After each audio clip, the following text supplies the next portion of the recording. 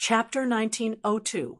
At the foot of Wudong Mountain, the statue of Jinwu, great emperor, strode up the mountain, with purple clouds rising. Two people were confronting each other at the top of the stone steps. Su Fengnian was holding a talisman knife that was glowing. The saint of the Zhang family was still calm. His hands were hanging down, and he gently shook his sleeves. "You're really stubborn." After a long period of silence, Su Fengnian did not launch a thunderous charge. Instead, he appeared in front of the saint of the Zhang family in the blink of an eye. He leaped high, twisted his body, and slashed down diagonally. His sleeves fluttered, and he looked like an immortal. The saint of the Zhang family raised his arm and stretched out a finger. He smiled and said, "Benevolent Lashan." Su Fengnian's blade, that contained a lot of gang qi, stopped moving.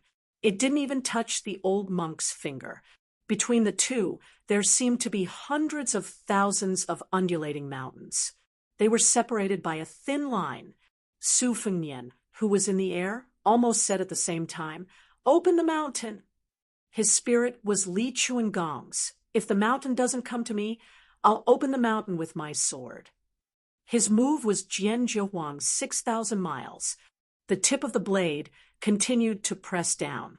It was not overwhelming, but it was slow and firm. The saint of the Zhang family, with one hand behind his back, didn't seem to want to touch the talisman knife with a dragon hidden in it. Seeing that the tip of the blade was only an inch away from his finger, he frowned and said in a deep voice, "Wise Lashan." The hand behind his back quietly shook his wrist. In the middle of the mountain, there seemed to be a green dragon drinking water. A magnificent water column that was as thick as a well was quickly pulled up and went straight to the top of the mountain. At the same time, the saint of the Zhang family didn't give the young king a chance to withdraw his blade.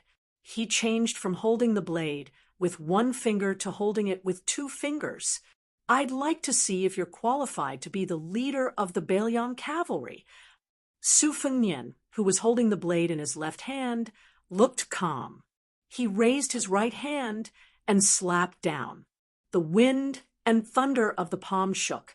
The immortal touched the head and broke the longevity. The saint of the Zhang family, who was driving the long dragon in the pool to hit Su Fengnian's chest, had to slightly change its course to respond to the young king's palm. Previously, the old monk used one palm to disperse the green snake in his sleeves. Su Fengnian's palm was not inferior to the old monk. The saint of the Zhang family's hand was the saint of the Zhang family, the saint of the Zhang family, of the saint of the Zhang family. The two of them changed their qi at the same time. The water column stopped, and the saint of the Zhang family slid back a few steps. Su Fengnian held the talisman knife and landed on the ground. It just so happened that the statue of Jinwu had already approached the top of the mountain and was about to attack the old Confucian. The saint of the Zhang family didn't turn around. Instead, he looked directly at the young vassal king with purple gold between his eyebrows and laughed.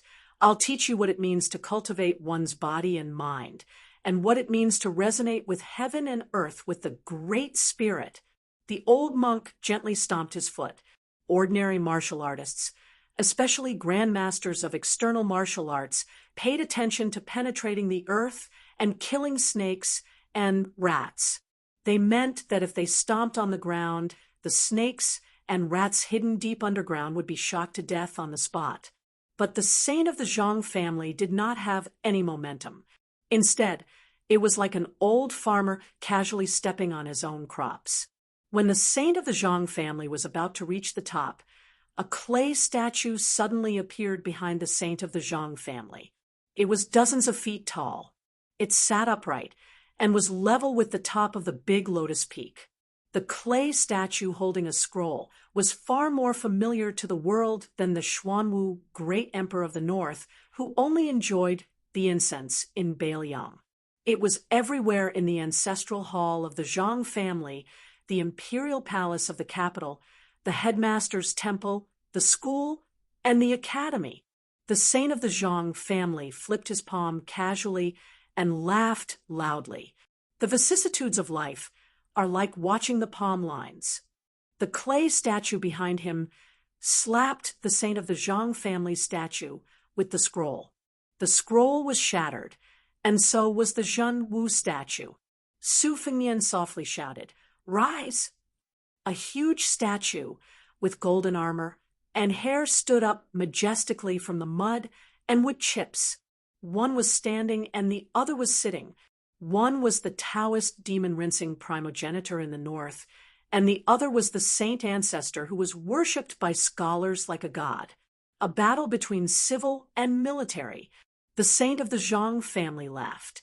Is this the first-grade celestial state proposed by Gao Shulu, the law of heaven and earth? I didn't expect you to be able to support such a scene with your remaining destiny. It's a pity that you're a poor family. The old monk's smile deepened.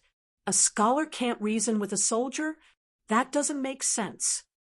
The clay statue of the saint raised an arm and pointed lightly. The fingers of the Zhen Wu statue clenched into a fist and smashed down heavily.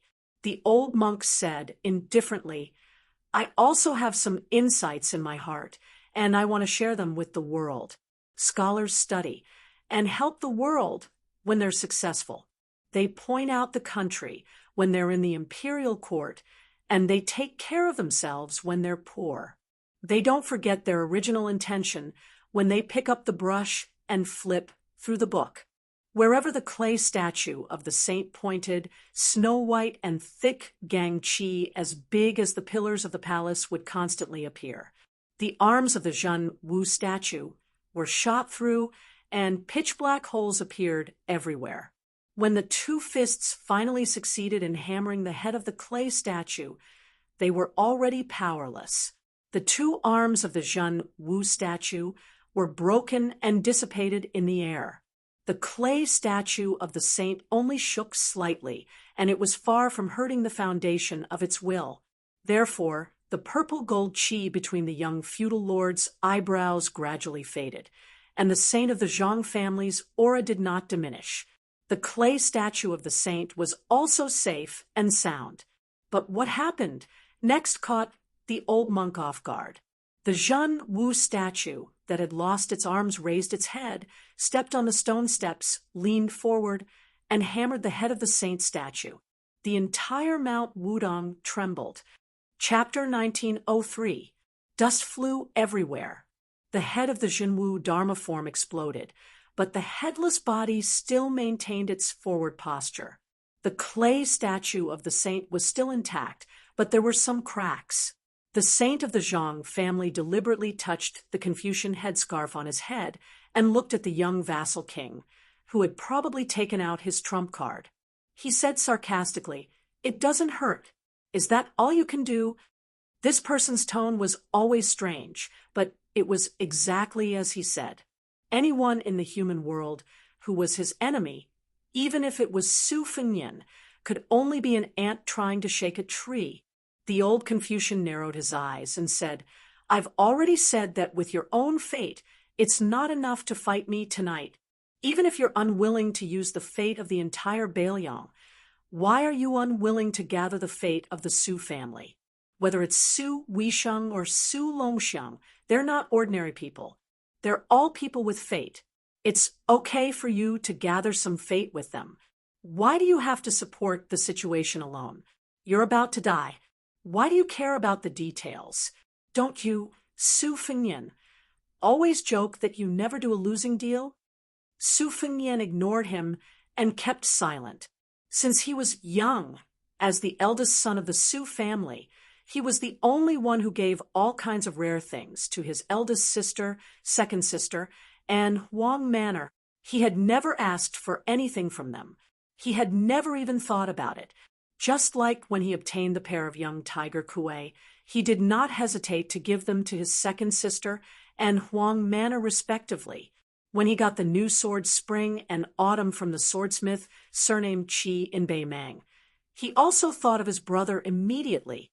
He thought that he could finally change the wooden sword. When he snatched the river soldier from Jiang Fuding, he also thought of borrowing the embroidered winter-spring thunder from the white fox face. He could finally return the favor. Su Fengnian had always believed that he had gained too much, so he should not complain and should be generous. The old Confucian stared at Su Fengnian's eyes and sneered. A falling leaf indicates autumn. The first vassal king of Liang, who has 300,000 elite cavalry, is actually such an indecisive fool. It's ridiculous. Su Fengnian said slowly, "You can nag when you win. It's still early." The saint of the Zhang family laughed and said, "When I win you, you'll die. Who will I talk to then? Do you want me to nag at a dead person?" Su Fengnian's eyes were firm, and his face was cold. "My masterly Yishan, the chancellor of the Shangyin Academy, Zhang Julu of Liang, Wei Jingtang of Jizhou, and many others. In my heart, they are the real scholars. It's lucky that you, the sage of Confucianism, did not dare to show up for hundreds of years. Otherwise, you'll be a laughing stock."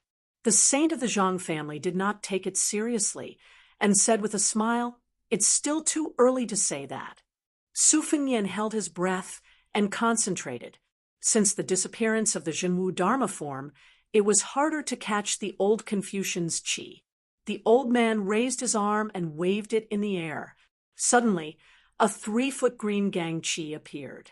The old man seemed to be lost in thought and sighed, "Maybe the descendants only know about my knowledge, but they don't know that it was me who started it." When the saint of the Zhang family condensed his qi into a sword, Su Fengnian instantly attacked silently. The old man stood on the spot and twisted his sword-wielding arm behind his back. With a simple sword stance, he blocked the talisman knife that was trying to cut off his head. After that, no matter which angle the elusive talisman saber appeared from, the saint of the Zhang family only used an ordinary sword-holding stance to defend himself flawlessly. The two sides' qi lasted for half an hour. Su Fengnian finally stood 20 steps away from the saint of the Zhang family. The old man was still calm and composed. The 3-foot sword qi in his hand was as powerful as before. The clay statue of the saint that he had invited into the mortal world did not disappear. It was still quietly looking at the foot of the mountain. The old man looked around leisurely and laughed. "Ghost talisman. It's not bad to use the remnant soul of the Beimang true dragon in the talisman knife as the talisman gallbladder. However, it's a little far-fetched to use the divine lightning technique of Mount Longhu. What kind of lightning pool is this? How can it summon gods and ghosts? How can it suppress demons?" There were 21 pocket-sized flying swords hovering around the old man. The 12 flying swords were given by Dong Tai: black armor, childhood sweetheart, morning dew, spring water, peach blossoms, moth eyebrows, vermilion bird, yellow tongue, and golden thread Tai. The 9 flying swords were later forged by Su Fengnian according to all kinds of life's will, and earnestly requested Mount Qing, Liang's Moism Master Juzi, to forge them.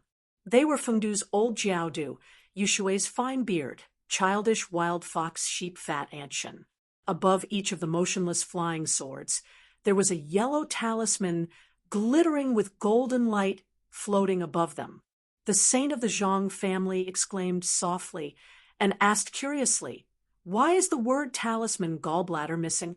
The Taoist sects in the world are divided, but at the end of the day, the talisman gallbladder is nothing more than a dozen words in the word aura. The talisman gallbladder has no words. You worked so hard to create this talisman. Where did the spiritual energy come from? Su Fengnian gripped the hilt of his saber tightly and sighed softly. This was supposed to be a lightning pool that he used to suppress the heavenly being Tantai Pingjing.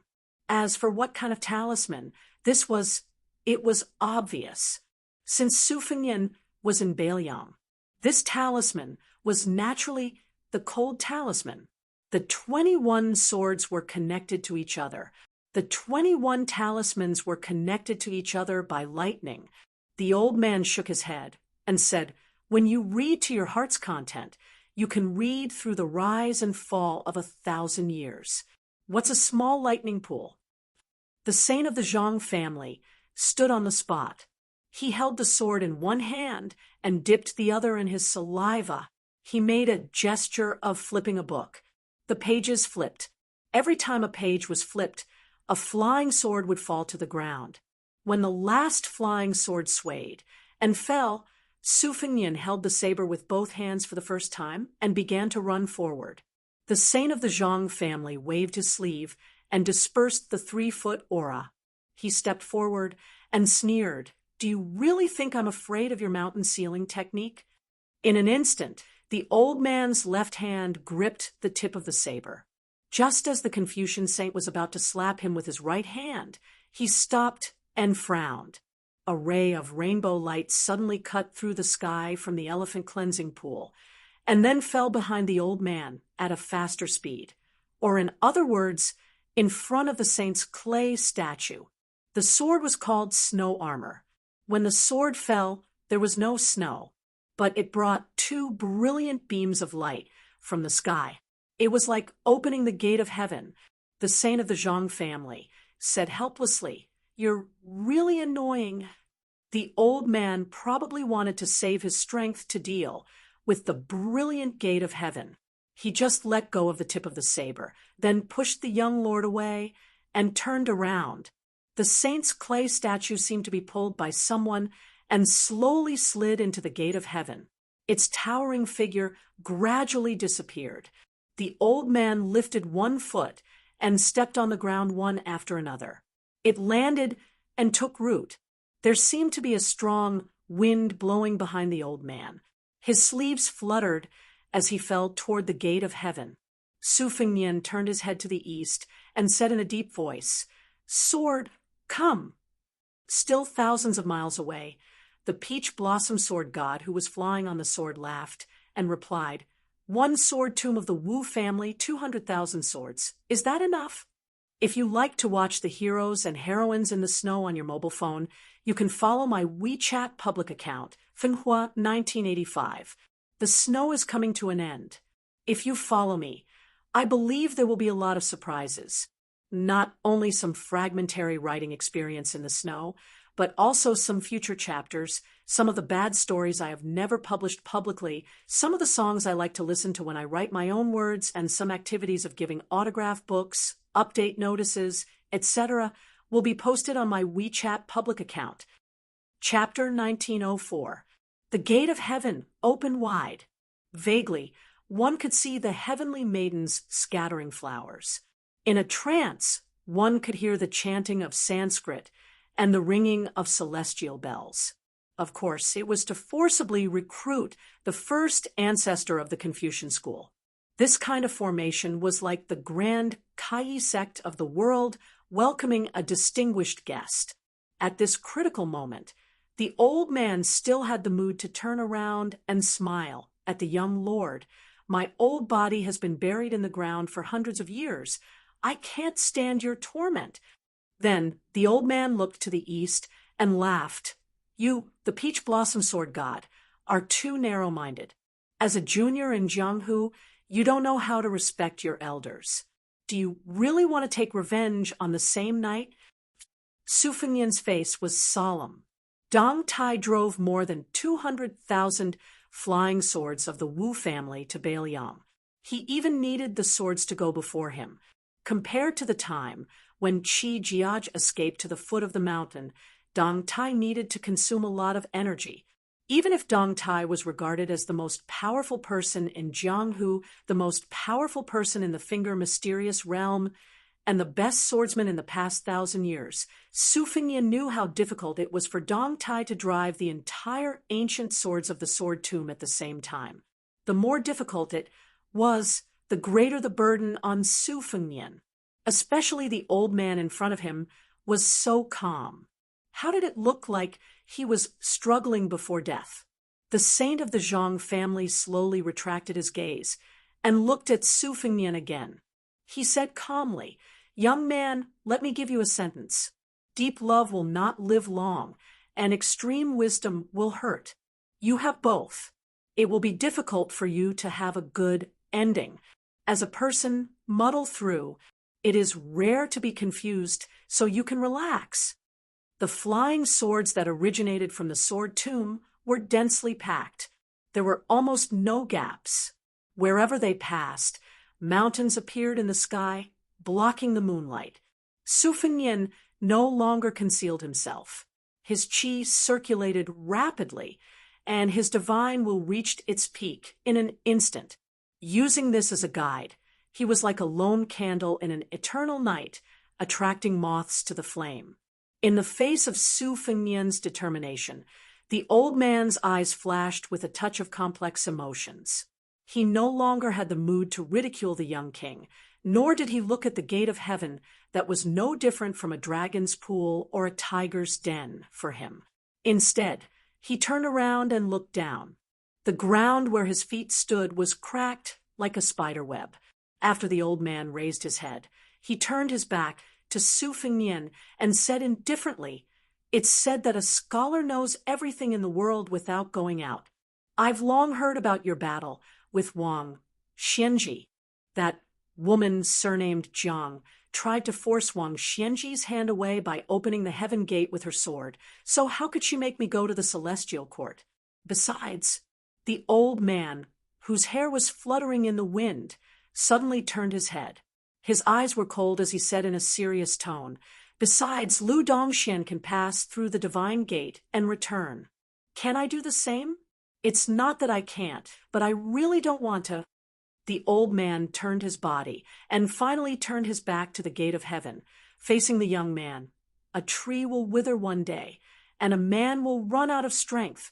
Today I'll let you know that even if you, Su Fengnian, have invincible cavalry, and even if you're a grandmaster of martial arts evaluation, there will be a time when you have no choice but to accept your fate."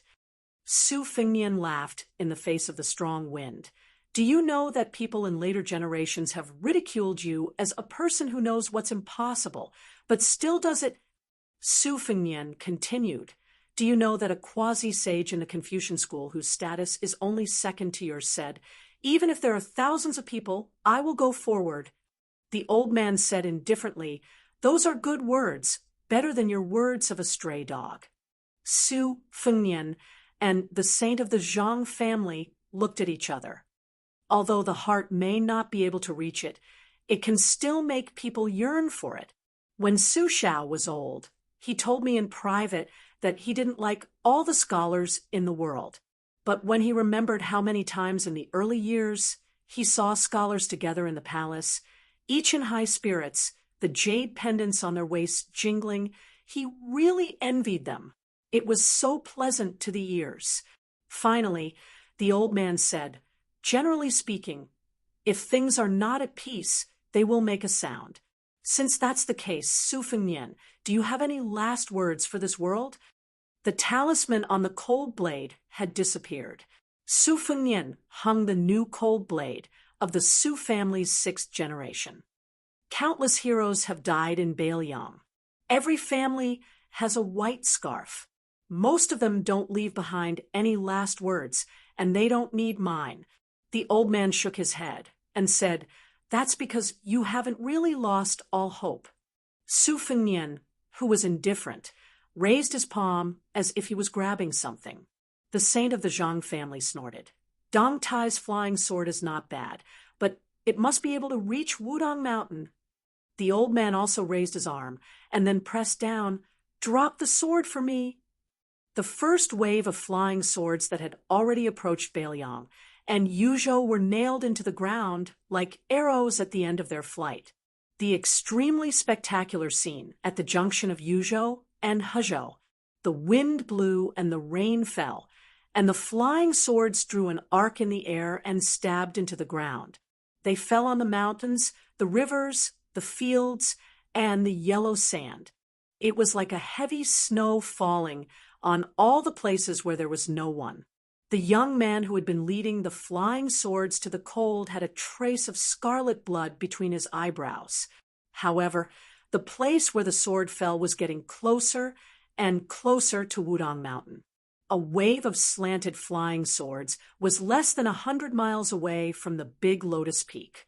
And the young king's ears, nose, and mouth also began to bleed. After the saint of the Zhang family pressed down with his palm, his originally motionless body slid back a step, and he was one step closer to the gate of heaven, when a wave of more than 1,000 flying swords landed on the green bamboo peak to the right of the big Lotus Peak. The young man's eyes began to bleed. His face was already covered in blood, when a flying sword landed in the deep stream outside the big Lotus Peak. Su Fengyan's face was already blurred, but that unknown rusty ancient sword was already the last of the 200,000 flying swords in the Wu family's sword tomb. But that saint of the Zhang family, even if he seemed to have his back against the gate of heaven, his feet were still standing outside the threshold. The difference of one step was like the difference between heaven and earth. In the human world of the heavenly court, the old man lowered his head and looked at the 3-foot sword called Armor of Snow, and gently pressed down with his free left hand. The young man, whose face was covered in blood, slightly twitched the corner of his mouth. The old man, who was clearly not looking at the young vassal king, seemed to be able to see through the mysteries of heaven. I know that you still have one last sword, but no matter how much you calculated, you would never have thought that in the entire northern Liang Path's 4 provinces, you would be able to borrow that sword no matter where you went. Only on Wudong Mountain, you would not be able to do it. After all, Wudong Mountain is a peaceful place for Taoists, and since ancient times it has been the ancestral court of Taoism in the north, from the great Qin dynasty to the great Feng dynasty, and now to Liang. This place has almost never been affected by the flames of war, so the connection between you and the Su family is the weakest. If it was outside the Liangzhou Pass, at the mouth of the gourd in Yuzhou, not to mention that I couldn't stop you from borrowing Dong Tai's last sword, I'm afraid that I would have already sent you to the gate of heaven. The old man slightly bent down and gently patted the sword's hilt. You and that Taiya sword are brothers in hardship.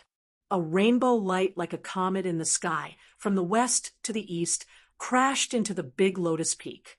But it seemed to have crashed into an invisible wall. It caused a burst of dazzling sparks, and was incomparably gorgeous. Chapter 1905. The ancient sword couldn't move forward an inch, and it kept whining. The old man closed his eyes as if he was listening to the sound. He murmured, "Essays talk about grief, but not pain, but on the battlefield, it is said that soldiers with grief will win. Which one is right?" The old man answered his own question. Scholars write essays, but how many of them really work hard? But people die in war. It would be strange if they don't die. The Confucian ancestor finally looked at the young man. He slowly closed his eyes. His face was blurred by blood, so it was impossible to see his expression. He didn't know if it was pain, sadness, regret, relief, or something else. If he consumed Beiliang's fate, he might be able to save himself. But if he fought Liang Mang, he would definitely lose. In the end, he didn't want to. Was it also not impossible, but unwilling? This sage of the Zhang family, who had overpowered the 2 grandmasters on Mount Wudong tonight, laughed aloud, looking up to the sky, and laughing loudly. Desolation, sorrow, joy, all kinds of feelings. The old man suddenly shouted at the sky, "I am a scholar. Although I am good at cultivating Haoren Qi, I never ask for immortality. F***ck off the cycle of heaven. I have been guarding the human world for 800 years, and I have seen you immortals order me around for 800 years. Now you want to take an inch and want a mile." The heavenly gate exploded with a bang. The old man ignored the huge movement behind him, stepped out, looked at the young king, and asked sternly, "Su Fengyan, I ask you, the new valley is basking in the sun. The oranges are hanging high. The fisherman is wearing a bridle, the old farmer is carrying a hoe, the woman is picking mulberry, the child is herding cattle, and the old woman is making clothes. The iron armor is clanging, the sword is like frost, the drums are like thunder, the iron cavalry is out, the arrows are like rain, the smoke is everywhere, and corpses are everywhere. Have you seen all kinds of things in the world? The young man covered in blood didn't move. Between life and death, one could see life and death. When there was no way out, one could see the root of human nature. But this guy surnamed Sue, is he really dead? It shouldn't be. The old man showed a trace of panic for the first time. He quickly moved forward and came to the front of the young man. He stretched out his thumb and pressed on the middle finger of the vassal king. He wondered, the chi in your body is still quite strong. Why is there no movement? In the next moment, this absolute saint was sent flying by the young man's kick. The old man fell heavily to the ground, but he didn't stand up. He just sat there, as if he hadn't completely regained his senses. The young man also sat on the ground with his hands on his knees. He opened his eyes and said weakly, "Damn you!" The old man burst into laughter. Su Fengnian had no idea what this crazy old man was thinking or what he was trying to do. He was constantly gasping for breath, and, of course, he was also vomiting blood. But for some reason, while the pain pierced his heart, he also felt an inexplicable sense of refreshment, as if a heavy burden had been lifted off his shoulders. Especially that kick. It was really a kick to his heart's content. The saint of the Zhang family raised his hand and patted the dust off. He pointed at his own nose and asked, "Are scholars powerful?" The young king was speechless. He could only move his mouth. It seemed that he was trying to tell him to get lost. The old man snorted and said, "So what if he's Lu Dongxian? Didn't he ask me for advice in the early years?" The young man also pointed at his own nose, then raised his hand with difficulty and made a gesture of waving his hand in disgust. The old man suddenly looked embarrassed.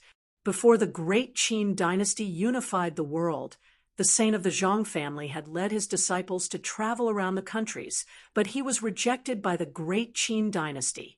The old man laughed at himself and said, "It's never too late for a gentleman to take revenge. But 800 years is a little too late." Su Fengnian, who was extremely embarrassed, recovered slightly and asked weakly, "Apart from the personal feud, what else is there?" The old man sat upright and said in a deep voice, "Before you and Li Yufu cut the gap between heaven and man, I'll bear the pressure of heaven for you too. Otherwise, Li Yufu, who is cultivating in seclusion, will be fine, but you, Su Fengnian, won't be able to deal with the Beimang in peace. Do you really think the immortals will watch you commit treason? Maybe those guys will simply let the Beimang barbarians take over the Central Plains." Su Fengnian glanced at the old man from the corner of his eyes and then lowered his eyelids. The old man said angrily, "Little bastard, don't take advantage of me. I've already helped you open up the stasis in your acupoints. Others don't know how difficult it is, but you, Su Fengnian, don't know? This is no different from Zhang Julu's regulation of the water transportation in Liang." Su Fengnian ignored the old man. The old man took a deep breath and said, "Su Fengnian, can we not be so tacky? It's such an impassioned feat, but you turned it into a business deal. How embarrassing, isn't it?" Su Fengnian directly closed his eyes. He was really not used to this kind of social interaction with the old man. Even if he was full of strategies, it was difficult to use them. However, the old man's only weakness happened to be the Achilles heel of the Confucian holy sage. There was a long silence. Su Fengnian finally opened his eyes and bowed, with cupped fists. The old man accepted it calmly. Su Fengnian stood up shakily and asked softly, "Why don't you give me something extra to solve the problem of the grain cooling?" The old man wanted to refuse on the spot, but he suddenly thought of something and said with a smile, "This is not easy, but as long as you let that guy surnamed Deng talk nicely later, I'll give it a try. However, I can't guarantee success." Su Fengnian waved his hand. "No one in the world can stop Dong Tai with the Taiya sword, not even me." The old man stamped his foot and said anxiously, "Hurry up and hide the Taiya sword." As he spoke, the Taiya sword had already flown back. Su Fengnian gloated and slowly walked toward the old man. The old man smiled and turned to look at the foot of the mountain. Su Fengnian and the old man stood side by side.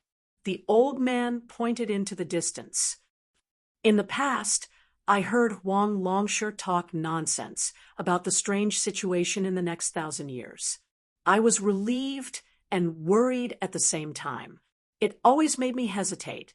Su Fengnian said softly, "Why don't you think about it from another perspective? Looking at the present from 800 years ago, the world has changed for the better, right?" The old man nodded. "Some have changed for the better, some for the worse. Generally speaking, the present is indeed better." Both of them were speechless. The old man suddenly said, "I probably won't be able to wait for Deng Tai to return to Mount Wudong. Help me pass a message to him. If we only talk about the level of swordsmanship and not the distance of the sword, he is the first person since ancient times." Su Fengnian said, "Okay." The old man stared into the distance with his eyes wide open, his figure ethereal. He sighed with emotion.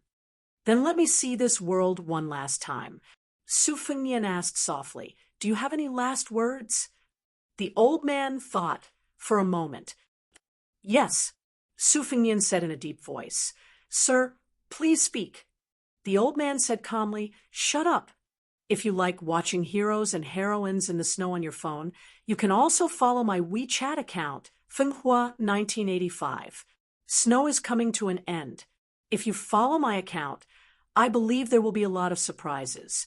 Not only will there be bits and pieces of writing in the snow, but there will also be future side stories or some of my favorite songs that I have never published publicly, or some activities that I like to listen to when I am writing, or some activities to give out autograph books, update notifications, etc. They will all be posted on my WeChat account." Chapter 1906. When Dong Tai arrived with his sword, he saw the young king sitting alone at the top of the broken stone steps with a knife on his knees. Although Su Fengnian's clothes were stained with blood and his face was full of exhaustion, he was full of spirit. Moreover, his heavenly physique that had suffered heavy injuries in succession was like a withered tree that had come back to life. It glowed with vitality and gradually approached its peak. Deng Tai floated down to the ground. Hanging from his waist was an ordinary iron sword that his disciple had given him. Holding Tai upside down, he stood beside Su Fengnian. 800 years of scholarly spirit scattered in the world. Su Fengnian nodded and said, "Old Mr. was obviously reluctant to leave before he passed away. He stayed up for a few hours and made some arrangements before he passed away on the spot." Dong Tai frowned and said, "What about this fight?" Su Fengnian smiled bitterly and said, "The old man who was the backbone of the Central Plains should be more trusting of Li Yufu, who had a pure Taoist heart. When Master Li escorted the dragon carp along the Guangling River to the sea, the old man must have secretly observed and trusted him. As for me, he did not have much confidence. Not only was I the son of Su Shao, but I was also very likely to fight for the throne. If it were me, I would not be at ease to hand over the old man's belongings. That was why there was such a storm. The old man must have forced me to a dead end, and was only willing to let it go when he saw my true nature." The peach blossom sword deity, who had no interest in the rise and fall of the world, sneered and said, "In the end, he still took advantage of his seniority." Su Fengnian did not comment. He turned around and asked with a smile, "Is it because the flying sword can't enter Mount Wudong?" Dong Tai said frankly, "Of course. Once the sword is out, how can it return without any results?" Su Fengnian and Dong Tai raised their heads at the same time and looked at the distant sky that was gradually turning white. After the saint of the Zhang family died, in a way similar to the immortal Jinren of Taoism, there seemed to be a new phenomenon between heaven and earth. It was unclear and covered the mysteries of heaven. Heaven and earth were filled with righteous qi. Mixed qi gave form to the flow, abundant enough to fill the firmament. Su Fengnian said in a low voice, "To establish one's virtue, to establish one's merit, and to establish one's words." "Sir, I really can't do it anymore." Dong Tai crossed his arms in front of his chest. "It's amazing, but in my opinion, it's still a little unsatisfying." Su Fengnian sighed, helplessly. "How can everyone be like you, Dong Tai? You don't just stand there and talk." Su Fengnian remembered something and said with a smile, "That's right," before the old master left. "He wanted me to tell you that, in his opinion, since the beginning of the sword 1,000 years ago, you, Dong Tai, have the best swordsmanship." Dong Tai grumpily said, "The path of swordsmanship is just a sesame seed abandoned by Ancestor Lu after picking up a watermelon." Su Fengnian rolled his eyes and said, "Talking to you is boring." Dong Tai glanced at him from the corner of his eyes. Su Fengnian asked, "How should we deal with the 200,000 swords scattered on the ground of the Wu family's sword tomb? Do we need you to return them?" Dong Tai asked in return, "Why, do you want to keep them?"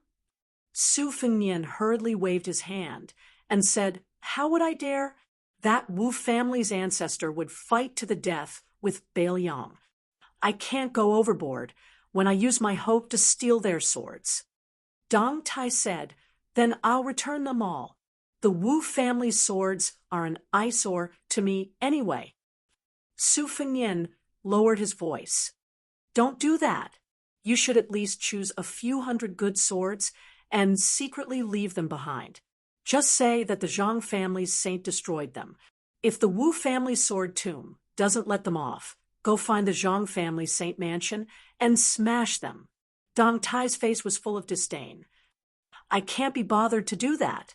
Su Fengnian smiled brightly and said, "There's no need for the peach blossom sword god to waste your energy.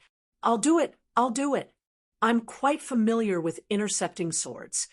Dong Tai obviously didn't want to deal with this.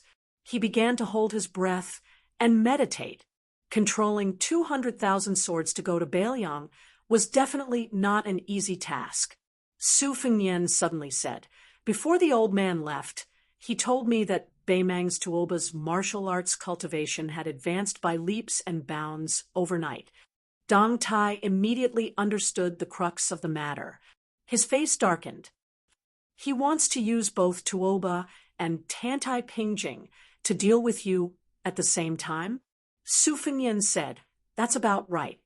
Dong Tai asked, "Did the old man say how high Tuoba's cultivation is? Is there an analogy?" Su Fengnian shook his head and said, "It's not clear. He only said 5 words, 'Celestial beings live forever.'" Dong Tai frowned and said, "I've never been good at these cryptic words. Just tell me directly. When Wang Xianji left the Eastern Sea, was Tuoba slightly inferior or similar?" Su Fengnian had obviously thought about this troublesome question long ago. He blurted out, "I guess the best result is that he was slightly inferior." Dong Tai asked, "Then the worst result?" Su Fengnian half-joked, "I'm afraid I'll scare you if I say it." Dong Tai twitched the corner of his mouth. "Has anyone ever told you that it's actually quite boring to talk to you?" Su Fengnian shook his head and said, "No, especially women. There's a popular saying in the Central Plains that proves it. 10 years to cultivate Song Yushu, 100 years to cultivate Lu Dongxian, and 1,000 years to cultivate Su Fengnian." Dong Tai said indifferently, "Oh, not 100 years to cultivate Su Fengnian, 1,000 years to cultivate Lu Dongxian?" Su Fengnian pinched his chin and pretended to be confused. Did I remember wrongly? Dong Tai couldn't help but raise his voice. Spit it out. Su Fengnian put away his joking expression and sheathed the cold blade at his waist. The worst outcome is that at some point in time, Bodhisattva Tuoba's combat power will be slightly stronger than Wang Xianji's. Dong Tai dismissed it with a smile, loosened his arms, and stretched. Dawn was coming. Then, that's the worst result. Why do you let me deal with Tuoba? Su Fengnian shook his head and narrowed his eyes as he gazed at the serene scene of the sky gradually turning blue and white.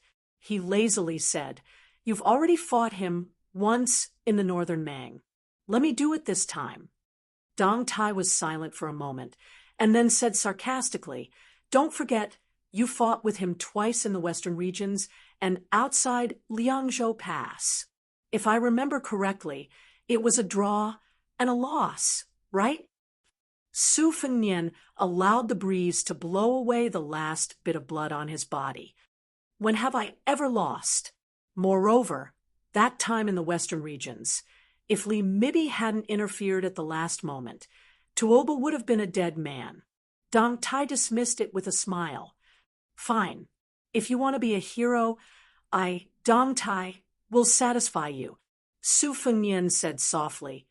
Perhaps in terms of combat power, we are all in the celestial realm, so there's not much difference between us. However, there's a state of mind unique to Wang Xianji. Even if you, Dong Tai, have Tai Yi, and even if Tuoba received a gift from an immortal, it's still impossible. Dong Tai asked curiously, Invincible in the human world? Su Fengnian suddenly pulled out his cold saber and pointed it at the great sun leaping into the human world's vision. The entire world's enemy? Dong Tai asked again. You have it? Su Fengnian didn't answer the question. I've always had it in Beiliang. For those who like to read on their phones, you can follow my WeChat public account, Fenghua 1985. Yesterday, I added more than 10,000 people. Today, I guarantee at least 2 chapters. Chapter 1907. The figures of pilgrims gradually appeared on the stone steps of the divine path. Su Fengnian quietly went to the elephant cleansing pool. He took off his outer robe and squatted by the pool to wash himself. If one were to say that Su Fengnian was familiar with intercepting others, he was not bad at this work. In last night's thrilling battle between heaven and man, except for Jiang and I, and Li Yufu who were deliberately excluded, there were still a few grandmasters from the Central Plains who stayed in Wudong to watch the battle. There was also a white-robed Qi trainer who looked at the battle from the top of the Jade Pillar Peak. She probably had the idea of benefiting from the battle. After all, whether it was the sage of the Zhang family or the new prince of Liang, Su Fengnian, whoever died, would be a great supplement to her fate if both of them died, and she was lucky enough to support both of them at the same time. There might be a real land immortal in the human world. Not only could she live for a long time, but she was also not bound by the way of heaven. The 3 top masters of Nanjiang, Lu Xianleng, Cheng Baishuang, and Ji Lu, and stood together on a suspended plank road and looked from afar. The blind female zither player, Xue Songguan, walked slowly and finally stopped half a mile away. But the person closest to the battle at that time was the man in purple, just as Su Fengnian was washing clothes skillfully on the green stone slab. There were already groups of Jianghu people in the elephant cleansing pool. Now, the Central Plains recognized Wudong Mountain as not only a blessed place for cultivation, but also a precious place for martial artists to understand the heart of heaven. All the Jianghu heroes who heard the news and came here were mostly people who had encountered a bottleneck in martial arts. They liked to sit here cross-legged and look at the waterfall, the pool, and the huge rocks. They would imagine that the previous chief Hong Shixiang used to fight here, sword maniac Wang Xiaoping used to fight here, and great master Su Fengnian used to practice his saber here. They racked their brains to fight for a spot, just like the scene of pilgrims fighting for the first incense. Su Fengnian inadvertently heard a group of people whispering nearby.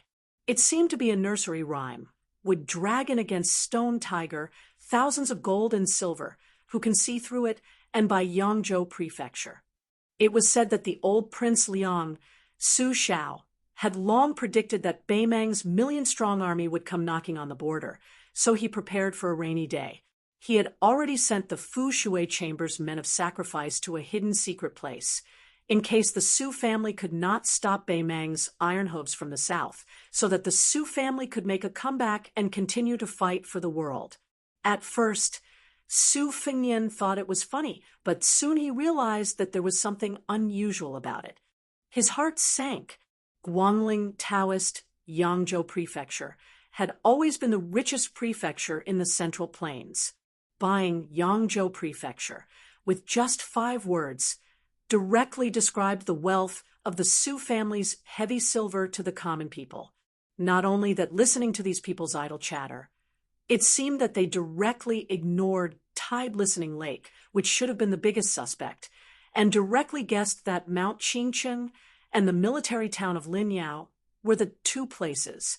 Su Fengnian could not help but be shocked. According to these people who listened to the rumor, the latter guessed that Li Yishan was personally in charge of the Su family's hidden treasures. The poison warrior, who had been hell-bent on scheming for the Su family all his life, used a trick. On the surface, he constantly drove refugees to Liuzhou to confuse the public and secretly colluded with Mount Lantua in the western region. It could be said that it was a foolproof plan. As for why the former was Mount Qingcheng, which bordered Liangshu, these Jianghu people could not explain. However, Su Fengnian knew that Su Shao had hidden 6,000 soldiers in the depths of Mount Qingcheng. This was a secret that not many people in the Fu Shui room knew about. It was obvious that the person who deliberately spread this nursery rhyme was not only hostile to Beiliang, but also deeply involved in Beiliang's military and political affairs. Su Fengnian had always politely refused to listen to the prophecies and nursery rhymes that had once caused chaos in the 8 kingdoms of spring and autumn. Back then, Huang Sanjia was the founder of a sect that had been founded because of this. Almost all the emperors and monarchs were in a terrible fix because of this. Su Fengnian did not expect that Beiliang would suffer such a calamity today. It was not to say that a small nursery rhyme could really shake Beiliang's foundation. In fact, Beiliang had always valued military power more than literature.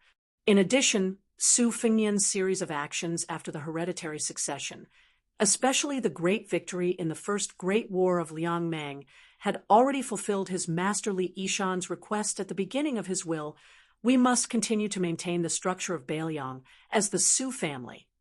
Therefore, there was no harm in having a few dozen more of these types of prophecies and nursery rhymes.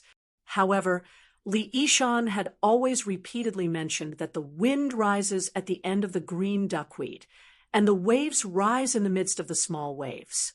I, Li Yishan, do not have extraordinary talents, nor do I have extraordinary strategies. I only have caution in my life to warn Su Fengnian. Su Fengnian suddenly had some doubts. Since this person knew the inside story of Beiliang so well, why would he still use such meaningless and boring methods? This was like the peach blossom sword god fighting with a level 2 master. He could have finished the fight with 1 strike, but he insisted on playing with a mouse for 100 moves. The master, who knew everything, would probably only feel disgusted. Was it adding fuel to the fire? Or was it adding fuel to the fire? Su Fengnian fell into deep thought. Not far away, someone's eyes flashed as he greeted. "Little brother, why do you have bloodstains on your body? What, did you meet an enemy on Wudong Mountain yesterday?" The people of Beiliang wore thick autumn clothing, so after Su Fengnian took off his robe, there was not much blood on it. Su Fengnian picked up his robe that had been rolled into a ball after washing it, stood up and squatted down beside the person who shouted. He was not too close, about 4 or 5 steps away. He went straight to the point with a light smile and asked, "Isn't that so? I was beaten up a bit badly. I won't beat around the bush. Big brother, you are a night watchman. How much would it cost to break a leg? If you beat him to death, how much would it cost? If it's fair, according to the old rules, I'll give you half of the payment first."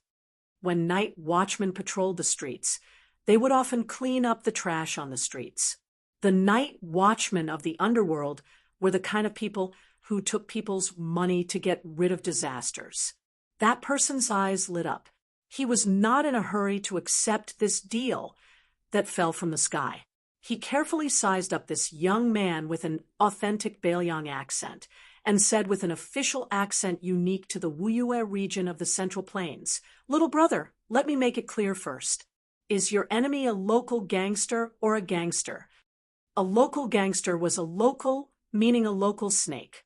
A gangster was a foreigner, a dragon that crossed the river.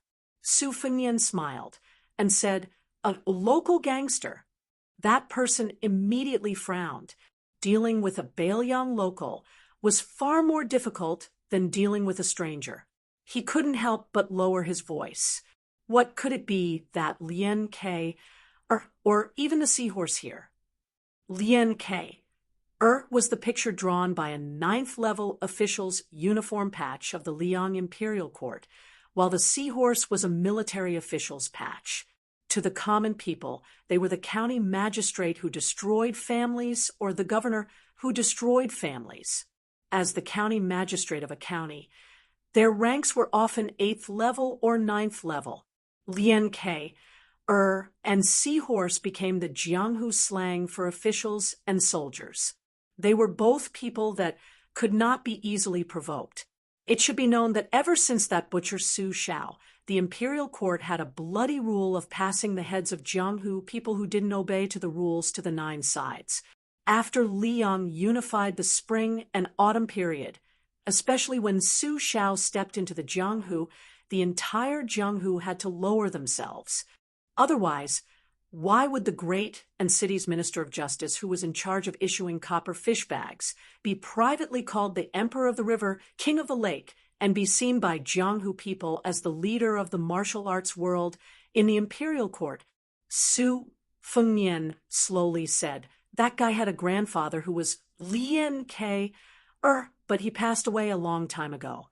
The family doesn't have any descendants left in the legal world. Think about it. Over here, Lien K, is nothing. The seahorse is the boss. However, that person has a personal retainer who is empty-handed and doesn't even have a green knife. He should have the strength of a 5th-level official." The lean man and the 4 people beside him exchanged glances and quickly weighed the pros and cons. The 5 of them were gangsters who were used to licking blood from blades in the southern part of Jingji. This time, they had traveled together in Baelyang, and their friendship had deepened. In addition, they were all men who knew each other's backgrounds. They already had the intention to cut off a chicken's head and burn yellow paper when they returned to their hometown. Therefore, they didn't hesitate to discuss this business openly.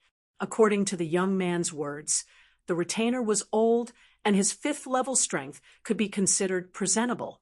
However, the fist was afraid of the strong and the rod was afraid of the old. The 5 of them all had some fighting skills. As long as they worked together, they would definitely be able to beat the old master to death. However, the 5 of them were worried that they would commit a crime in Baelyang.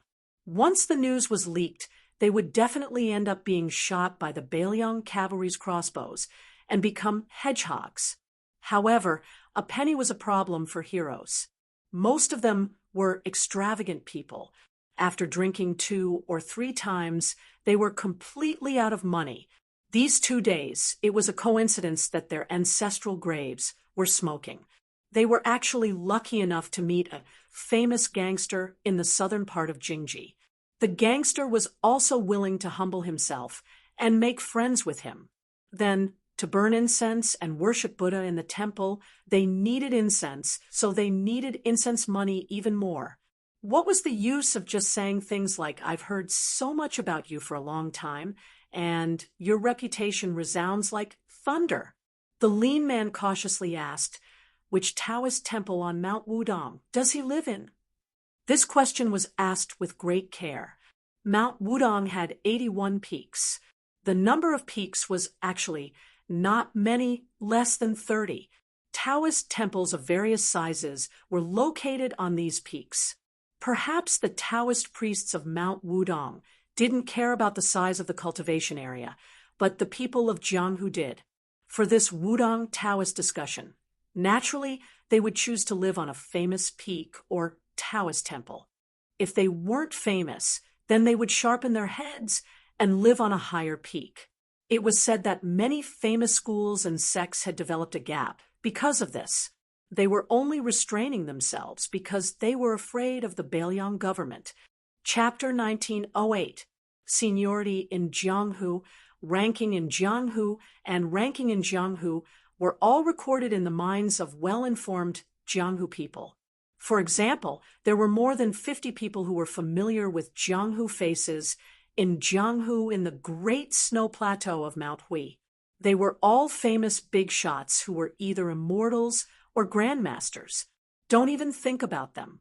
The next group of people were mainly people who were qualified to enter the yamen of the Ministry of Justice in the capital city. These gray people were even more untouchable in Jianghu.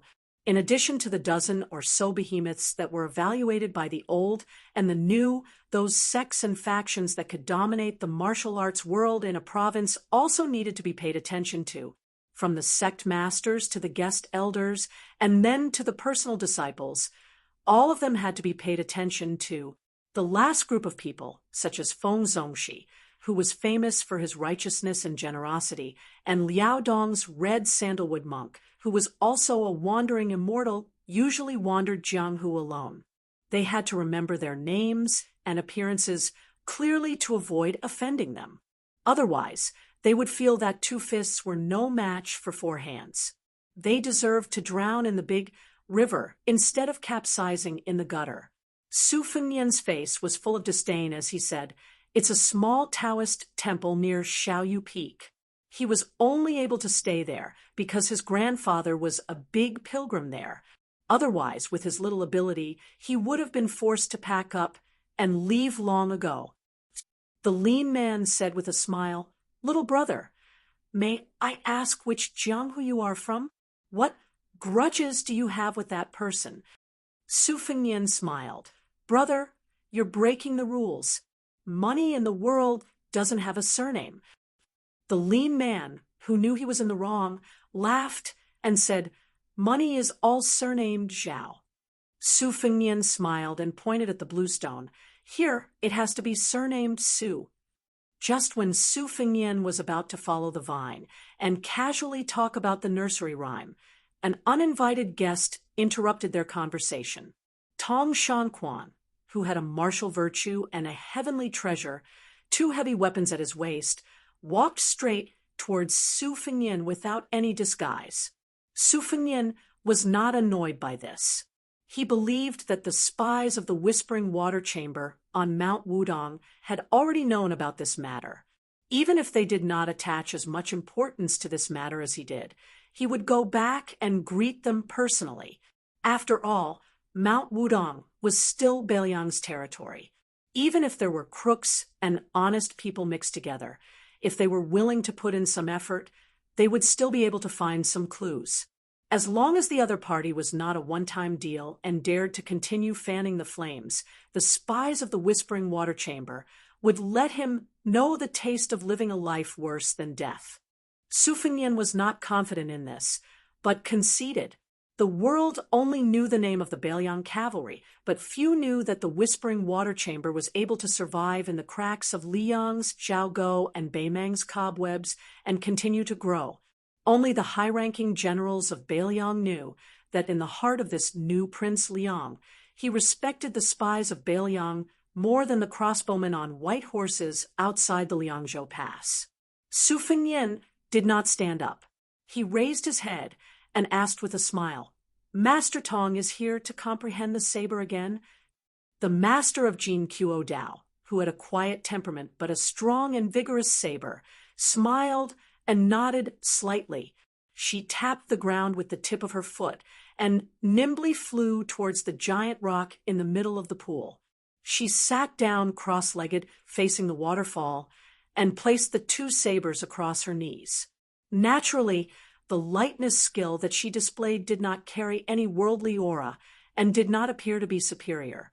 However, the young woman's bearing of a master was apparent at a glance. The lean man muttered to himself, "Why does she look so similar to the legendary young master of Jin Qiu Dao Manor? She also has two sabers at her waist and is also a national beauty? Or perhaps she is a heroine of the Central Plains who admires Tong Shanquan." Su Fengnian joked, "Brother, do you think that I would know such an unattainable master of martial arts? In the Jianghu of the ordinary heroes of Jianghu, let alone the great snow plateau, even the high and mighty holy land of Jianghu such as Jin Qiu Dao Manor had a plaque hanging at its front door.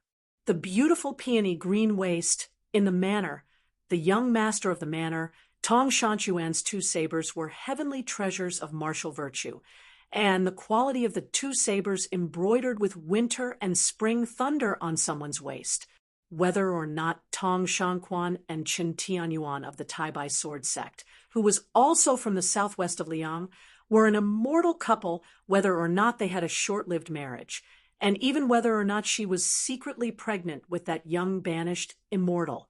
These were all topics of conversation in the Jianghu of the Central Plains, enough to drink a few cups of wine. The fish and shrimps that lived in this Jianghu naturally carried the smell of dirt.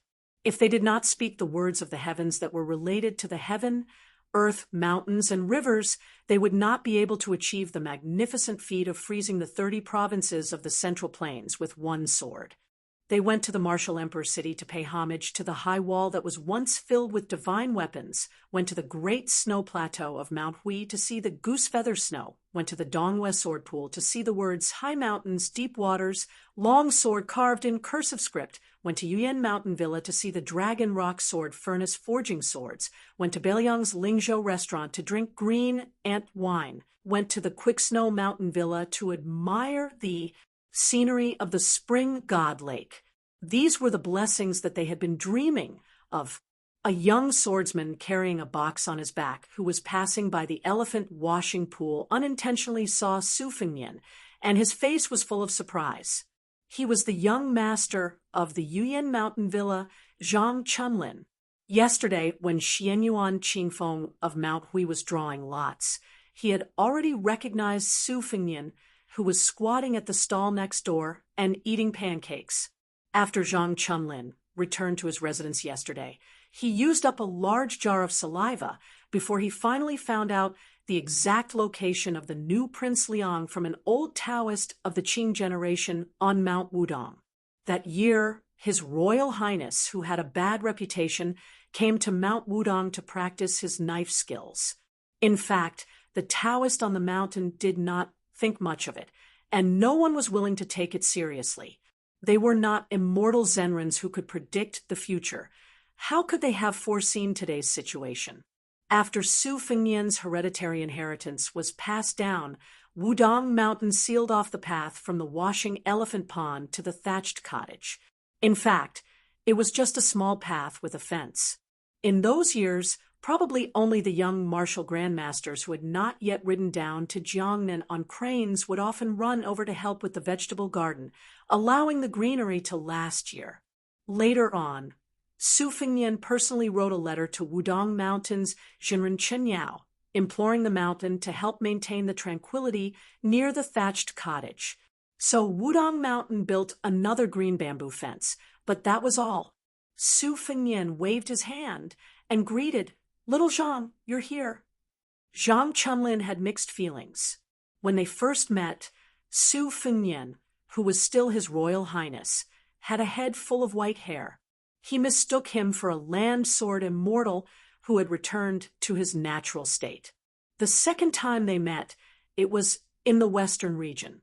They did not have much to talk about, which made this young swordsman, who even named his sword Frostblade, feel regretful.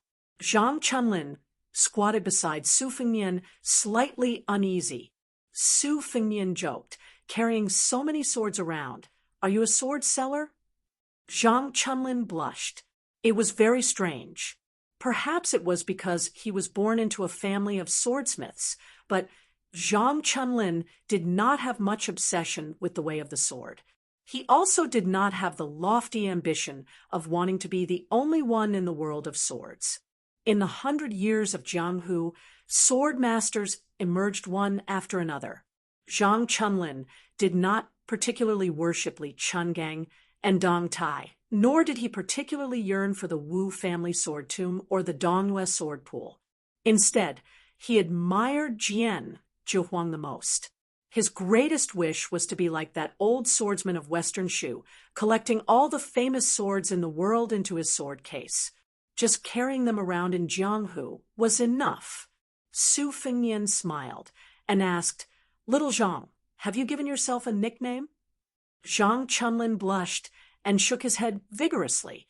Chapter 1909. Su Fengnian, as an experienced person, earnestly instructed, "Then you must give yourself a prestigious name as soon as possible. Otherwise, if you inexplicably give others a silly Jianghu nickname, it will be too late for you to cry." There are many examples of this in Jianghu. For example, in Gangnam-do, there is a sword master with white hair and long arms like an ape. His swordsmanship is actually not bad, but after he was called White Monkey when he was young, he could not get rid of it. Even if he had to say, "I am the White Ape Divine" sword every time he did something chivalrous, others did not care. They all thanked the White Monkey hero for saving their lives. Don't you think he was aggrieved? There is also the famous fist master in the southeast sword state. He is obviously a righteous hero, but because his surname is Wang and he is ranked 8th, he did not know to announce his name when he entered Jianghu. In the end, he was given the nickname Turtle Immortal Fist. Turtle has become an immortal if he is not an old turtle. Then what is he? Zhang Chunlin, who was enlightened, nodded his head like a chicken pecking at rice. He deeply agreed. The lean man was about to interrupt the young master's nagging, but his companion pulled his sleeve. He turned his head and got the meaning from his companion's eyes. This guy was unreliable. Even if this business was true and it was not ambiguous about the money, but such an unreliable guy could not keep his mouth shut. The lean man thought about it and agreed. He sighed, still feeling a little regretful, and coughed heavily, attracting the young man's attention. The lean man patted him on the shoulder. "Little brother, unfortunately, we suddenly remembered that we have an urgent matter to attend to. I'm afraid that we can't help you with your trouble. However, even if we can't make a deal, we still have feelings for each other. Let me give you a piece of advice. If you want to make a name for yourself in the future, you must be down to earth." Su Fengnian smiled and nodded. "Brother, you are right." The young master of Yuyan Mountain Villa was stunned. After the 5 people left, Su Fengnian accompanied Zhang Chunlin and chatted for a while by the elephant cleansing pool. As more and more Jianghu people came here to comprehend martial arts, Su Fengnian was the first to stand up and leave. Although Zhang Chunlin was still somewhat unsatisfied, he could be considered to have come in high spirits and returned in high spirits. However, the young man did not understand why his benefactor ended up talking about the female head of the Jinkyuo Saber Manor, so he casually spoke his thoughts. He heard that the woman's surname Tong was extremely talented and practiced the saber very hard, but her temperament was old-fashioned. Therefore, even if Zhang Chunlin met her, they would not hit it off. In the end, Zhang Chunlin even laughed and said that a beauty riding a horse and drinking to her heart's content was the most beautiful.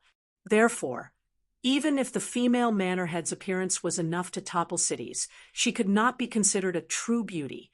Zhang Chunlin had a lot of fun talking. Before leaving, the young lord patted him on the shoulder and said something that confused Zhang Chunlin. Jianghu can be big or small. Don't be so straightforward when you see Manor Head Tong in the future. Zhang Chunlin watched as Su Fengnian left. Then he seemed to feel a murderous aura behind him.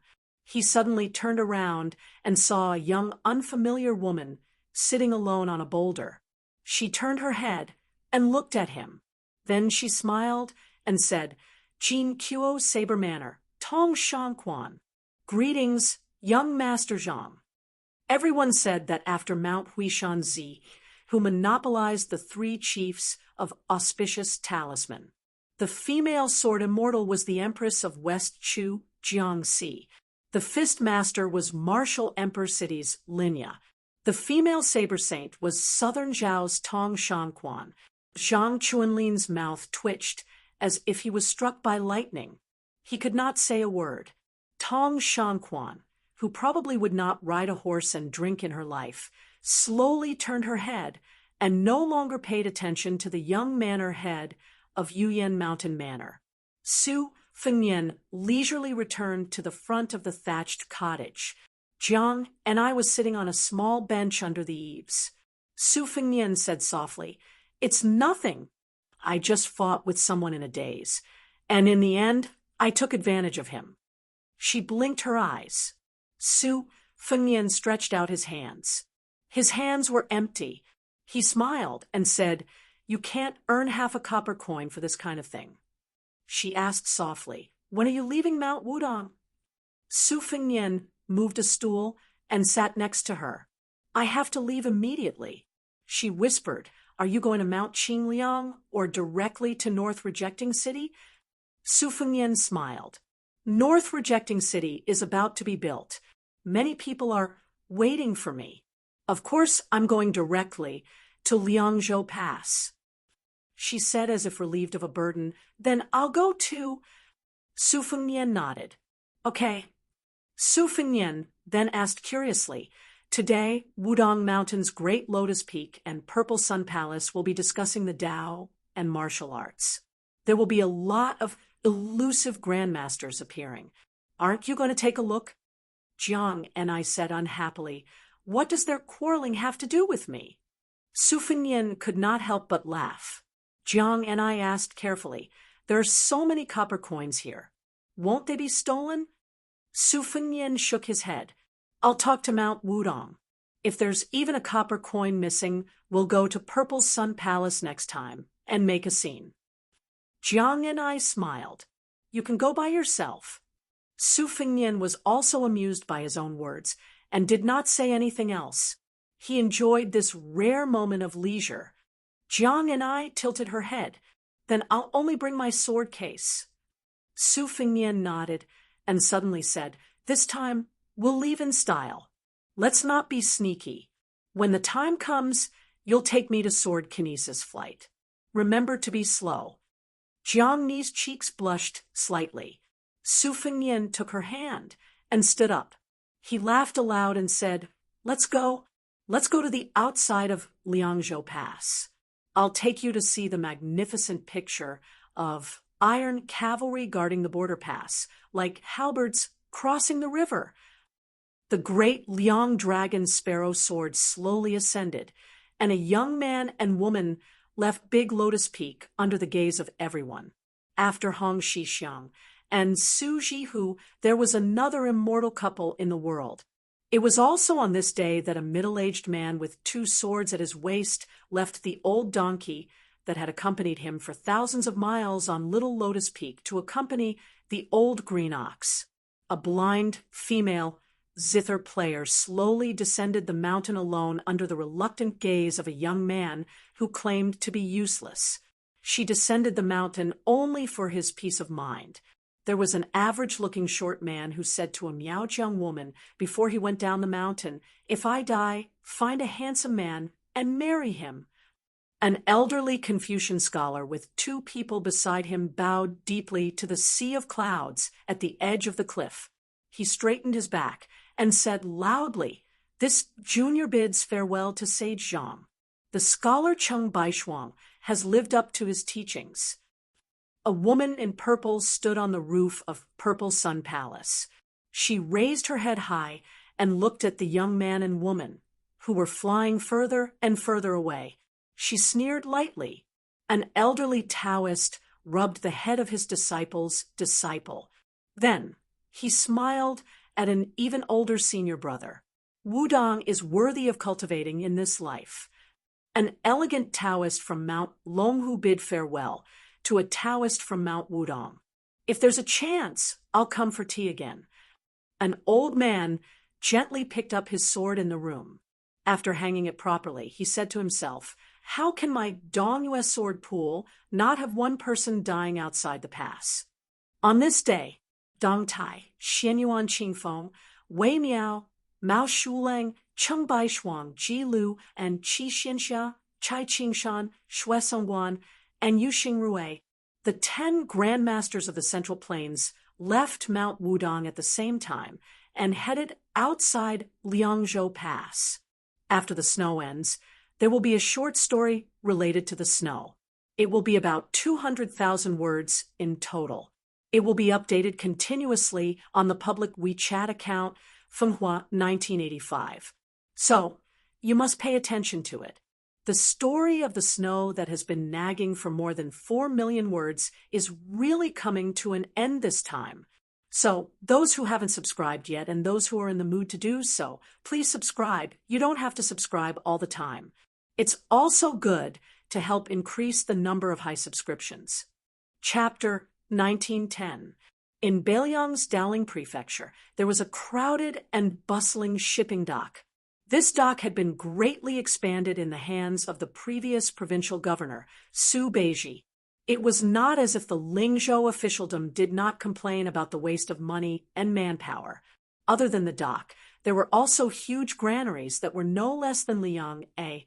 This provincial governor had built a lot during his time in office. However, who did not know that Su Beiji was known as the most favored Beiliang? In addition, Beiliang had never had the custom of censuring officials. At most, the officials and scholars in the officialdom would privately criticize him. Naturally, no one was willing to go to Mount Qingliang to be rejected. It was probably because Su Beiji's official reputation in Lingzhou was terrible. After the newly appointed provincial governor, Chang Sui, took a break to recuperate, the entire Lingzhou, who had been mentally prepared, felt like they were bathing in the spring breeze. They were full of praise for this scholar who came from the Shangyin Academy. Today, at the dock, under the escort of 200 of Lingzhou's most elite light cavalry, 2 carriages slowly arrived.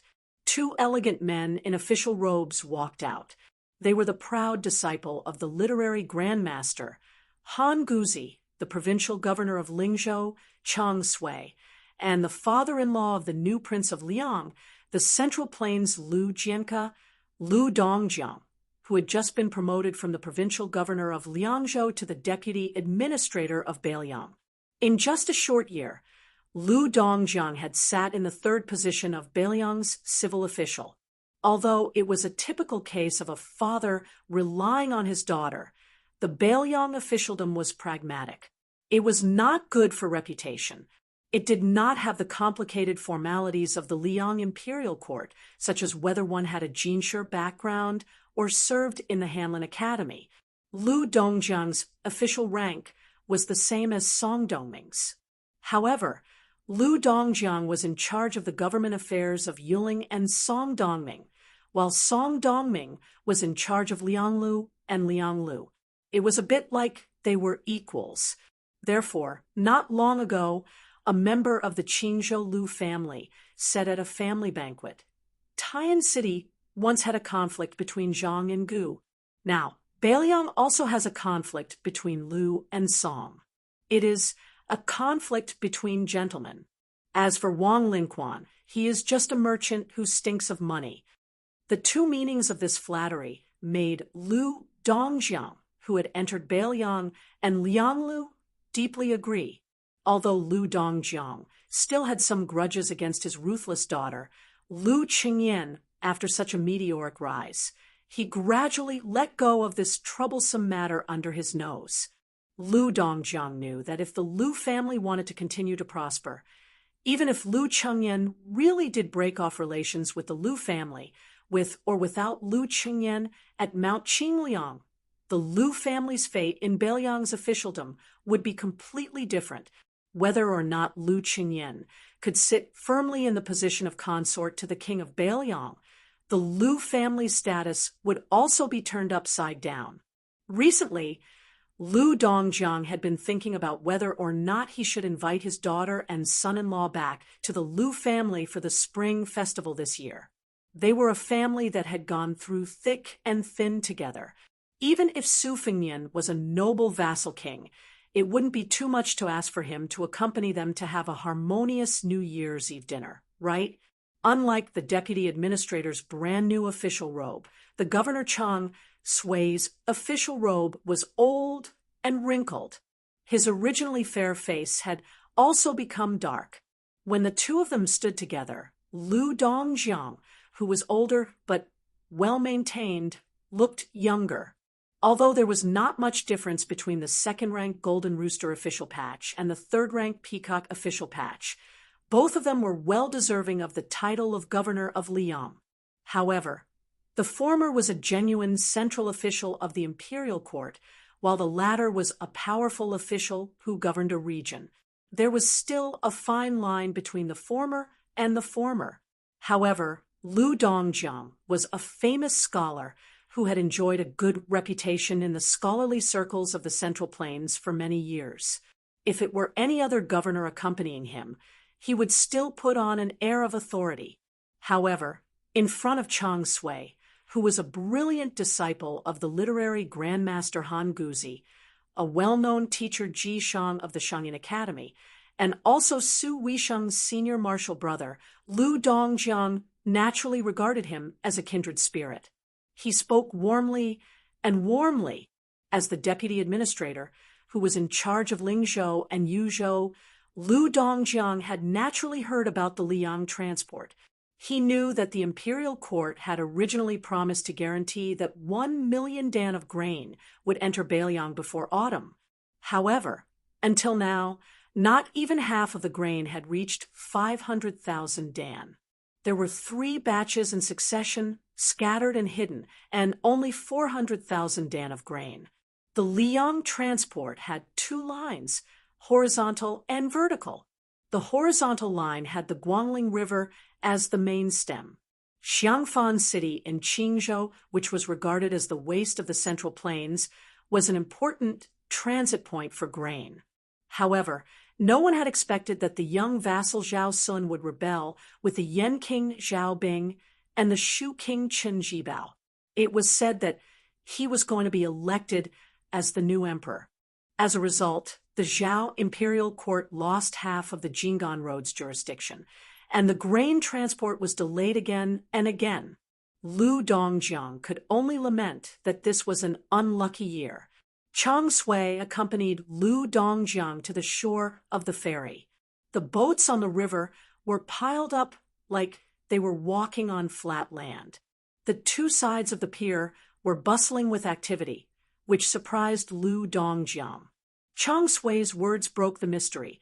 The Liang imperial court announced to the outside world that they would provide 500,000 dan of grain to the Beiliang Road before autumn. In reality, our prince and minister Qi Yanglong had agreed on 1 million dan.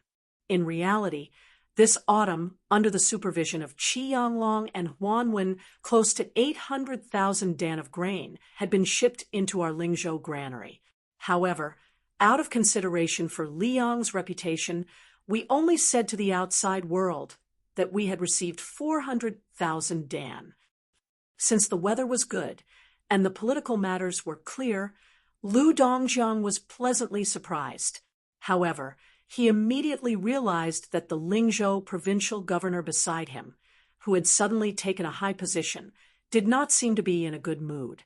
Chang Sui said calmly, "Sir Lu has just taken office, so there are some things that you might not be clear about.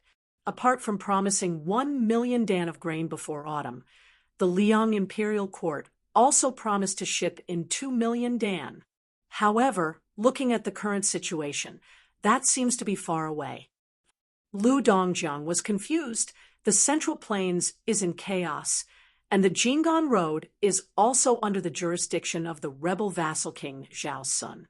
It is reasonable that the imperial court is unable to control the grain transport, right? Chapter 1911. The spring snow building of the Guangling Wangfu had changed owners. In reality, half of Liang had changed owners that night. Nayland Yusi, who had planned all of this, sat at the mouth of the Rouge, well, at the peak of the mountain by the river. There were a dozen rainflower stones produced by the Guangling path in one hand. He picked them up one by one, and then threw them into the well. Beside Nayland Yusi stood Sword Immortal Tang, Shi Lu Baijie, who had been reduced to a prisoner. Unlike the administrator Wang Xiongui, who had been locked in prison as the Guangling Path Jidushi, Lu Baijie was not restrained as long as she did not leave the Wangfu. Lu Baijie asked, "Mr. Nayland, what business do you have with me?" Nayland Yusi lowered his head and bent down to look at the black well. He said with a gentle smile, "While the Yen Chi Wang Fu has some spies and death warriors who have been rooted in Great Peace City for many years, and some of them have high positions, they cannot compare to Mr. Tang, she who has been in the center for a long time. I want to know how many of the important officials of Liyang in Great Peace City who are qualified to attend the small court meeting of the Divine Cultivation Hall are loyal officials, how many of them will waver in times of danger, and how many of them are not loyal to the young emperor. If Mr. Tang, she is willing to speak frankly, we will be able to act accordingly. In the future, there will be fewer ghosts in Great Peace City." Even if he was speaking extremely vicious words, this strategist's voice was soothing and his smile was shallow. He was truly a romantic figure that was hard to dislike. Lu Baijie shook her head and said, "Mr. Nayland is thinking too much." Nayland Yusi had an expression that said he knew it. He waved his sleeve and stood up. He said with a smile, "Let's go. I'll take you to a room. I spent 3,000 dan of rice to gather a study for Mr. Tang, she." Lu Baijie was confused. A study as a gift? And what was with the 3,000 dan of rice? Not to mention Great Peace City, where every inch of land was worth its weight in gold. Even in her hometown, Gangnam-do, 3,000 dan of rice could be converted to silver to buy some good study supplies. Nayland Yusi said confidently, "Mr. Tang, she, please wait and see. You will not be disappointed." Lu Baijie followed Nayland Yusi to a secluded courtyard in the Wangfu.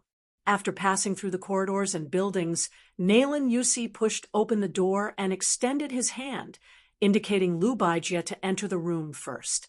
The first thing that came into view was a table made of yellow rosewood with black lines. Because it was a short table, it was naturally not a desk that was used to place expensive and elegant items. However, the waist of the table was made of banana leaves, undulating like water ripples, flowing elegantly. On the side, there were branches of flowers and birds, giving it a sense of fancy. The lower part of the table was carved with dragon horns and teeth. When one looked back, it was full of vigor. The study table further away was a long table with dragon patterns. The 4 treasures of the study on the table were all treasures that any scholarly family in Gangnam-do would want to worship. Nayland Yusi walked to the side of the table, 2 fingers holding the lid of an ancient and cute purple clay teapot. He raised it up high, but the body of the teapot did not fall. He said with a smile, "This is the heaven and earth tea teapot that has been lost in the old Dongyu." When this teapot was popular in the north and south of the Yangtze River, the matter of drinking tea had already taken a back seat. It became a peerless item for people to enjoy. Now, it is even more difficult to buy with money. There is no way around it. Most of the people of Dong you like to bury a heaven and earth tea teapot with them when they die.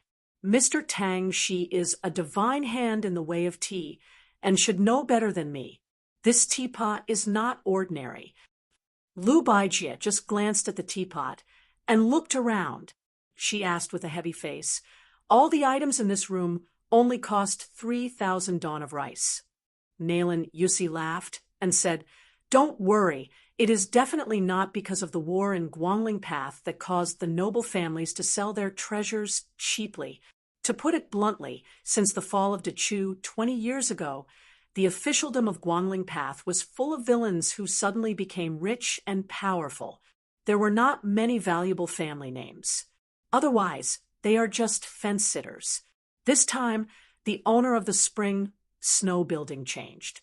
Most of them changed their rudder very quickly. There is no need to take out these good things to exchange for gold, silver, and rice."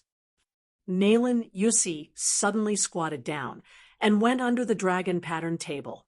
Then he stuck his head out and waved at Lu Baijie. Lu Baijie was confused by this strategist. After hesitating for a moment, she followed his example and went under the table. Nayland Yusi rubbed the bottom of the table with his fingers and said with a smile, "It is not easy to light a candle in broad daylight. However, with the eyesight of Tang Shi Sword Fairy, she should be able to see the origin of this item from the handwriting. It is here." Lu Baijie followed Nayland Yusi's finger and looked up. She saw that there seemed to be 6 words carved with a dagger. It was crooked, except for some childishness. It did not have the demeanor of a master. However, Lu Baijie was shocked on the spot. The 6 words meant that there were 3 people with no surname: Feng Yan, Jihu, and Long Xiang. It should be known that Su Jihu, who was married to Jiang Nan, was Lu Baijie's niece-in-law. Lu Baijie was also the family elder who loved that woman the most in the Lu family. Therefore, Lu Baijie confirmed that this was undoubtedly Su Jihu's handwriting. Moreover, Lu Baijie knew that in Mount Qingliang, Su Jihu and Su Wisheng had an ordinary relationship since they were young. Therefore, among the 4 children of the Su family, only Su Wisheng's name was missing. This was strong circumstantial evidence that the world could not fake. Lu Baijie could even imagine that many years ago, the girl in red sat on the ground and carved words with a knife. Lu Baijie was silent for a long time. Even after leaving the table with Nayland Yusi, she was still unwilling to speak. Nayland Yusi's face was full of joy. I guess even the owner of the table didn't know that his sister had carved words under the table. Otherwise, he would not be willing to sell it. Lu Baijie thought of the young man who asked her in the early years if she could sell him some benevolence, righteousness, and morality. Her mood was complicated. She smiled bitterly and said, "Why did the Su family have to do this? Didn't Mr. Nayland say before that after Zhao Sun left Qingzhou, he lost control of Jing'an Road? How could he stop the grain from going cold? Moreover, you have no intention to touch Jing'an Road for the time being. At first, I thought you were worried that the troops would be too scattered and the front line would be stretched too long to prevent Wu Zhongshuan's army from going south in one go. Now, it seems that it was your idea. You deliberately let Bailiang and the imperial court be dirty because of this. Were you afraid that once the Bailiang frontier army unexpectedly won the second battle of Liangmang, the Su family's cavalry would still have the strength to go to the Central Plains to quell the rebellion?" Nayland Yusi leaned against the window and said playfully, "Otherwise, do you think an old assistant minister of the Ministry of Appointments, when Tai could return to Qingzhou so smoothly to be the administrator? It is one of the laws of Liang that officials of the imperial court are not allowed to be officials of their hometown." Nayland Yusi's smile deepened. He clicked his tongue and said, "No matter how old Wen Tai is in the capital, no matter how strong his official connections are in Graydon City, he should be promoted to a civil official leader somewhere else. In order to let this guy be the administrator of Jingon Road, I used a lot of favors in Graydon City. However, I never thought that the Liang Imperial Court would give me a big surprise and let Ma Fulu's son go to Jingon Road to take charge of the military.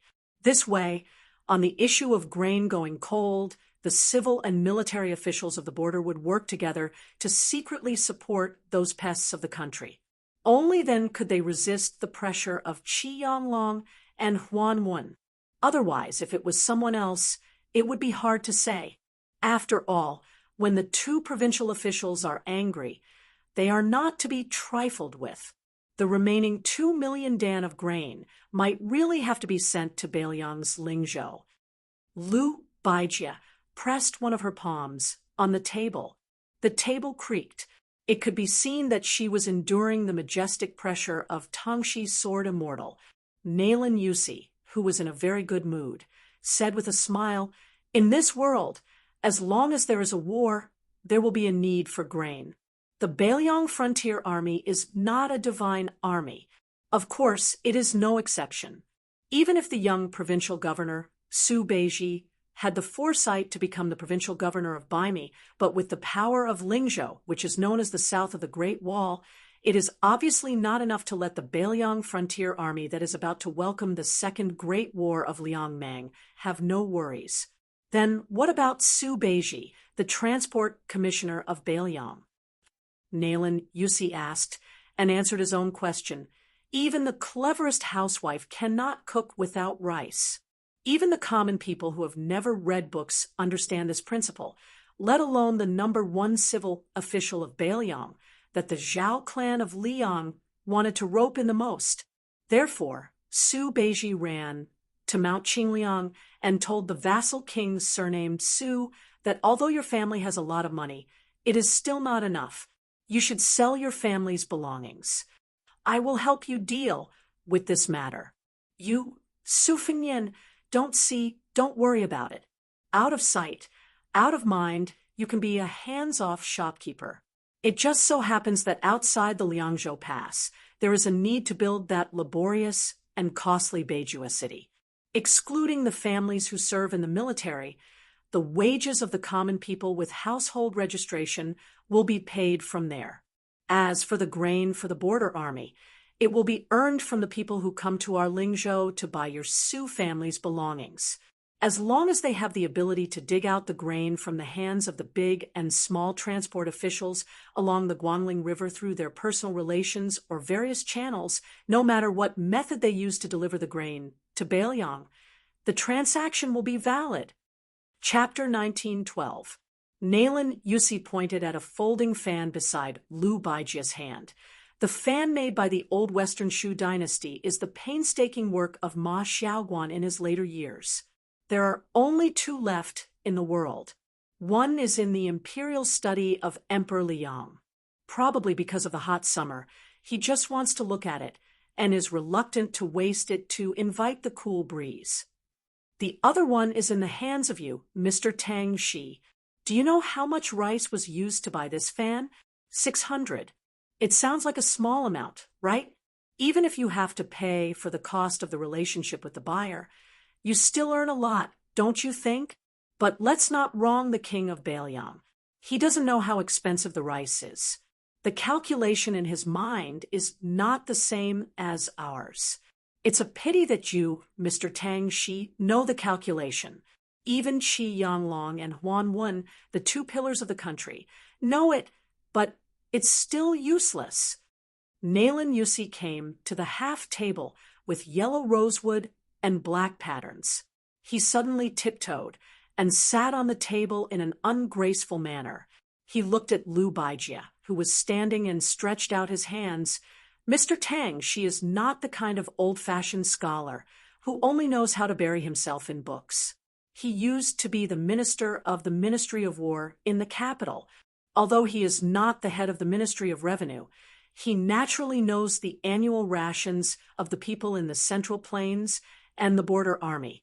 Although the local customs are different, and the rich and the poor are different, they are roughly the same. Mr. Tang, she is the son of a rich family in Gangnam-do. He knows that you, the richest people in the world, eat extravagantly and have as many as 4 or even 5 meals a day. Ordinary people can also maintain 3 meals a day. 2 chows and 3 stews need to be full. The most expensive fresh fish is yellow rosewood. This saying even makes me, who is far away in Nanjiang, envious. Nalen Yusi gently shook one of his hands. On the other hand, Bailiang is poor. Even the people in Lingzhou have 2 meals a day. In summer and autumn, they have 2 vegetarian meals and 1 meat meal. In spring and winter, they have 3 vegetarian meals and 1 meat meal. In spring and winter, they have 3 vegetarian meals and 1 meat meal. The young and strong who need to do heavy work can each drink a spoonful of wine. In this way, the young and strong in Bailiang consume about 11 dawn of rice a year, and the rations for women and children are reduced by half. If a family of 5 people is counted, because there is usually 1 young and strong in the family who is in the border army outside the Great Wall, a family in Bailiang with only 1 young and strong in the Great Wall needs 16 to 17 dawn of rice a year. With Su Beiji's food collection measures in Lingzhou 2 years ago, it can roughly guarantee that the food of the people in the Great Wall will not be affected by the war for 3 years. In a critical moment, it can even provide 500,000 dawn of rice to the Bailiang border army. However, this is already Bailiang's limit. The second battle of Liangmang is imminent. If they fight for a year, with each young and strong in the border army getting 11 dawn of rice a year, by next autumn they will need 1 million dawn of rice. Nalen Yusi lightly patted his palm and smiled. However, the court has only sent 800,000 dawn of rice. The remaining 2 million dawn of rice that was promised is something that even I can't turn around. Furthermore, it is easy to go from frugality to extravagance, but it is difficult to go from extravagance to frugality. For no reason, we will lose a total of 3 million dawn of rice every year. Cutting off one's path to wealth is like killing one's parents. How can this be tolerated? Moreover, we are giving it to those Bailiang barbarians. If we give it to the great pillar state Gu Jiantang's 2 vast border army, then we can just pinch our noses and accept our fate. It is not good to throw away our lives for money and future prospects. However, aren't the Bailiang barbarians and the Baimang barbarians dog-eat-dog right now? We can just drag it out. The Su family's iron cavalry can't even protect themselves. How can they free up their hands to compete with us, the transport officials who are far away? The 4 legs of the desk under Lu Baijia's palm shattered with a bang. The entire desk fell straight to the ground, and the once priceless but now incomparably lowly scholarly furniture scattered in all directions like birds and beasts. Nalen Yusi turned a blind eye and continued with a smile, "Of course, a cornered dog will jump over a wall. The Bailiang side doesn't just rely on cheap sellers to exchange for provisions. Didn't the young man surnamed Su create a large and powerful fish dragon gang? He let them pave the way all the way down the Guangling River, bringing countless antique collections to open shops in various places. Of course, these Jianghu people's fists are also quite strong.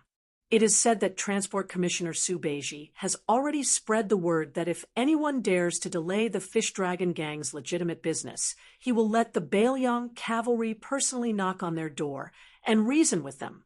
In fact, the yamen on both sides of the river and the local garrisons that were previously scared out of their wits by the 10,000 great snow dragon cavalry were really shocked by this move.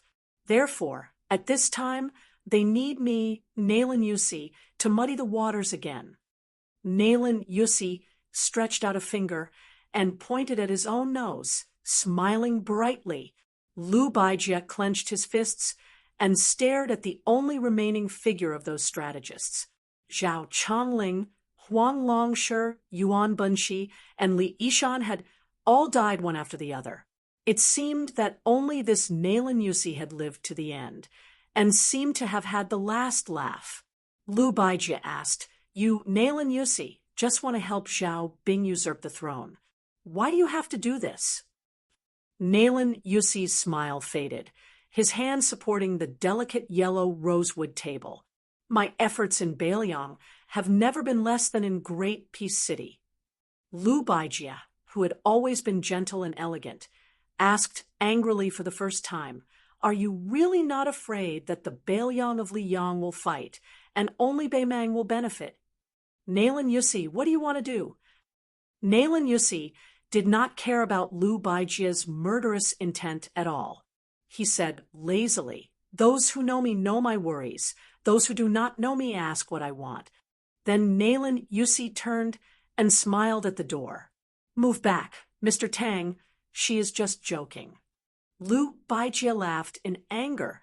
"I am joking with you, Nailan Yusi?" Nailan Yusi asked in response, "Otherwise, can you really kill me?" This sword immortal Tang. She immediately became dejected. Lu Baijie had never been so disheartened. Lu Baijie had never felt so helpless, whether it was when he was willing to be silent in a family full of heroes for a woman, or when he was exiled from Great Peace City by the Emperor of Liyang, or when he became a prisoner in the Spring Snow Building. Nailan Yusi jumped off the table and sneered softly. "The entire Central Plains will be as helpless as you. You, Lu Baijie, are the first person to experience this." Lu Baijie silently crouched down and flipped over the table. He looked dazedly at the words the woman had carved in her early years. After Nailan Yusi finished speaking, he slowly walked out of the room and did not forget to close the door for Mr. Tang Shi. That sentence was, "I want to see how the young man surnamed Su will help you guard the northwest gate of the Central Plains."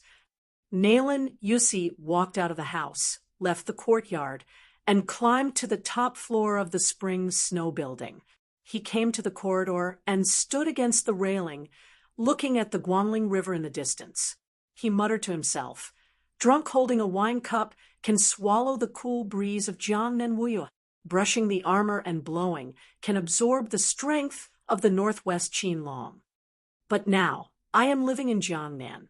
You, who said such bold words, have long died in the northwest."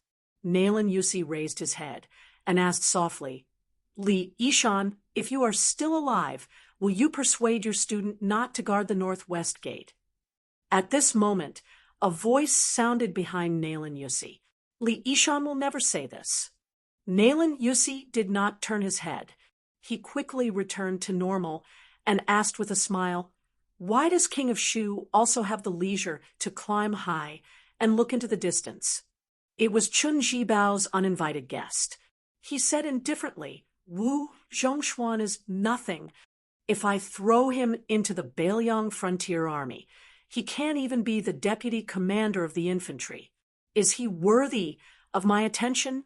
Nailan Yusi finally turned around.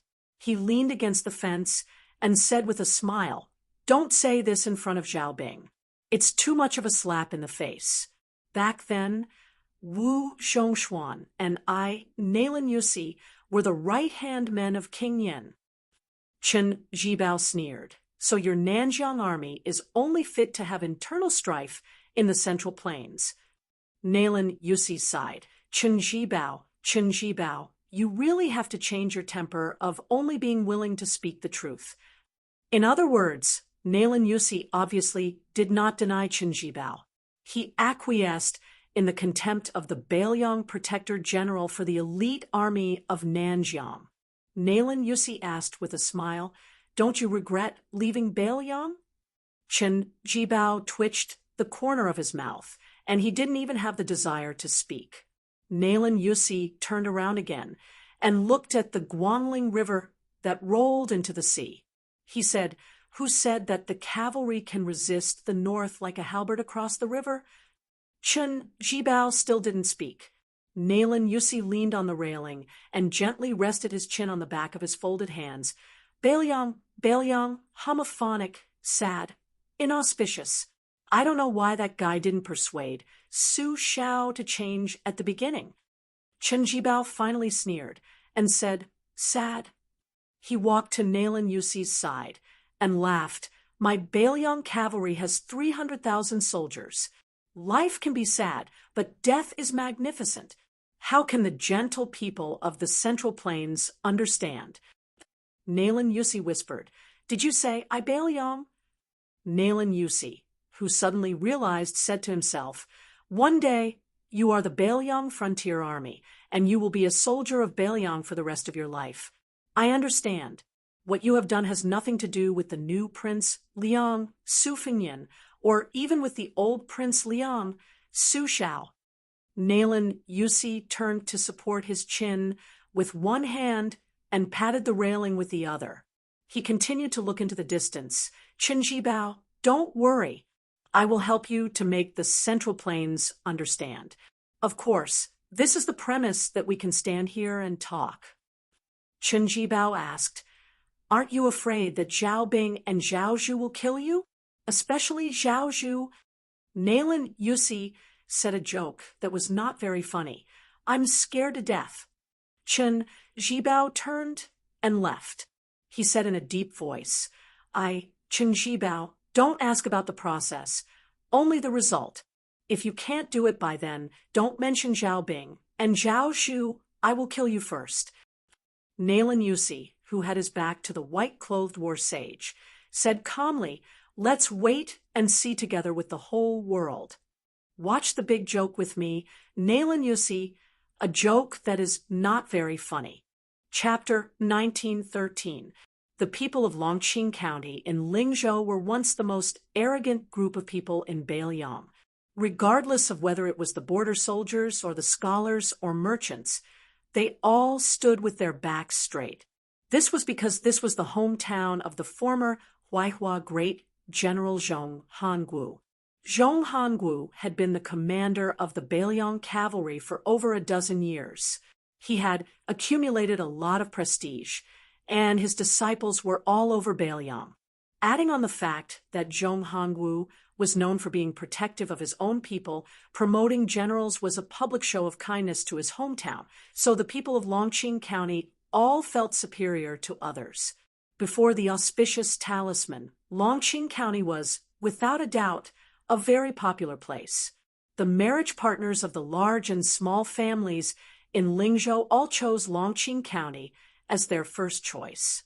However, after Zhong Hongwu's death, it became a bleak scene, especially after the former Longqing County chief, Zhong Hongwu's eldest son, Zhong Qingxin, after he was promoted to an official in the provincial capital, he openly rejected the officials of his hometown many times, causing Longqing County to completely lose its backbone.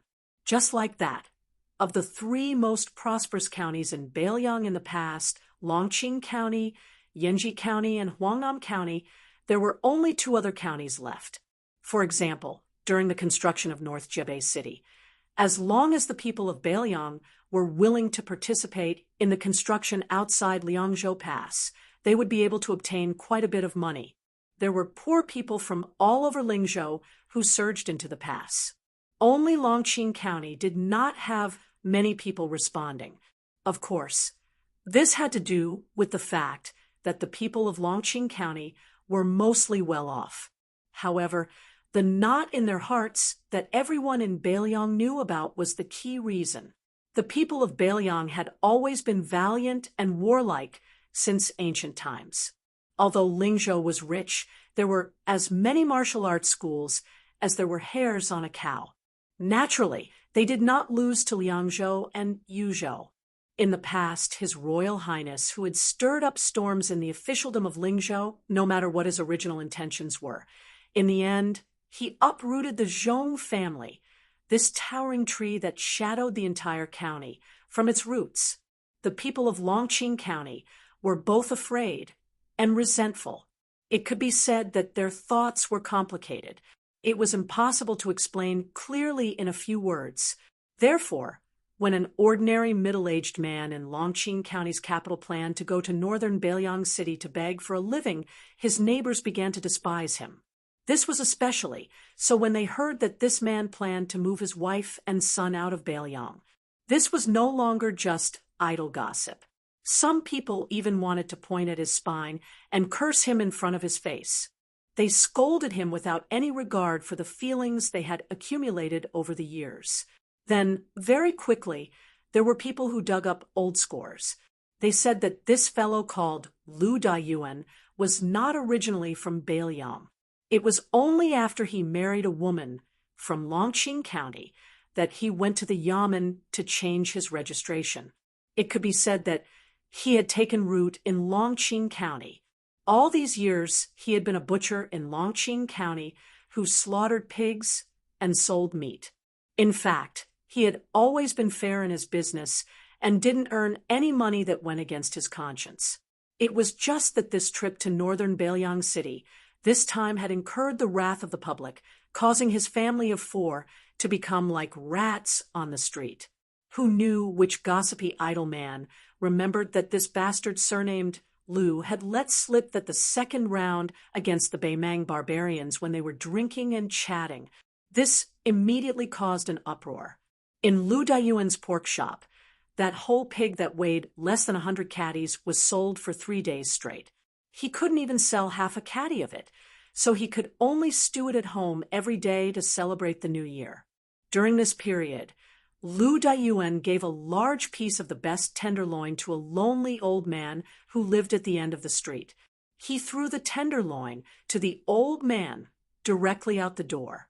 Lu Daiyuan, who was simple and honest, just silently picked it up and took it home. On this day, a large pot of fragrant stewed meat was made at home. Lu Daiyuan squatted on the door sill and looked at the courtyard gate, patiently waiting for his youngest son to come home from the private school for dinner. Lu Daiyuan and his wife didn't know how to read. Previously, they would take that letter to the private school of the younger son and consult that stern teacher about the content. The teacher would read it word by word to Lu Daiyuan.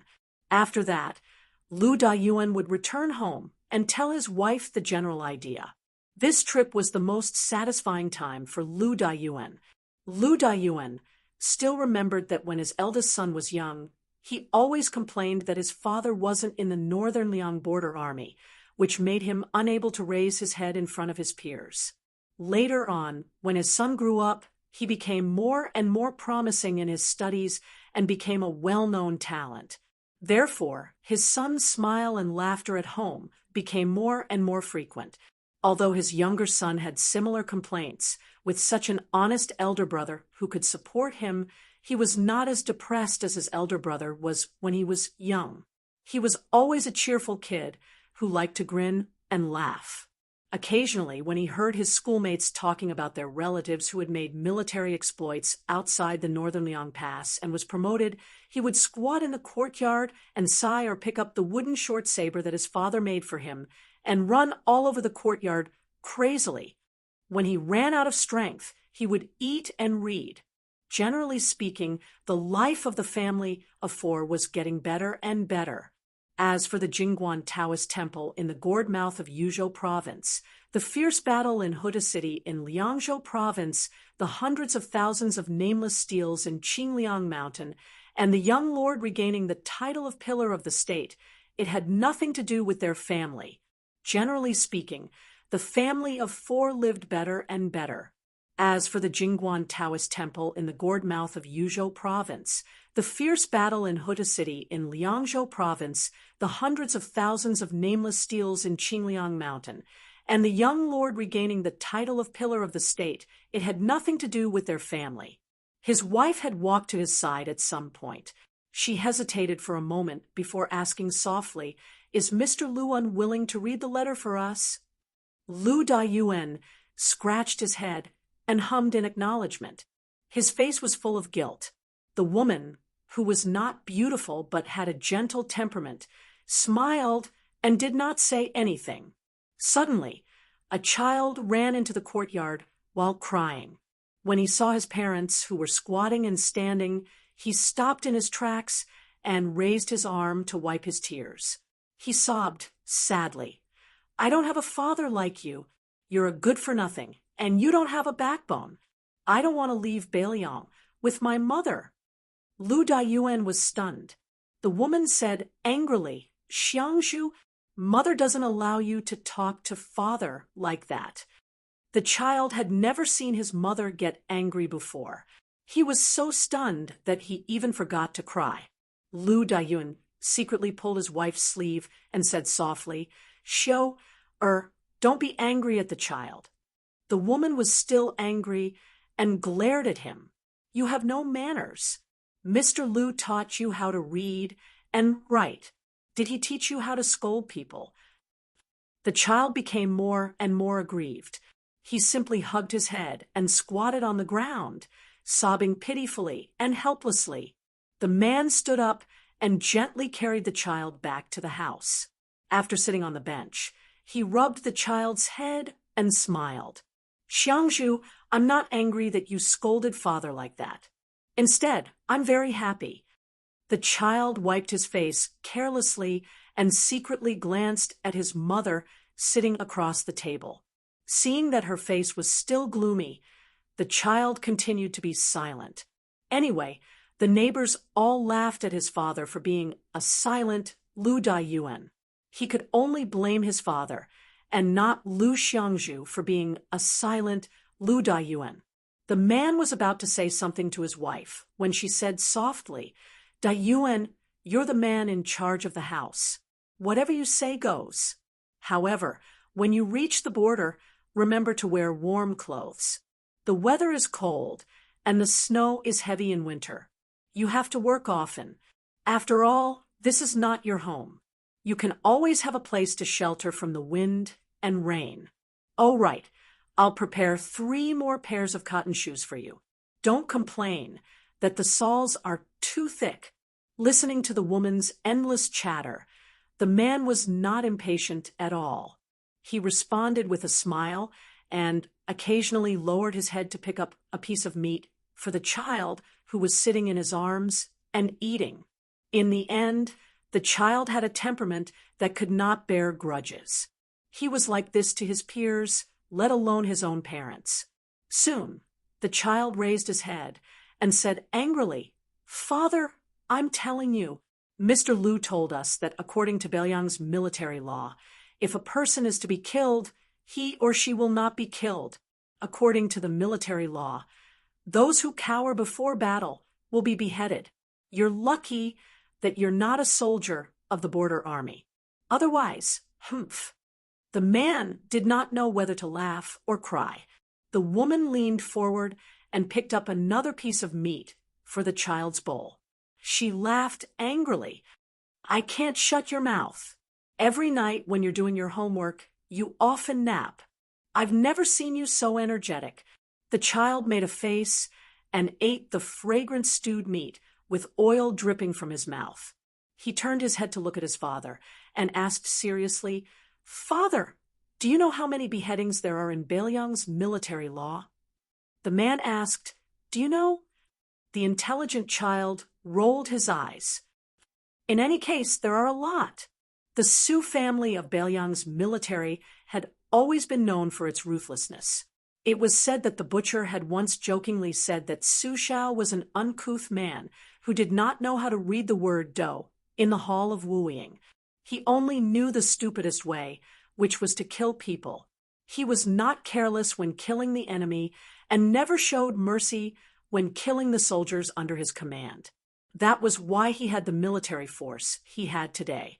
Those who retreated before the battle were killed. Those who were greedy for merit and killed innocent people were killed. Those who ambushed early were killed.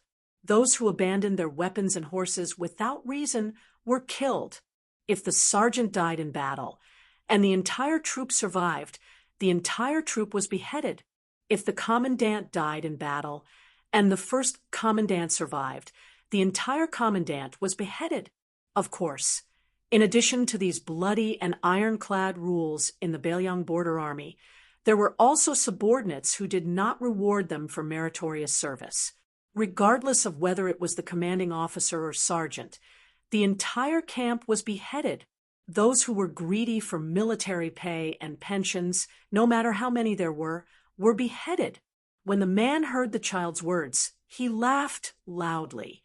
The child suddenly said, "Father, after Mother and I go to that place called Songby County in the Central Plains, will our family have the money to buy a bigger house?"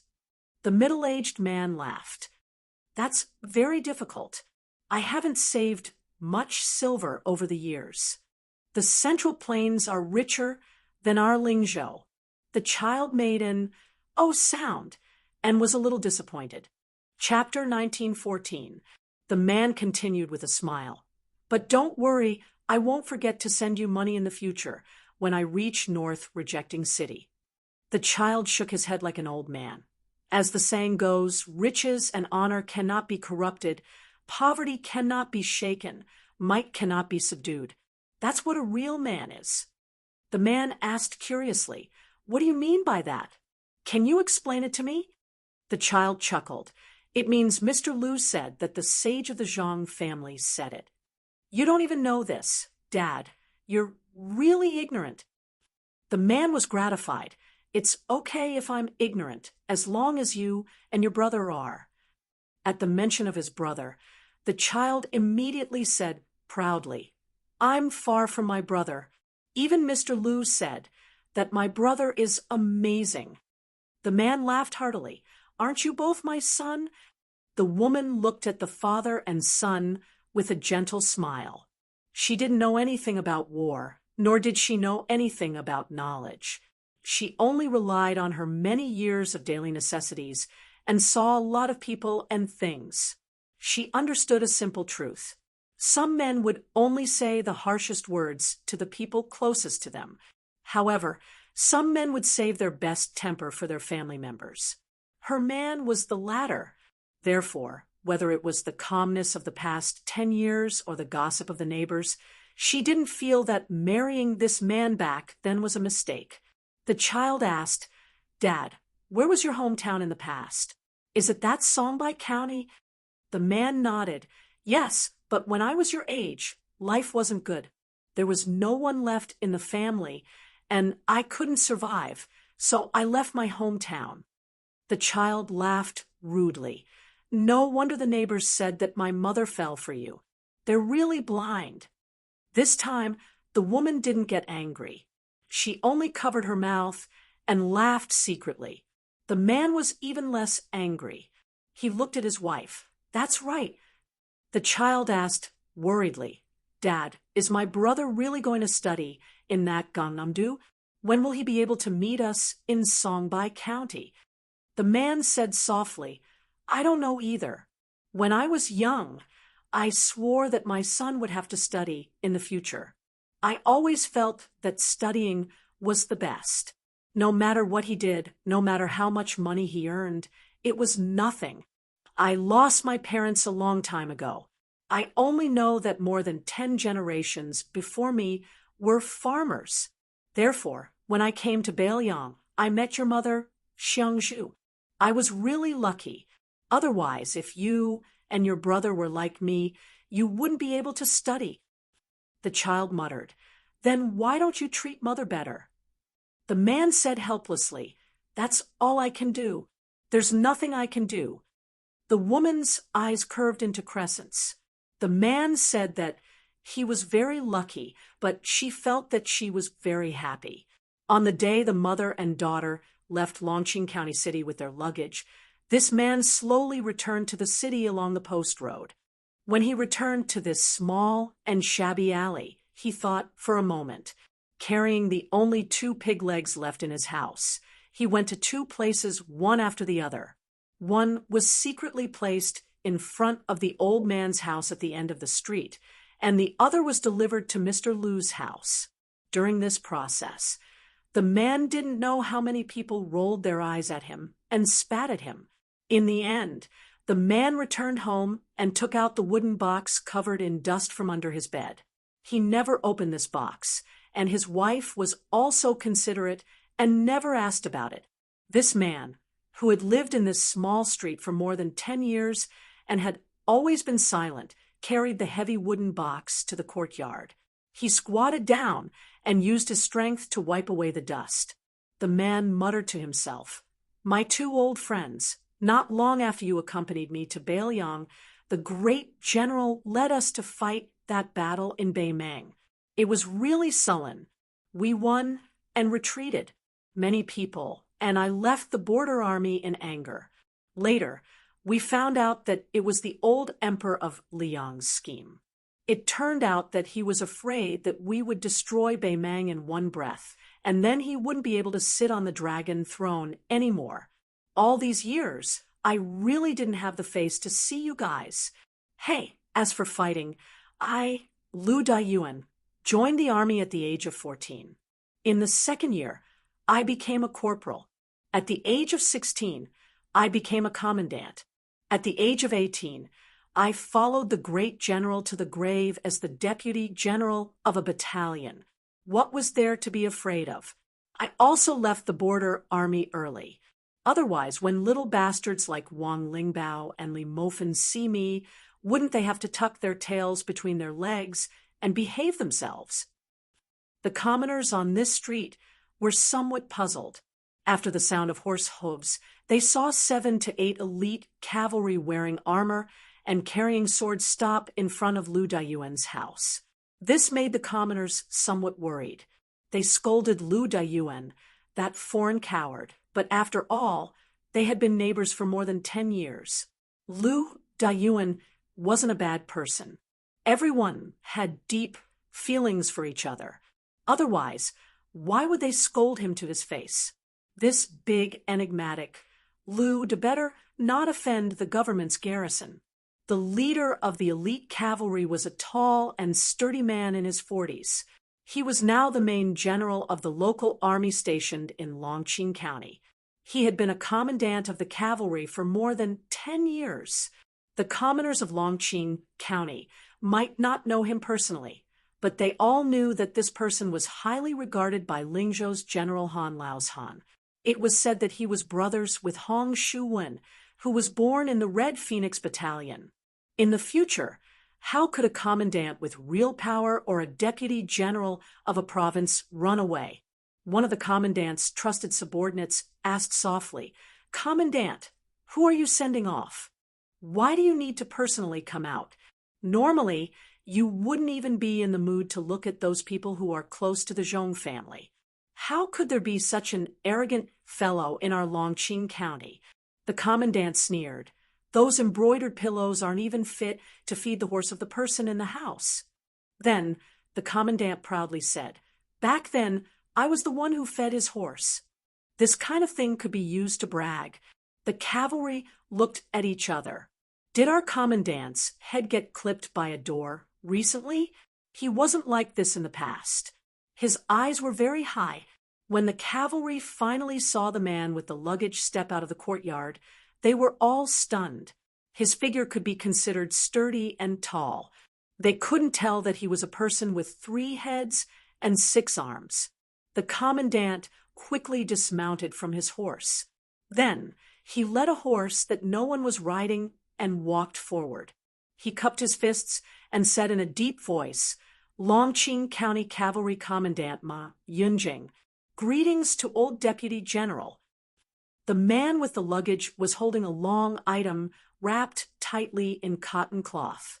He glanced at Ma Yunjing, who had purposely avoided contact with him in the past decade, and said exasperatedly, "When you call someone else, you have the word deputy in your official position. Are you scolding me? Do you think you are a great general? Great Peace City likes to greet those military generals with the word deputy, and the civil officials who are second in command." Ma Yunjing shrunk his neck and didn't dare to answer. This man called Lu Daiyuan looked around. He straightened and cupped his fists. Lu Daiyuan, thank everyone for taking care of me in these years." The people on the 2 sides of the street were puzzled and didn't know what to do. Lu Daiyuan hung the armor bag on the side of the saddle and then skillfully mounted the horse. Regardless of whether they won or lost the battle outside Liangzhou Pass, Lu Daiyuan, had no thoughts of returning to Lingzhou alive. He hadn't worn armor or touched a blade for more than a decade. How could he not kill to recoup his losses? Ma Yunjing reminded in a soft voice. Old soldiers of Beiliang, according to the law, can carry a blade on the streets. Lu Daiyuan raised an eyebrow. He finally took off the cotton cloth that was wrapped around the long item and revealed an old battle blade that hung from his waist. Lu Daiyuan turned to look at Ma Yunjing, who could not possibly follow him out of the pass. If we lose, there is nothing to discuss. If we win, if my two sons return to Lingzhou in the future, tell them that their father is a butcher, but also one of the cavalry of the Su family. Ma Yunjing nodded furiously. He had thousands of words, but only 2 words came out of his mouth. Take care. Lu Daiyuan glanced sideways and said, Little brat, in the past, I knew that you were useless. As expected, you only became a shoddy commandant today. Ma Yunjing's face flushed red. Lu Daiyuan suddenly took down the battle blade and threw it to Ma Yunjing. He laughed and said, Fine, I'm going to use the new cold blade to kill the enemy. Since you fed the horse for so long in the past, I'll give you this one. Ma Yunjing felt as if he had received a treasure. Such a man actually had tears in his eyes. This battle blade was the first generation of the Su family's blade. It symbolized the rise of the Su family's cavalry in the land of spring and autumn. It symbolized the invincibility of the Su family's cavalry in the Central Plains. It was also because of the Su family's old cavalry camp that the current Beiliang cavalry was the best in the world. And this man was from one of the Su family's old cavalry camps, the Manjia camp.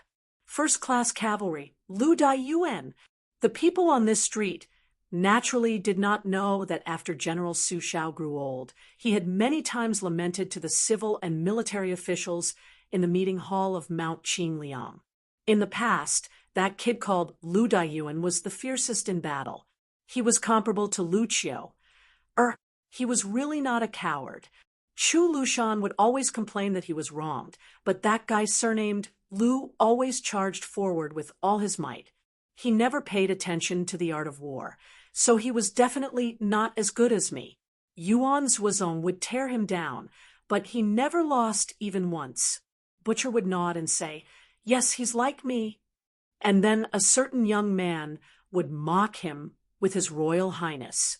Around the beginning of autumn this year, many of the Su family's old soldiers, like Lu Daiyuan, began to rush out of the pass. And they were the backbone of the Beiliang cavalry. At this time, Lu Daiyuan and Ma Yunjing urged their horses out of the city together, mumbling something. The young elite cavalry could only hear the faint sound, but it was not very clear. After Ma Yunjing sent Lu Daiyuan to the road outside the city, he watched him leave, speechless for a long time. Finally, when he turned his horse around, Ma Yunjing also mumbled, My Su family's Manjia camp. The scouts roam everywhere. That is to scatter. The camp does not move. It is to support the beam. Chapter 1915. For the common people of the marketplace, building a house was a top priority, and erecting a beam to signify the completion of a new house was also a top priority. Thus, on the day a country, prefecture, frontier, fortress, city, or military town was completed, the meaning behind the hanging of a plaque was equivalent to the raising of a beam for the common people. As a result, the significance was extremely important. Today, the day for the hanging of the plaque for the city outside Liangzhou Pass had arrived. They did not deliberately choose an auspicious day. Instead, when the last main wall was completely completed, they unanimously passed a resolution that the hanging of the plaque on that day could not be delayed. It was not that the large group of Beiliang bosses supervising the construction of the city did not care. It was truly that the situation was urgent, and they could not afford to care about such things as adding flowers to the brocade. Otherwise, the group of civil officials, led by Beiliang's Taoist administrator, Li Gongda, had spent almost an entire year in this godforsaken place. Practically everyone had to eat the yellow earth and drink the wind and sand with the soldiers and labors every day. After investing so much effort, how could they not want to find an auspicious day to hang up the plaque? This kind of deep affection was perhaps no less than when a daughter was married off. The construction of this city could be said to be unprecedented. Not only was it larger than the first border city in the northwest, Huda City, it also took less time. Apart from the 10,000 great snow dragon cavalry and the 9,000 or so heavy cavalry of the Weixiong and the Jihu, almost all of the Liangzhou border army took turns participating in the construction of the city. Of course, all of the young and strong soldiers and craftsmen in the Pass, Liangling, and Serene provinces were conscripted. In addition to the endless stream of Beiliang commoners who went to Liangzhou Pass on their own, the number of people building the city was always maintained at around 100,000. In history, the so-called using the entire nation's power to build a majestic city or a huge town, oftentimes the emphasis was on conserving the people's labor and not delaying the farming time.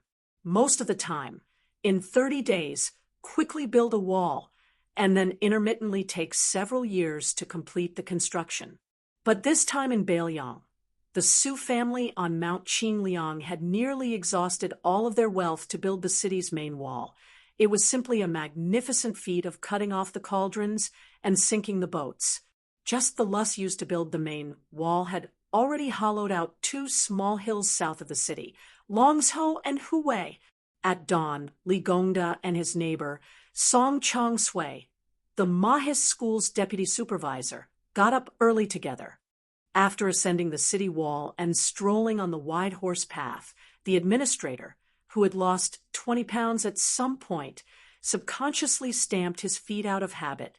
The old man with white hair smiled proudly. With me, the miserly Gongda, keeping an eye on them all day long, who would cut corners? Besides, no one would dare to slack off. This was not a matter of money. Instead, it was the most obvious principle in front of everyone. If this city exists in Liangzhou, it will exist. If this city dies, it will perish. He was the leader of Beiliang's civil officials, who had lived a smooth life in the officialdom. Although he had lost a lot of weight, his body looked much more robust. If the officials of Lingzhou could come here, they would be shocked to see official Li. They might not even recognize him. The slipperiness that Li Gongda had accumulated for most of his life in the officialdom had completely disappeared.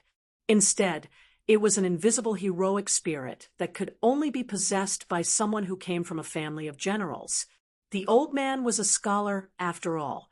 He reached out his hand and touched the inner wall. He chuckled and said, "In the past, in the conference hall of Qingliang Mountain, where there were more martial arts than literature, I could never understand what the general was talking about with those rough men. Something about a horse path or a parapet. It was only when I came here that I realized, just like this parapet, I had actually read about it in books a long time ago. Many frontier poems have sung about it. It's called Disdainful Gaze. Parapet, parapet. It's still better to call it that way. Every time I walk around the city, I will think about that little girl at home who makes people worry. In the past, it was that fellow from Hamlin Academy that made us feel helpless. Now that I think about it, it was the general who had foresight. He said that in the world, when a father and a daughter raise a child, it would be easier to raise a son and more troublesome to raise a daughter." Song Chongsui said in a deep voice, "Old Li, you also know that I am not the kind of person who likes to praise people. Your Hamlin Academy is really not bad. The battle on the Longyan Plains was beautifully fought. Beimang, Dongzhu's elite scouts, including Crow Palanzi, were all wiped out. This battle was really satisfying." Li Gongda, whose lips were chapped, twirled his beard, and smiled. That's right. This kind of thing only feels comfortable when an outsider praises it. As a father, no matter how much I say, it always feels wrong. To tell the truth, old song, you really can keep your composure. I've been waiting for you to say these words for quite some time. It's been so stifling that I'm about to suffer internal injuries. Song Chongsui said helplessly. Before this, I was so busy that my head was in a mess. How could I have the slightest bit of energy to chat with you? Li Gongda sighed with emotion. That's true. I boast that I have quite a lot of experience as an official in this life.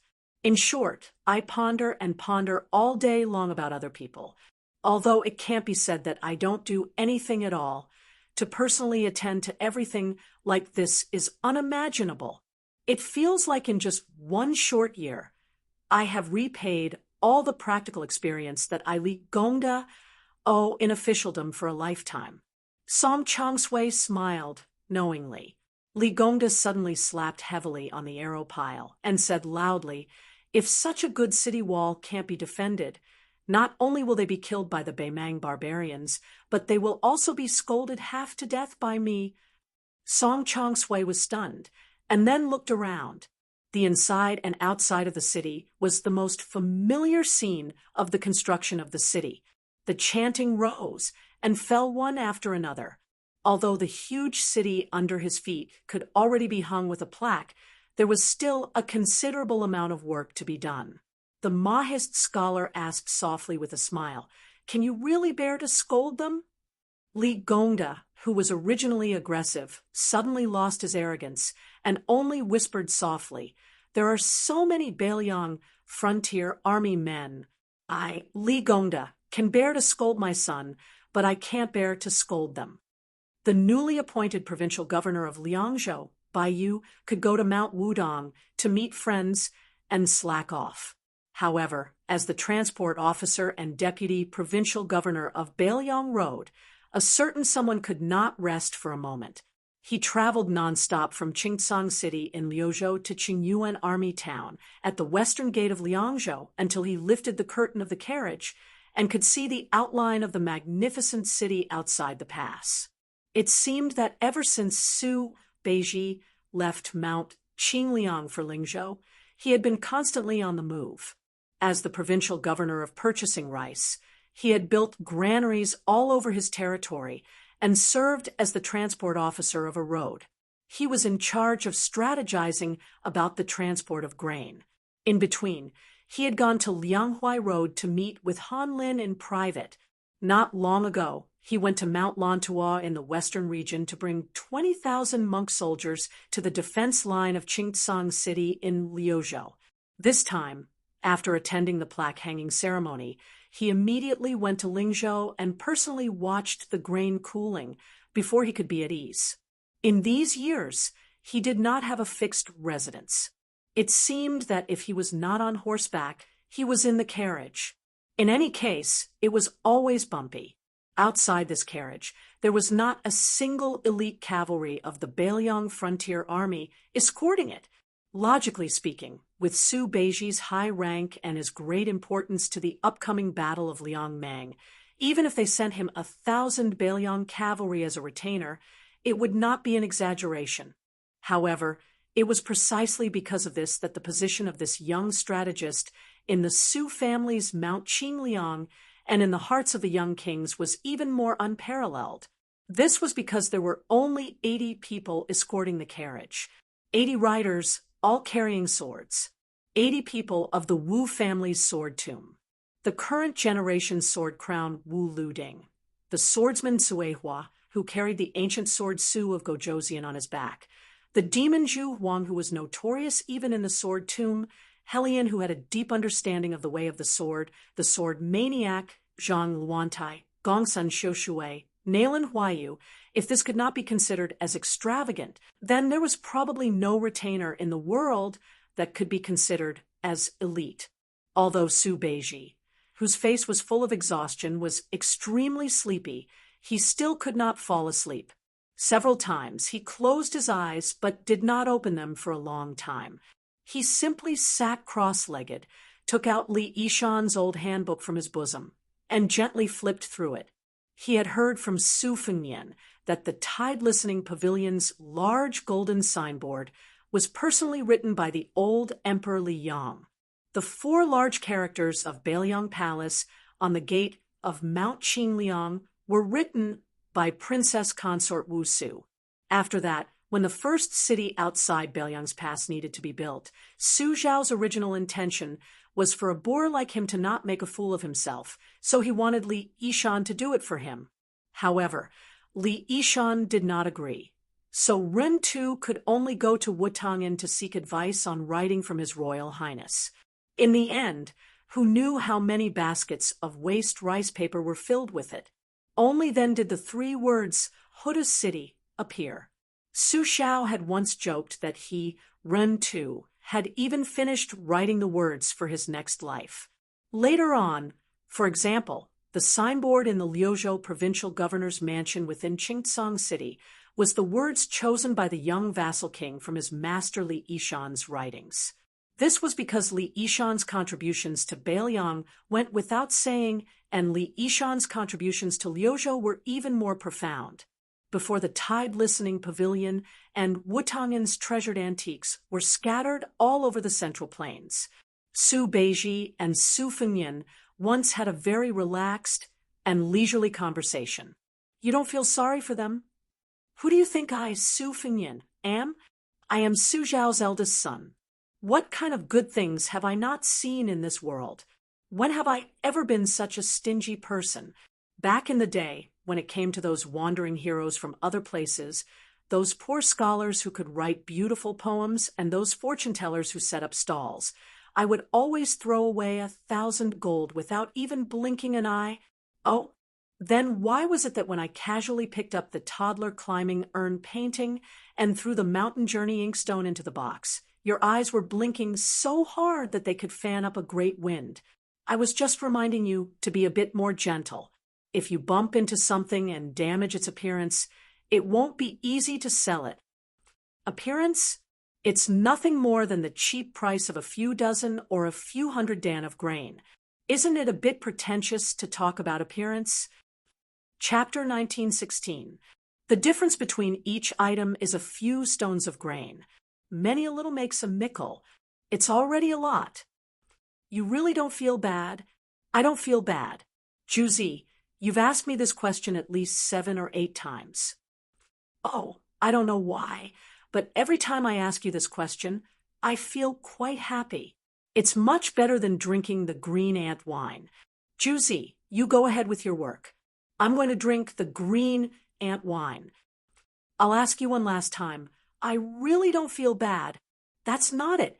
I just want to ask. All your belongings have been ruined by me. What about the betrothal gifts for your wife? Same old rules. Cucumber. Salad. Su Beiji kept the notebook and stopped his thoughts. He lifted the curtains and looked at the majestic northwestern New City. In a chaotic world, the most worthless things were external possessions. When even human lives were worthless, what else could be valuable?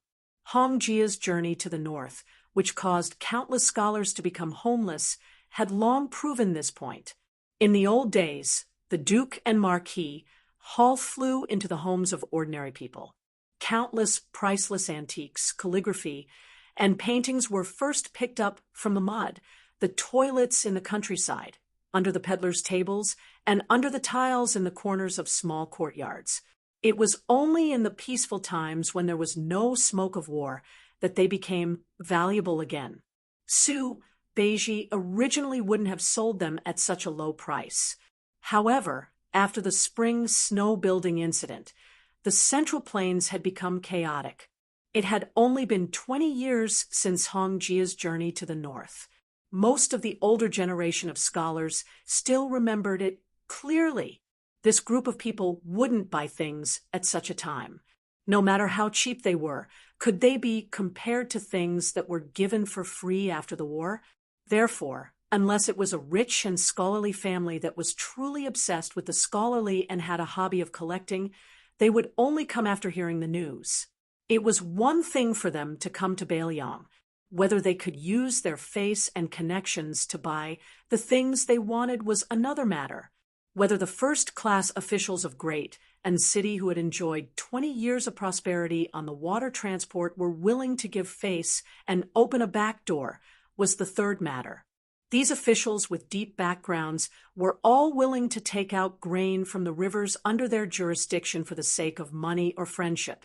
However, after weighing the thighs of their families, whether it was enough to compete with Wen Tai, the deputy administrator of the Jinggan Road, and Ma Zhongxian, the deputy judushi of the Jinggan Road, whether they dared to be unafraid that these two influential border officials would hold a grudge against them was the fourth matter.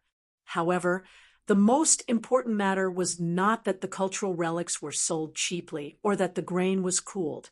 It was that Bailiang could use this to follow the Guangling Road and infiltrate the Fish Dragon Gang and the Whispering Room into Qingzhou's Xiangfan City. Once Hexabai City was lost, Liangzhou and Liuzhou were destined to disappear. Then, the remaining troops of Bailiang's border army would not be too helpless. Even if Chen Jibao had already left a backup plan in Shishu to deal with the Su family, Bailiang's cavalry would still have a way to enter the hinterland of the Central Plains. Since this was the case, how could Su Beiji not be a prodigal? However, when Su Beiji proposed this idea directly, the young king agreed without a second thought. This made his well-prepared speech meaningless. In the depths of Su Beiji's heart, there was a hidden thought that he would not say out loud. That was, as long as Bailiang won the second battle of Liangmang. Then, how could Bailiang not participate in the Battle of the Central Plains? Su Beiji sighed, and was about to put down the curtain. A rider who was close to the carriage rode closer, and asked with a smile, "Deputy Provincial Governor, why are you so anxious to enter the city?" The person who asked was Nailan Huayu, a female swordsman of the Sword Tomb, who was shrewish but meticulous. After all, she was a woman who had won the Rouge Award twice in a row. Although she was not young, she was still charming, especially when she was riding a horse with a sword on her back. It was indeed a beautiful scene. Su Beiji asked with a smile, "Nailan Huayu, if I sold your sword for 3 or 4 taels of silver, would you feel sad?" Nailan Huayu was confused. Then she smiled sweetly and said, "Let's not talk about whether I feel sad or not, but I will definitely beat you up until your parents can't recognize you." Su Beiji smiled and said, "You haven't answered the question yet." Nailan Huayu laughed and said, "I don't feel sad. I don't know your relationship with the prince. If you dare to sell my things like this, I dare to go to Tide Listening Pavilion to get better things. My sword has a history of 100 years, and the material is ordinary. It's not worth 100 taels of silver. Why would I feel sad?" Su Beiji smiled and sighed inexplicably. "I feel sad." Nailan Huayu, who had always been unscrupulous, couldn't help but tease, "Sir Su, did your brain get damaged by the carriage?" Su Beiji suddenly smiled and said, "Nailan Huayu, do you want to know what someone said about you?"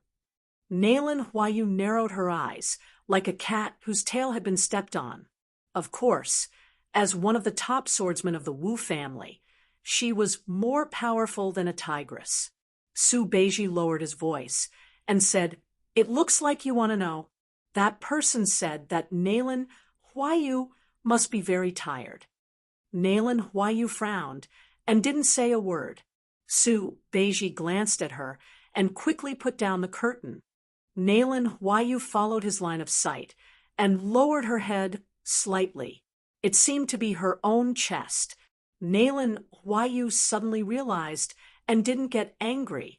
She laughed and scolded the carriage loudly. "You don't have the heart. He doesn't have the guts. Neither of you are good people." Su Beiji, who was lying in the carriage, smiled and slowly closed his eyes. In fact, Su Fengnian didn't say that annoying comment. However, Su Beiji felt that guy was someone who would say such things, so he said it for him. However, Nalen Huayu didn't have the guts to say it. It was very chewy. Su Beiji thought about it and felt it was very interesting. Su Beiji, who was resting with his eyes closed, said to himself, "So many people have died at Mayanku in the western region. People have also started to die in Qingtsang City in Liuzhou. Next will be outside Liangzhou Pass. So I hope that one day in the future, Nalen Huayu, you can tell him what's in your heart. So you have to live. You also have to live." Between the last two sentences, Su Beiji paused for a long time. The White Horse Bazaar outside the new city was called a bazaar, but it was no different from the slightly larger town in Lingzhou. And this bustling bazaar was definitely the most chaotic place in the world. There were the Beiliang Frontier Army in armor patrolling inside, and outside, the Jianghu people who participated in the western region's encirclement and suppression of the demon, the various merchants of Lingzhou who came here to do business, the scholars of the Central Plains who came here to enjoy the scenery of the frontier fortress, the citizens of the three provinces in Beiliang who came here to participate in the construction of the city, the Taoist priests and monks who helped to read divination and write letters to their families, the seedlings and commoners who came here to join the army full of passion but were rejected, the wanderers who came here to fish in troubled waters. Occasionally, one could even see the civil officials of Beiliang, who came here in twos and threes to rest, drink green ant wine, and serve a plate of peanuts and a bowl of spiced beef. They came and went quickly. There were scholars from various academies who came here to study under the lead of the old scholars. It was said that not long ago, Master Yu of the Shangyin School, who was famous in the Central Plains, also brought her disciples who were well-read in poetry to travel here. There were also rumors that Master Yu of the Shangyin School had an unclear relationship with our prince. Everyone was either busy or leisurely, but they all knew that the moment the young prince appeared in the new city, the second battle was the Battle of Liangmang. It was the real beginning. For thousands of years, whether it was the Central Plains or the grassland, the cavalry army with the largest number would go all the way to the south until they met the cavalry with the strongest combat power. Today was the day that the signboard of the North rejecting city was hung. The sun was high in the sky. The White Horse Bazaar was getting more and more crowded. People couldn't help but follow the two walls to the north. Then, the laborers and commoners who participated in the construction of the city were able to stop their work and leave the city from the east and west gates, joining the two large and dense groups. The North rejecting city, the North rejecting city. The main gate was naturally in the north, where the Beiliang Frontier Army pointed their swords, where the Su family cavalry pointed their spears. They had already gone north for 20 years. How did the people of the Central Plains know? How did the Liang Imperial Court calculate? Our Beiliang cavalry is the best in the world, and we don't care about them. Beiliang Governor-General Chu Lushan and Beiliang Taoist advisor Li Gongda led many civil and military officials. They had already gathered at the main gate of the North rejecting city.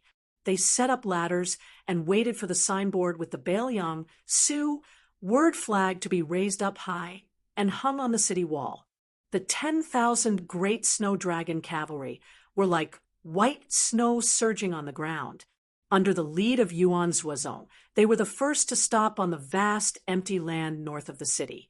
Following closely behind were the two heavy cavalry armies, the Fat Tiger Army and the Wei Bear Army. They stopped at the left and right wings of the Great Snow Dragon Cavalry.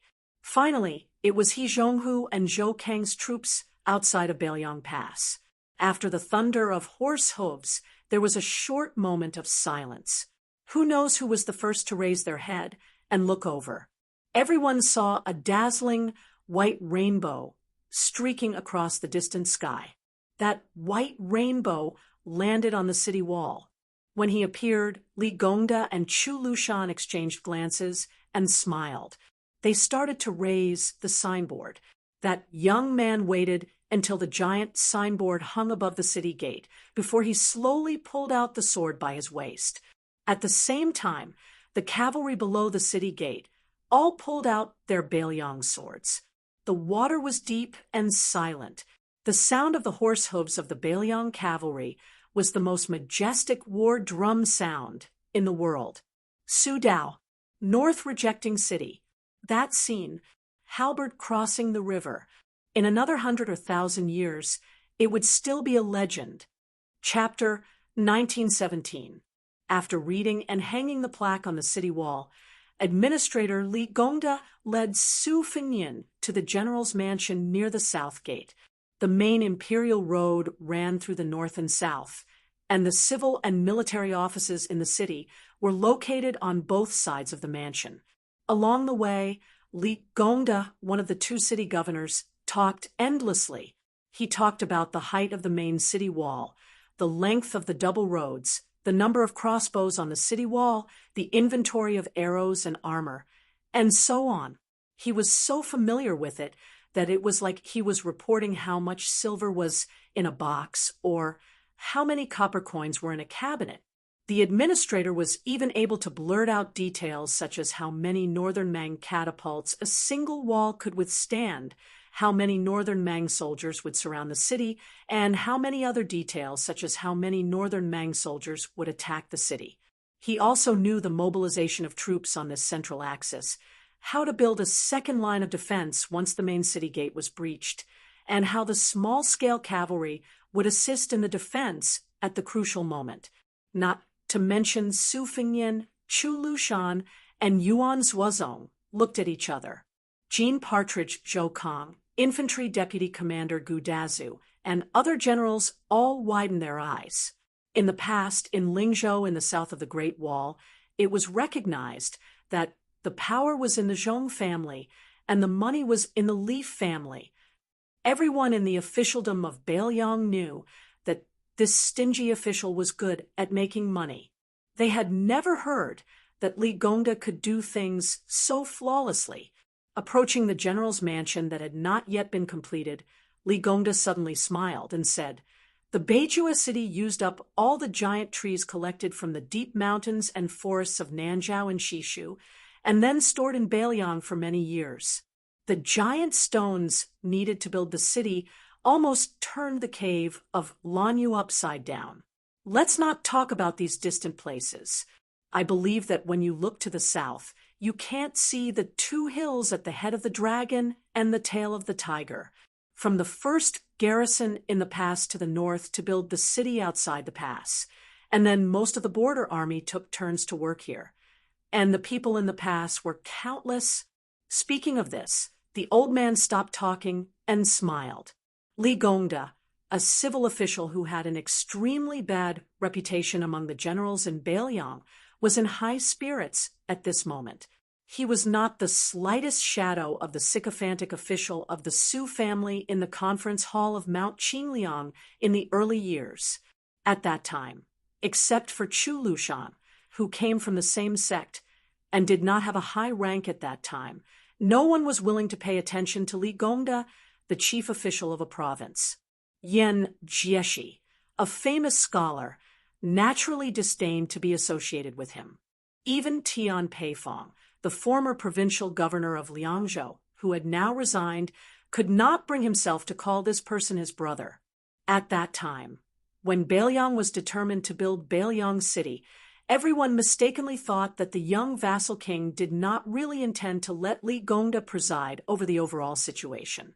Instead, he wanted to send the administrator, who had turned the officialdom of Lingzhou into a mess, out of the pass, and hide him from then on.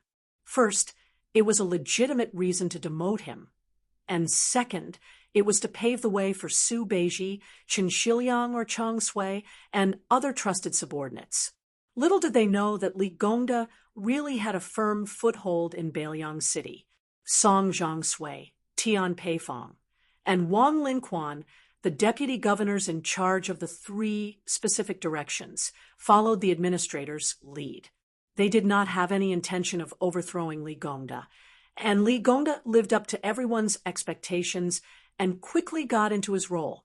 It had to be said that for a person who could become a civil official in Bailiang, when he was really practical, he was not careless and did everything himself. In the words of Li Gongda's private chat with Song Zhongsui, he was putting an end to the official career, living with the generals and craftsmen. He had experience in prospecting, tamping earth, materials, military manuals, stockpiling grain, and so on. Although he could not be called omniscient, he could not be considered an outsider. In the end, he could bow his head and command. Suddenly, Li Gongda continued craftily, "Your Highness, Mount Qingliang cannot skimp on all expenses for tonight's celebration banquet." The old infantry commander, Yan Wenluan, who had probably never chatted with Li Gongda in his entire life, spoke up for the first time. Official Li is not at all overboard in taking advantage of the situation this time. Su Fengnian pointed at Bailiang, who was beside him. "The transport envoy is here," he said with a laugh. "Our head shopkeeper in charge of money is here.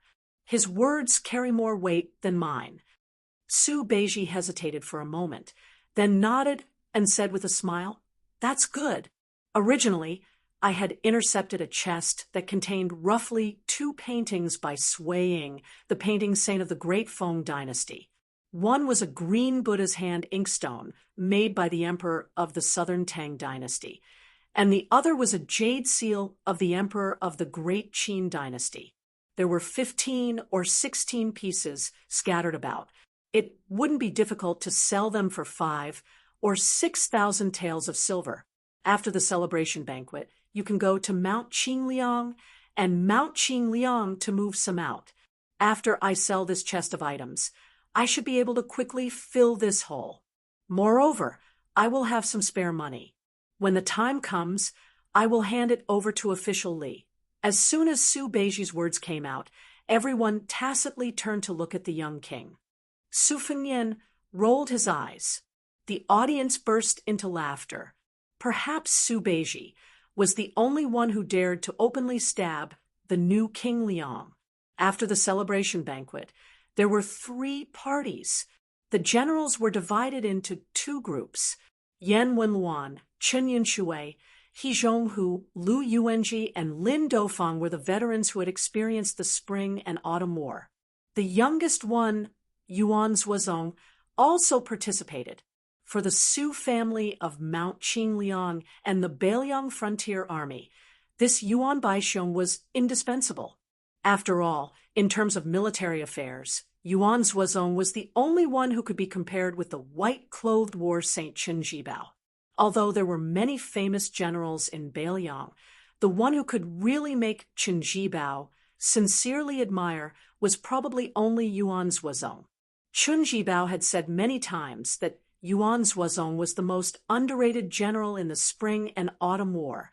The governor of Bailiang, Chu Lushan, personally led the other group, which included Wang Ji, Chao Xiaojiao, Hong Xinjia, and Hong Yu. The deputy provincial governor of Bailiang, Yang Shenqing, also attended the banquet. The third party was a scholar banquet hosted by Li Gongda, Huang Shang, and Tian Peifong. Most of the guests were scholars, and many Lu family disciples were also mixed in. Chapter 1918. Su Fengnian drank 1 cup after another. Although he drank a cup of green ant wine, in 1 gulp, he only drank 2 small pots of wine after 3 rounds. The main reason was that no one urged him to drink to his death. This wasn't strange. When Su Shao was still alive, he once said that the worst people in the world were those who relied on their high alcohol tolerance to urge others to drink.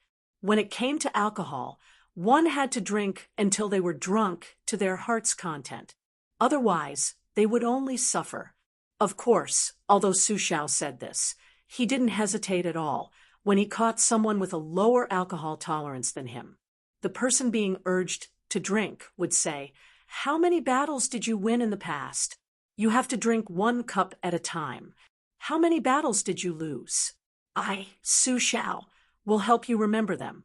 If you don't want to be made fun of, you'll feel bad if you don't drink a few cups of wine today, right?"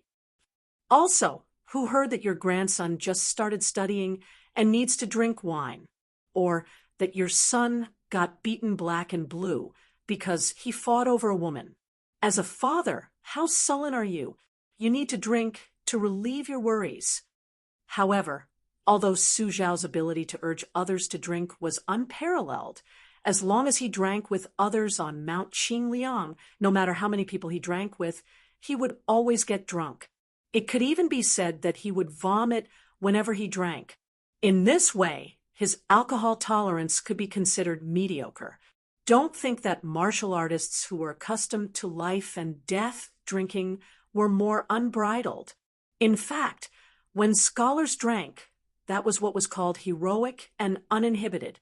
Su Fengnian almost couldn't get away from the banquet.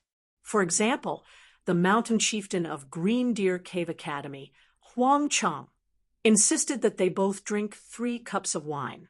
Afterwards, Tian Peifong, who had resigned from her position, also began to hit him while he was down, saying that 3 cups was too much and that he only needed to drink 2 cups with the prince.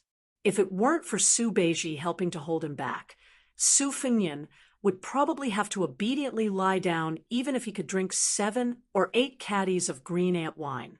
In the end, Su Fengnian and Su Beiji, reeking of alcohol, walked out of the general's residence and slowly headed north on the main road. Su Beiji said softly, "Before Li Gongda got drunk, he bought something from me." Su Fengnian was a little surprised and joked, "Did the sun rise from the west?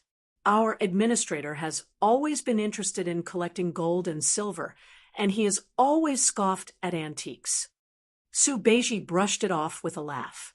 "It's just a small private seal. Since it's from the Tide Listening Pavilion's treasury, the material must be extraordinary. In my opinion, it's been passed down through the generations. Due to its frequent use, the color of the ink is excellent. But that's secondary. Do you know what a seal is?" Su Fengnian couldn't help but laugh. "How could I have guessed that?" Su Beiji waved his sleeves, either to get rid of the smell of alcohol or to get rid of his melancholy.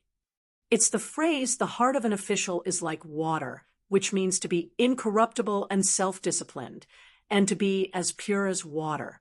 I wouldn't have found it strange if Yan Jieshi hadn't left Beiliang all those years ago and had come to buy this small seal, or even if it was Tian Peifong, whose reputation can be considered decent. But Li Gongda coming to buy these words, isn't that a bit comical?" Su Fengnian frowned. Su Beiji asked with a smile, "Then guess again. How much silver did Li Gongda spend to buy these words?" Su Fengnian suddenly understood. For this celebration banquet, it's not convenient for Li Gongda to openly pay out of his own pocket. Otherwise, he would be suspected of overstepping his authority and meddling in other people's affairs. So he used this method to help our Mount Qingliang advance the money. Su Beiji extended 2 fingers and waved them around. Su Fengnian couldn't help but laugh. 20,000 silver. In the early years, the only hero in the world who could dig out silver from Li Gongda's hands was that fellow Li Hanlin. Back then, Li Hanlin was the one who paid for all the women and wine. It's just that every time he came home, he couldn't avoid his father's grumbling. Su Beiji shook his head and laughed. 200 silver. Su Fengnian was stunned. 200 silver taels? This Uncle Li.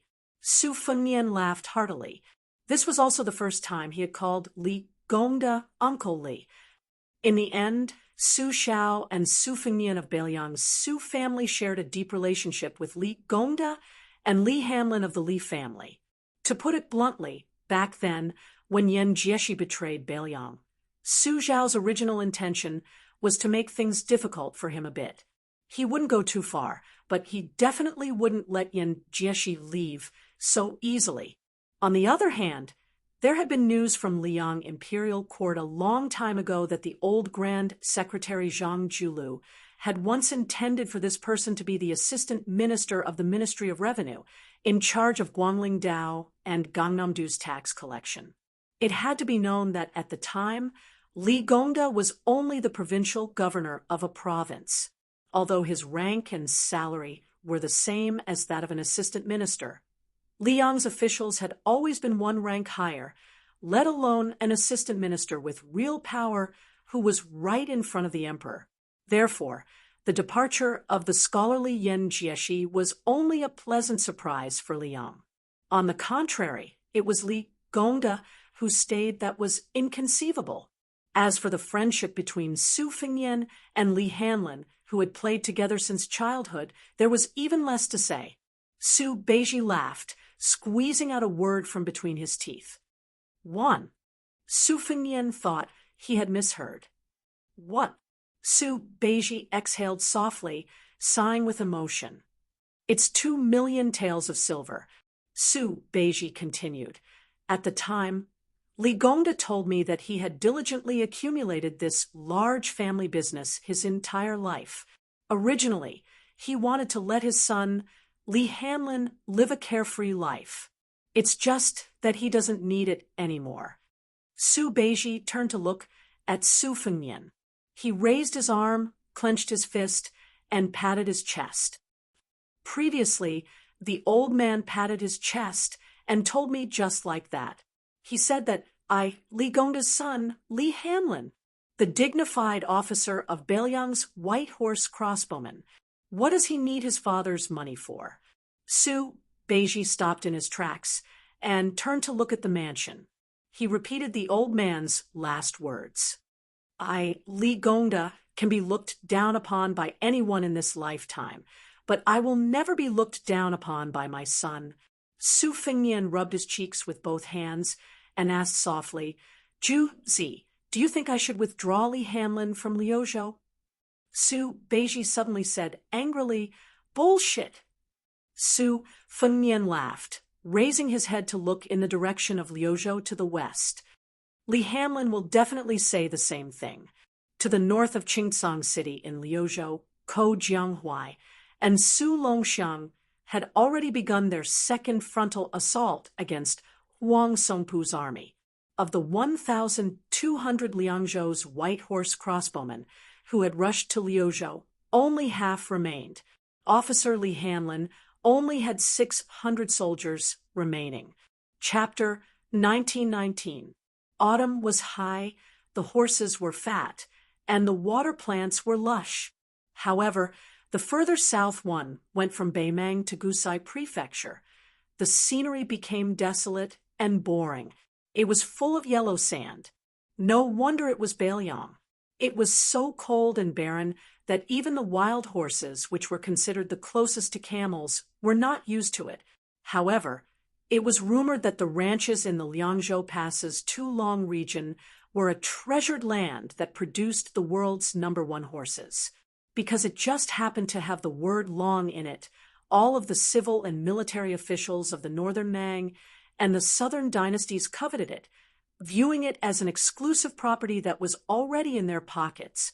The few great figures who could speak loudly in the western capital's imperial court had already eagerly announced that they were willing to use the heads of Yang Guangdou, Qin Shiliang, Ko Jianghuai, and the others that were worth more than the nobles' heads in exchange for the ownership of several ranches over there, such as the world-shaking Xianli ranches and Tianjing ranches.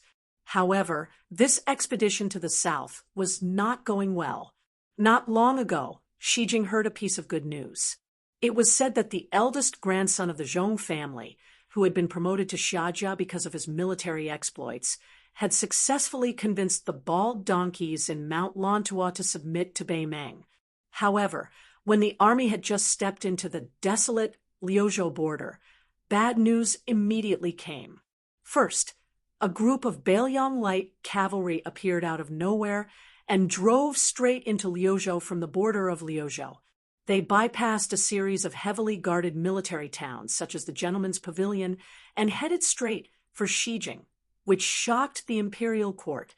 Then, 10,000 of Zhong Tan's elite cavalry were blocked at the entrance of Mount Mian. No one knew whether Zhong Tan was alive or dead. General Zhong Shintang, who was in charge of the second front of the middle line, quickly submitted a letter of apology to the King of Biding. His Majesty was not at all courteous to the Zhong family. He directly issued a transfer order to the middle line, ordering Zhong Shintong's younger brother, who was also Xiajia's uncle, Zhong Liang, to lead 8,000 elite cavalry and rush to Gusai province to intercept the Beiliang cavalry that had penetrated deep into the hinterland. Nominally, they were under the command of Commander-in-Chief Zhong Shintong. It was obvious that they were saying that the good situation in Liuzhou had been ruined by the Zhong family's descendants, so they should pay off the debt with the lives of 8,000 Zhong family members. If they could stop them, they would let bygones be bygones. If they could not stop them, then they would continue to use the Zhong family to fill in the debt. If Zhong Liang was still not capable enough, then it would be Zhong Shintong's turn to personally take action. There would be no need for him to get involved in the battle outside Liangzhou Pass, and he would obediently go to Gusai province to clean up the mess. After Hong Jingyan died, inexplicably on the Longyan plains, the tens of thousands of Ruan cavalry were leaderless, and in the blink of an eye, they were carved up by the various major factions on the front lines. The major factions of the northern grasslands, who had suffered losses in the first battle of Liangmeng, had more or less begun to make their own calculations. After the fall of General Zhong Shintong, how many veteran soldiers of the Zhong family would they be able to get their hands on? On the grasslands, everyone felt awkward when they learned from those scholars of the Southern Dynasty, who were fond of romance, sitting down and discussing the Tao.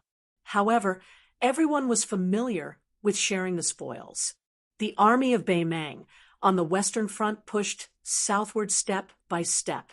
Their speed was not fast. 10 days ago, this army was suddenly attacked by 10,000 Beiliang dragon elephant cavalry. In just 1 hour, the 6,000 vanguard cavalry under Huang Songpu's command were left on the battlefield. From the close combat to the conclusion of the battle, and then to the careless collection of the corpses, many of the nobles of Longguan who had their ambitions in Liangzhou still felt that they had not recovered from the shock. In fact, it could not be said that there were no signs. After the army crossed the border from Gusai Prefecture of the Southern Dynasty into the territory of Liuzhou, their own horse railings had clashed head-on with the Beiliang scouts. Soon, the generals of Beimeng who had learned the truth were all stomping their feet and cursing their mothers. Of all things, it was the white horse crossbowmen outside Liangzhou Pass who had come here to cause trouble, although they had already broken camp and moved southward away from the court, whether it was General Huang Songpu or the generals of Longguan who controlled the elite cavalry of the Southern Dynasty. They had no choice but to pay attention to what was happening in their own backyard. They did not want Hooded Town to see the figure of a Beiliang crossbowman. This was the emperor's personal decree in the Western Imperial Court. What was the result? Fatty Dong's crow railings were all dead. General Lu Gui's black fox railings were also all dead. It was even said that Dong, Shua's brother-in-law, had lost his life in the Longyan Plains. In the end, that young Beiliang lieutenant named Li had become famous in the grasslands overnight. Now, he had even swaggered into the northern part of Liuzhou to show off his prowess. Huang Songpu was an experienced veteran on the battlefield. Therefore, when the intelligence reports of the casualties of the horse railings kept coming into his tent, he had already begun to shrink the front line and slow down the speed of advancing southward. Obviously, he did not want to make any mistakes. The backbone of this army was the old king of the southern courtyard, Huang Songpu, who was used to being lawless in the southern dynasty of Beimeng. It was very obvious that the main force of this army was the direct descendants of the Jia and Yi families of Longguan. Although Huang Songpu still carried the title of one of the 13 great generals of Beimeng, the title of king of the southern courtyard had long been taken off. He was also an old man who had once retired. In the end, the troops that could barely be considered Huang Songpu's direct descendants numbered only 30,000. Compared to Lu Gui, who had been banished to the battlefield of Yuzhou, they were even inferior. To tell the truth, in the first battle of Liangmang, Fatty Dong had personally presided over the situation on the Central Front, and victory was assured. They had even taken down Huda City, and the corpse of Bailiang's great general Lu Jinu had been sent back to the Southern Dynasty in a coffin. The situation was very good. On the other hand, the battlefield of Liuzhou, where Lu Gui presided, was at least evenly matched. Although the losses were not small, even the deputy general of the Longxiang army, Wang Lingbao, had died in battle. It was a pity that the Yuzhou side was too much of a burden. Perhaps it was because Yang Yuanzhan was really too old that his army had been completely wiped out. In the end, only the Ruren cavalry managed to escape, which led to the complete defeat of Beimang. Therefore, at the bottom of their hearts, the great and small clans of Longguan did not feel that the Bailiang frontier army was really anything to be afraid of. This was especially true for the troops of Liuzhou that were naturally inferior to the Liangzhou cavalry and the Yuzhou infantry. Apart from the Longxiang army that had suffered serious injuries in the first battle, were there any other first-class elites that could be brought out? No matter how wide their eyes were, they would not be able to find any. As a result, almost all of these fellows were suppressing their resentment, especially the lingering Liangzhou crossbowmen. They were all the more annoying. Chapter 1920. At dawn, an old man, who had stayed up all night, slowly walked out of the heavily guarded cowhide tent accompanied by several strong retinues. He came to a small slope and looked south. Among the retinues, a middle-aged man, who was dressed like a Confucian scholar from the Central Plains, was particularly eye-catching. Facing the old man, who was still powerful, he did not show any restraint. The old man was tall, with white hair and beard. He wore armor and carried a saber. He did not look old at all. Generally speaking, although they were one generation apart in age, they had the same aura. The old man was Huang Songpu, one of the few great generals in the Southern Dynasty. The Confucian man was Zhong Liang, who was not well known in the Beimang army. He was a first-class master in the Beimang Jianghu. No one had heard that he had led an army to fight a war. This time, he was supposed to lead 8,000 elite cavalrymen to Gusai State to put out the fire. It was unknown why he took a detour here alone and let the 8,000 elite cavalrymen of his family go straight to the belly of the Southern Dynasty. This time, the rise and fall of his family was at stake. Zhong Liang seemed to be taking this too lightly. Zhong Liang happened to see the death of the 6,000 cavalrymen of Beimang. Then he made up his mind not to move. He followed the army to the south and stayed there for so many days. During this period, this martial arts grandmaster of Beimang, who could be described as the only one left, personally took action twice and killed 40 to 50 crossbowmen of Liangzhou who had left the battlefield. Ma Lanzi, who was personally taught by Huang Songpu, had quite a reputation in the border army of the Southern Court. However, compared to Dongzhu's Black Crow Lanzi or his peer Lu Gui's Black Fox Lanzi, he was still quite a bit inferior. This was not to say that Huang Songpu's ability to manage the army was inferior to those two. Since the old man was able to control the military of Xijing for so many years and was able to divide the north and south, with Su Huainan, the king of the northern court, naturally, he was not an ordinary person. It was just that in these 20 years, Huang Songpu's status as the king of the southern court was far more important than that of a general. He had no choice but to lean towards the court. Since he had become the head of the southern court, he naturally had to seek benefits for the entire Xijing and fight for positions for his colleagues and subordinates with the surname of Longguan.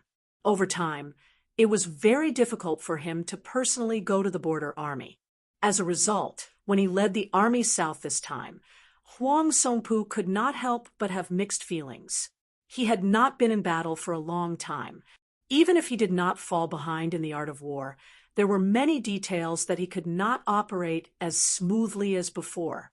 If it was the him from more than 10 years ago, those 6,000 vanguard cavalry would definitely not have the guts to charge forward recklessly, colliding with the 10,000 Longxiang army without permission.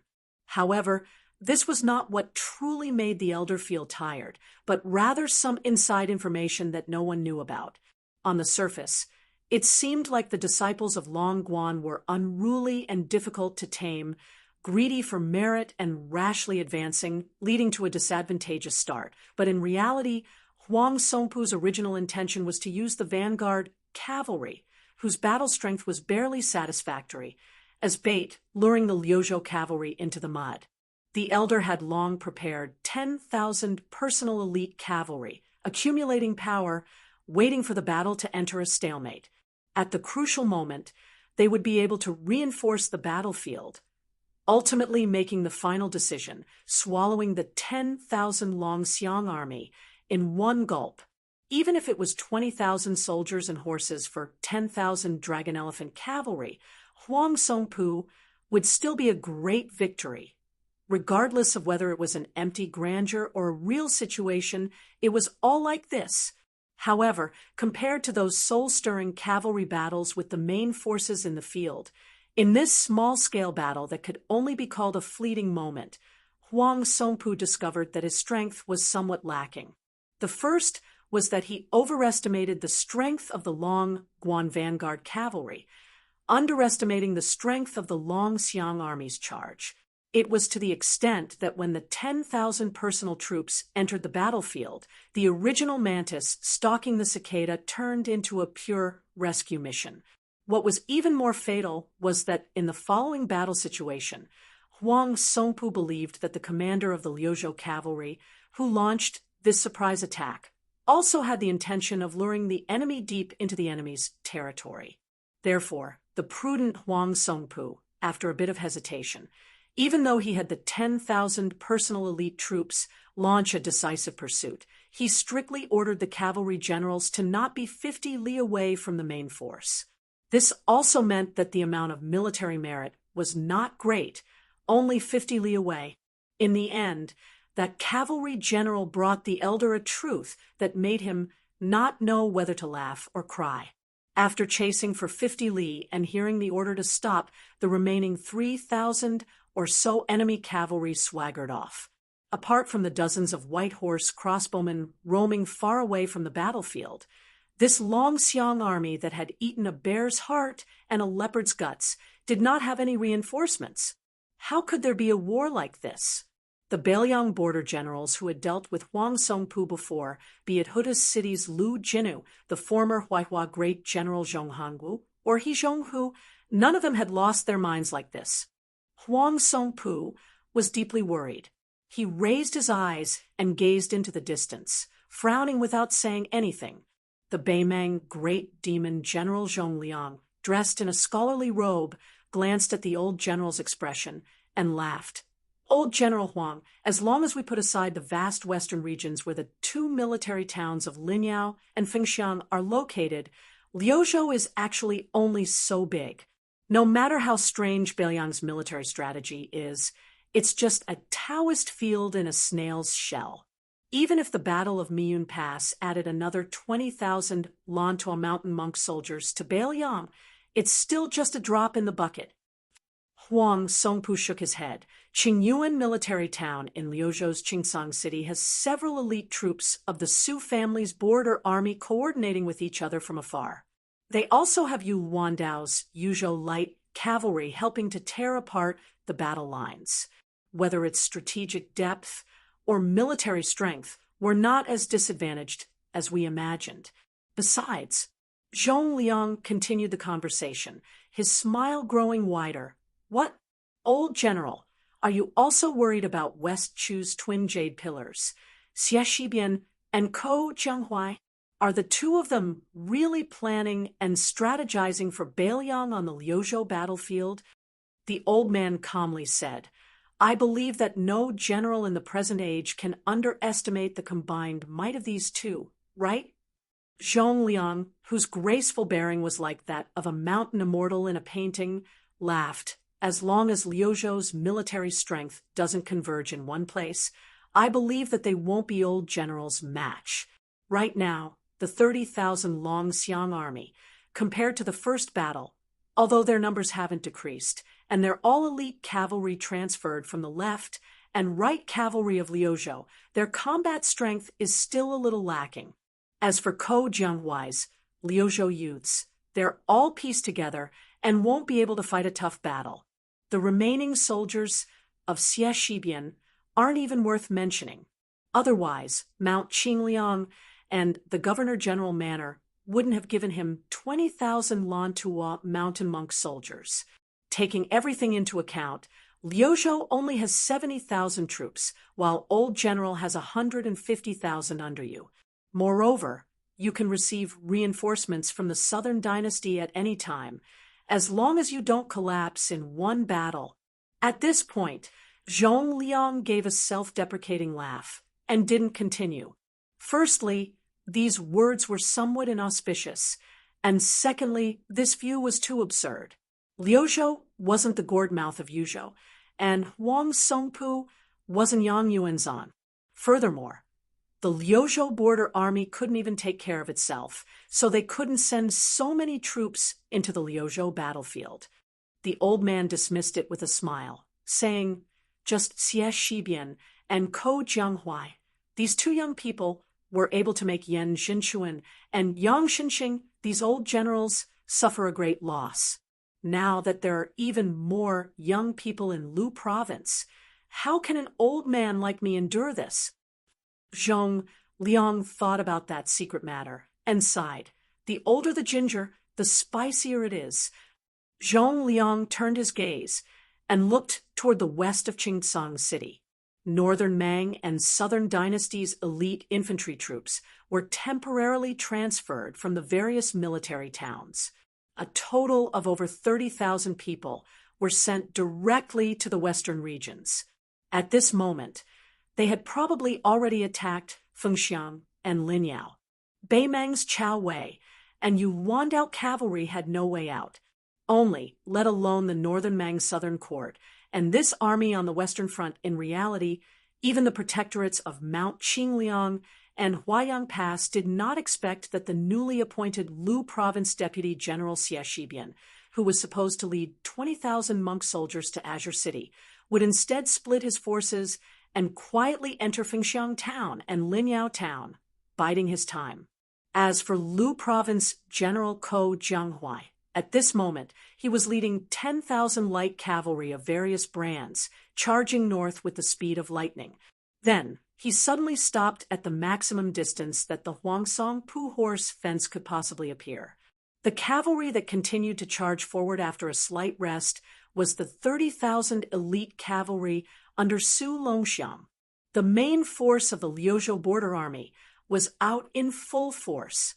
Chapter 1921. The autumn wind was austere. Liuzhou General Ko Jianghuai sat high up on his horse, narrowing his eyes as he gazed towards the north. He and Su Longxiang had previously made a military order to the Governor-General House. That was before Huang Songpu's army reached Qingtsang City. They had to stop Beimang's Western Front army at least 3 times.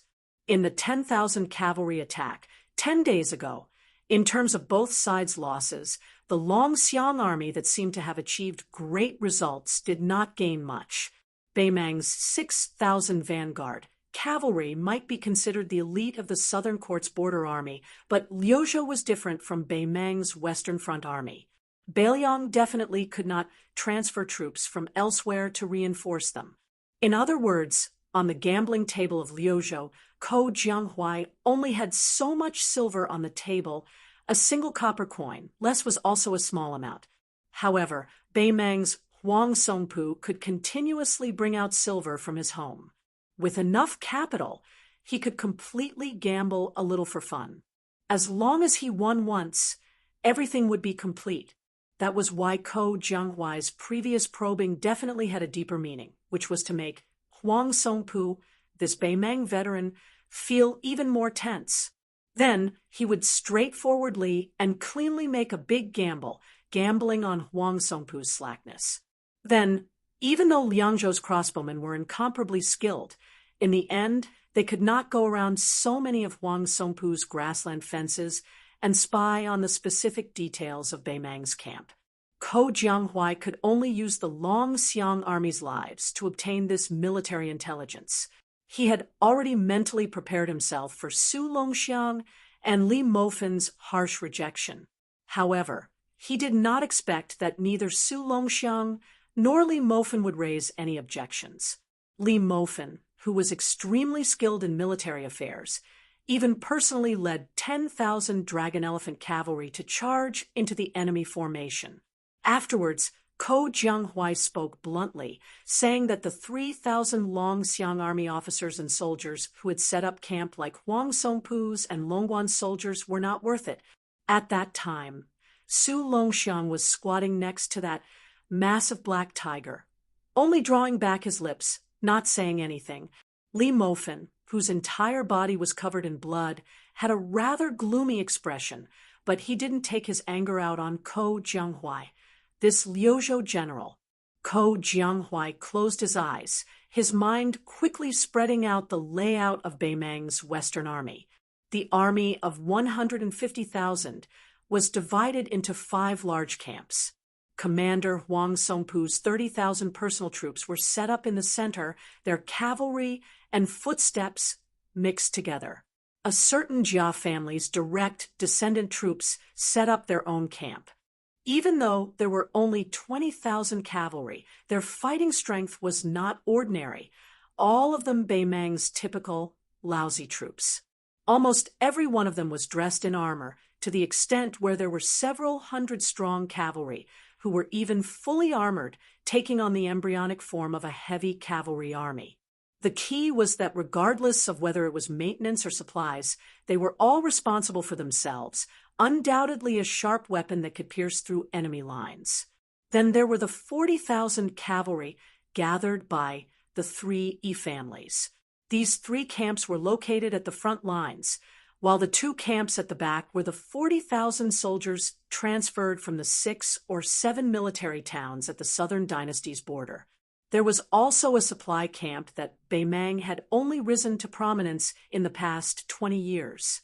Based on what Li Mofen's troops had obtained when they broke through the Long Xiang army's lines, roughly 120 carriages, a total of 800 dan of provisions, and around 1,400 dan of black beans for the war horses.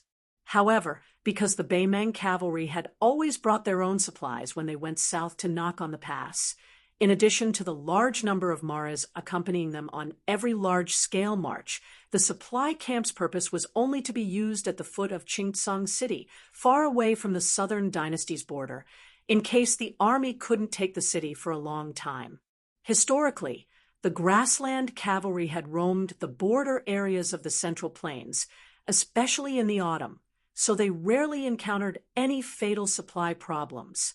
On the other hand, the Central Plains cavalry at the peak of national power had to rely on the power of the entire country to support that fragile supply line every time they took the initiative to go north. The real monarch of the Central Plains who changed this awkward situation was none other than the old emperor of Liang, Zhao Li, who had unified the Central Plains. 2 of his decisions created the current prosperity of the Central Plains cavalry. One was to use the reason that the monarch should guard the country's gate to reject a large group of civil officials' suggestion to move the capital to Guangling Road, and continue to use Old Tai and city as the country's capital. At the same time, he formulated a very bold national policy, sparing no effort in supporting the 2 Liliao border armies. He didn't hesitate to use the huge tax revenue from Guangling Road and Gangnam-do to invest in the northern border of Liang. The second decision was to allow Su Shao, whose meritorious service shocked the emperor, to lead the troops out of the capital, to be granted the title of Prince of Liang's vassal in the northwest, which was rich in horses, and let him directly face Beimang. Located in the north of Liang's vast territory, the 2 border crossings on the east and west were heavily guarded by the country's most elite cavalry. In addition, in the middle of Liang's vast territory, Ji province was a natural stronghold.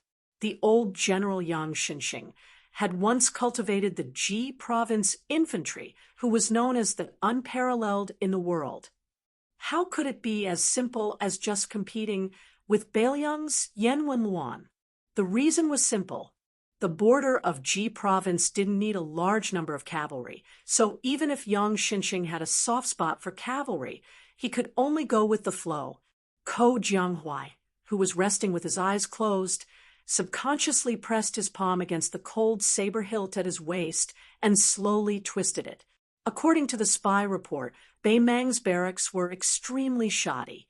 They hastily dug 3 trenches around the barracks, and the thin fence behind them could be said to be blown down by the wind. Hemp ropes were tied to wooden poles, and the knots of the ropes couldn't be considered particular. The passages between the barracks should be clean and solemn, and soldiers shouldn't be allowed to wander around the barracks without permission. However, these 5 barracks were filled with people coming and going in a disorderly manner without any rules to speak of. Previously, Li Mofin's several hundred elite cavalrymen had marched all the way to Bei Mang's central barracks, less than 150 steps away. He saw with his own eyes that the left and right barracks were in a mess, causing the passage between the barracks to become extremely congested and chaotic, not to mention the Beiliang Frontier Army, which had the strictest military law in Liang. Ko Jianghuai believed that West Chu's army had to do better than Bei Mang's. Of course, this didn't mean that Bei Mang's cavalry was weak. On the contrary, it was precisely because Bei Mang's grasslands were used to the cavalry's lightning-fast speed that it was difficult for them to engrave this kind of cumbersome Central Plains military habit into their bones, like the generals of the Central Plains. If it were any other army from the Central Plains facing off against Bei Mang's hundreds of thousands of iron hooves, who would have the time to investigate the flaws in the Bei Mang's setting up camp? They could only rely on the dangerous passes or defend the big city to the death. Even if they dared to go out of the city to fight, they could only rely on heavily armored infantry to form a formation to stop the horses and rely on concentrated crossbows to kill the enemy cavalry. Chapter 1922. Ko Jianghuai had spent so much effort on a single premise. Even if the Beiliang cavalry faced the Bei Mang cavalry, they dared to fight, and could win. Ko Jianghuai opened his eyes abruptly and sneered. Ever since Dafeng began its decline, your grassland cavalry has been knocking on the northern pass and bullying the Central Plains for more than 400 years.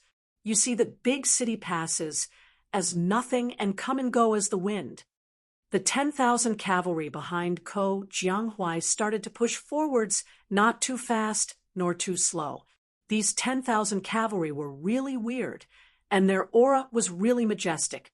Within Northern Mang's Central Army's commander tent, Huang Songpu stood in his armor with his hand on his blade, his expression calm and composed. He looked towards the dozen or so captains of great ages within the tent. There were trusted subordinates that he personally fostered, as well as those who spoke for Southern Dynasty's Longguan influential families, as well as young and robust generals who relied on their simple backgrounds to climb up to their current high positions. Huang Songpu said solemnly, "This time the 30,000 Longxiang army has appeared. They probably know that they can't defend Qingtsang City, but they aren't willing to expose Qingyuan Army Town at the west gate of Liangzhou to us. Hence, they want to go all in, saving a lot of trouble. All of you have been through hundreds of battles, so there's no need for me to nag about such small matters. Just remember that we have an absolute advantage in numbers, so we have to make use of it. Apart from the supply camp at the back, the other 4 camps must not stretch too far. We have to support one another, and we must not take risks. For this trip to Liuzhou, the peace decree gave us 4 words. A small loss is a victory." Huang Songpu looked at the people, and then cupped his fists towards the north. "Everyone! I, Huang Songpu, am close to 70 years old. Back then, even the king of the South Courtyard left. If it weren't for the war going badly, I wouldn't be here today. I have nothing more to ask for in my life. However, out of all of you, the oldest one is not more than 50, and the highest official rank is only primary grade 3. After taking down Liuzhou, no matter how you reward me, I, Huang Songpu, will give you the title of Great General. Everyone in the tent was instantly pumped up. In the Central Plains, an emergency mobilization of more than 100,000 soldiers was definitely not something that could be deployed in a short period of time. However, the Beimeng cavalry was different. When the generals hurriedly returned to their camps, loud bugles sounded from all 4 camps. However, because the appearance of the 30,000 Lu province elite cavalry was too unimaginable and the speed of their advance was too fast, the 3 battalions at the front were still slightly behind, and to a certain extent they had lost the initiative. When the cavalry charged, the enormous penetrative force brought about by the weight and speed of the war horses, as well as the terrifying penetrative force brought about by the sabers and iron spears in the hands of the cavalry, all required a considerable distance to charge up. Furthermore, when both sides had enough time to launch a charge, if one side could coincidentally launch a collision at the peak of their momentum, and the other side only needed to use too much force to show signs of exhaustion, the latter would suffer a great loss. The difference in strength between the battalions could be seen at a glance. Huang Songpu's personal elite cavalry was the fastest to finish organizing, spreading out layer after layer of vanguard lines at the front of the middle road. Long Pass's Jia clan's direct line of soldiers followed closely behind, but the hundreds of elite cavalry equipped with heavy cavalry did not show themselves.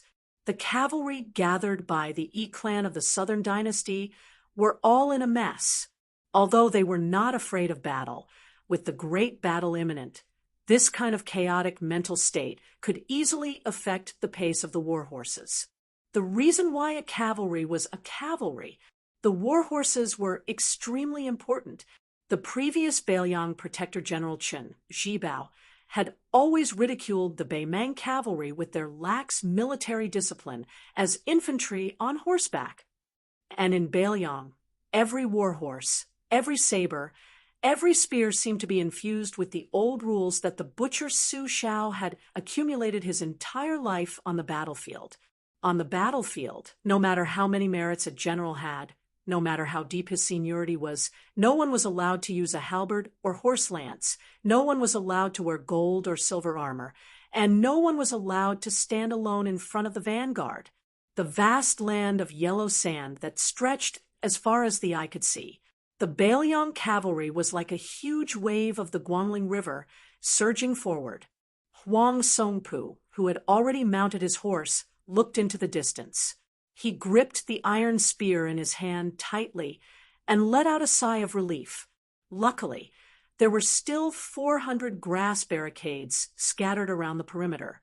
Otherwise, if the Liuzhou cavalry were to silently advance another 3 li, they would not have the chance to get out of the camp so easily. Perhaps there would be thousands of casualties.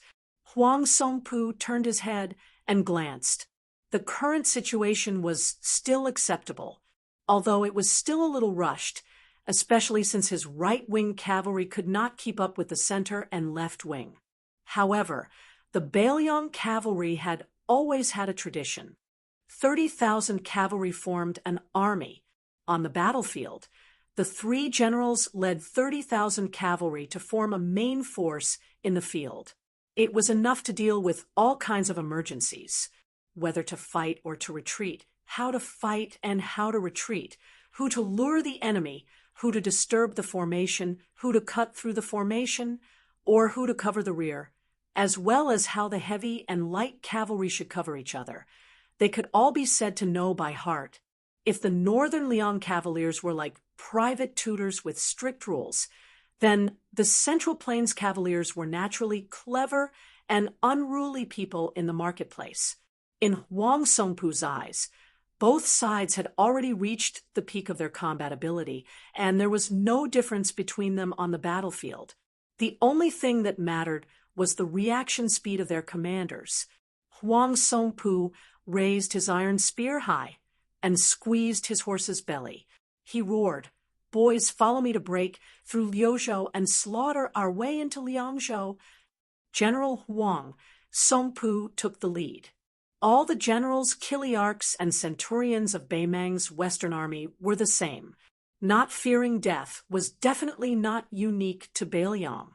In the eyes of Beimang, the Central Plains and Liang troops that seemed so far away were nothing. Only the Beiliang frontier army that was right in front of them was worthy of fighting with the Beimang cavalry. The first battle of Liangmang was mostly a siege battle. Beimang had indeed broken through Liangzhou's Huda city, Yozhou's Wugong city, and Luanhe city. The main forces of both sides of Liangmang would probably feel that it was not enough to fight to their heart's content. Then the second battle of Liangmang, starting from the Miyun Pass in the west to the current Liuzhou to the hinterland of the Southern Dynasty, and then to the future Liangzhou Pass. The cavalry battle did not stop. Both sides, the enemy and us, died on horseback. Chapter 1923. On the land north of Liuzhou, the Beimang vanguard was naturally longer, densely packed like locusts. Huang Songpu's close to 20,000 personal cavalry gradually pulled 200 steps away from the cavalry on the left and right. These 20,000 cavalry adeptly formed into 10 large horizontal rows. The distance between each row was quite wide. Roughly, there were 4 rows of heavy cavalry in front, 5 rows of light cavalry behind, and only 1 row of light cavalry following closely behind the first row of heavy cavalry. The so-called heavy cavalry under Huang Songpu was the elite cavalry of the Beimang grassland. They were not the royal heavy cavalry that the old lady of Beimang saw as a national treasure, nor were they the true heavy cavalry of Beiliang. They were different from the simple leather armor of the light cavalry. The armor they wore was mostly made of leather with a layer of scales on the inside. It was an imitation of the cavalry of the Great Feng dynasty, who boasted that their armor and horses were unparalleled. The plates of the armor were like fish scales, heavier than chainmail, and normal horse bows could not pierce through the armor. The war horses of these heavy cavalry would occasionally wear a small amount of leather armor. The cavalry held a spear, a war blade by their waist, and there would also be people who would place a mace on the saddle. The Battle of Liangmang's cavalry had already been going on for more than 20 years. Northern Mang wasn't suited to using cavalry to attack infantry. This type of uncertain strategy of gathering and dispersing when facing a northern Liang border army that they knew the ins and outs of feigning a retreat would only make things worse. Just as the front row of light cavalry under Huang Songpu was about to speed up and charge through the gaps between the heavy cavalry, a strange scene occurred. Huang Songpu was supposed to lead the light cavalry to use their lives to slow down the charge of the Beiliang cavalry, and then let the 4 rows of heavy cavalry behind him pierce through the enemy formation in one go. However, the Liuzhou dragonesque elephant cavalry that was originally advancing side by side suddenly changed their formation. Moreover, it became strange. The 10,000 cavalry in the center actually slowed down their charge, while the left and right wings instantly began to pull back their front lines, quickly increasing their formation. Then, they no longer purposely held back the power of the war horses, suddenly increasing their speed, almost bypassing Huang Songpu's middle army. The direction where they entered just happened to be the area where the 3 battalions were connected. It was as if they wanted to cut off the 2 arms of Huang Songpu's main force on the spot. It was too fast. It was premeditated. In countering this unforeseen event, Huang Songpu did not have the slightest hesitation, continuing to lead the troops forward bravely. Even if the 2 forces of the Longxiang army succeeded in breaking through the formation, their own side only had 10,000 elite infantrymen stationed in the main camp. There was absolutely no hidden danger of the camp being blown up. Once both sides turned their horses around and charged again, the several hundred heavy cavalry hidden in the left camp, whose strength was closest to the king's iron cavalry, would only need to seize this opportunity to charge out, and perhaps they would be able to completely crush one of the Long-Xiang army units. If the charging formation of the two Beiliang cavalry forces was full of craftiness, then the fierce collision between the two armies was a direct clash without any hesitation. First, Huang Songpu's group of light cavalry sped up and passed through the gap. They hurled their javelins. These light cavalry soldiers were all outstanding warriors of the Southern Dynasty's border army. Within 50 steps, the power of the javelins was countless times stronger than the horse bows. Almost immediately, the 300 Long-Xiang army riders fell off their horses and died on the spot. However, the first row of the Beiliang cavalry continued to advance side by side. Everyone's face was cold, and they were afraid of dying first. No matter what the other armies in the world were like, this principle had been passed down by the Sioux family soldiers from the spring and autumn period of the Central Plains all the way to the Northwest frontier fortress. It had been passed down for a full 40 years. After throwing the javelins, the Beimang-like cavalry either pulled out their blades or threw their lassos. Facing the row of spears, they were similarly fearless, fighting for life and death with the Beiliang frontier army. How to survive? The Beimang Southern Dynasty border army had also experienced a full 20 years. With just a brush of the shoulder, close to 1,000 Beimang light cavalry soldiers were killed on the backs of their horses with a single spear strike. Those light cavalry soldiers still had to face the iron spears of the Long-Xiang army behind them. It was destined to be a tragic ending, with less than 1 in 10 surviving. This was the true meaning of cavalry clashing. There were no horse bows shooting at each other and no fancy moves. Because of the resolute sacrifice of this row of light cavalry, the first clash of spears between the Liangmang side gave Huang Songpu's heavy cavalry an innate advantage. Huang Songpu and the close to 100 personal retainers by his side all knocked the enemy off their horses with a single spear strike without any suspense. When cavalry clashed, those who fell off their horses would undoubtedly die. This was the iron law of the border pass. When cavalry charged, the iron spear formation was extremely taboo to pierce through the enemy's body. Even if one could quickly pull it out, it would still delay the opportunity. On the line of life and death, there was no room for any carelessness. Moreover, the two armies chiseled at each other, not just one row of vanguards. Otherwise, where did the word chisel come from? At the same time, one needed to gather as much energy as possible to ensure one's survival in the end. The cavalry army under great General Huang Songpu's direct command was, after all, one of the top elites in the Southern Dynasty border army. Apart from the first row of light cavalry suffering heavy casualties, the following 3 rows of heavy cavalry were only at a slight disadvantage in the exchange of casualties with the Liuzhou Long-Xiang army. Without a sound, the last row of heavy cavalry was at the very back. The 4 rows of light cavalry passed by the vanguard and quickly advanced, because Huang Songpu knew that on the battlefield, the last breath could not be lost. Among the 10,000 Dragon Elephant army on the left wing, a middle-aged general with a scholarly appearance acted as the leader and brazenly opened the formation. The cavalry at the front of this kind of formation were all Vanguard Battalion daredevils, and would die the earliest and fastest. The Beimang West Front Army was not unfamiliar with this person.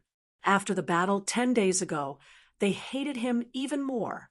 Probably in the entire Beiliang Frontier Army, only this person could be so unique. He held an iron spear in his hand, a sword hanging from his waist, and halberd pouches hanging from both sides of the saddle. It was the valiant and good at fighting in the Beiliang Frontier Army, the Deputy General of the Long-Xiang Army, Li Mofan. Chapter 1924. The breakthrough point of these 10,000 riders was precisely Huang Songpu's central army and Long Guan's Jia noble family's direct line of command cavalry. Probably because nobody expected that the northern Liang border cavalry would avoid direct battle, the 10,000 riders cutting through the formation appeared to be like a hot knife cutting through bamboo, like a knife cutting through tofu with ease and ease. The other group of dragon elephant light cavalry penetrated in even more easily. A few groups of cavalry gathered from the southern dynasties' families rushed out of the camp, so there was a gap between them and the central army formation. In an instant, the 10,000 cavalry sliced through a large portion of them from the flank, actually killing over 1,000 cavalry. If it was said that a frontal clash of 10,000 people from both sides killing over 1,000 enemies wasn't that surprising.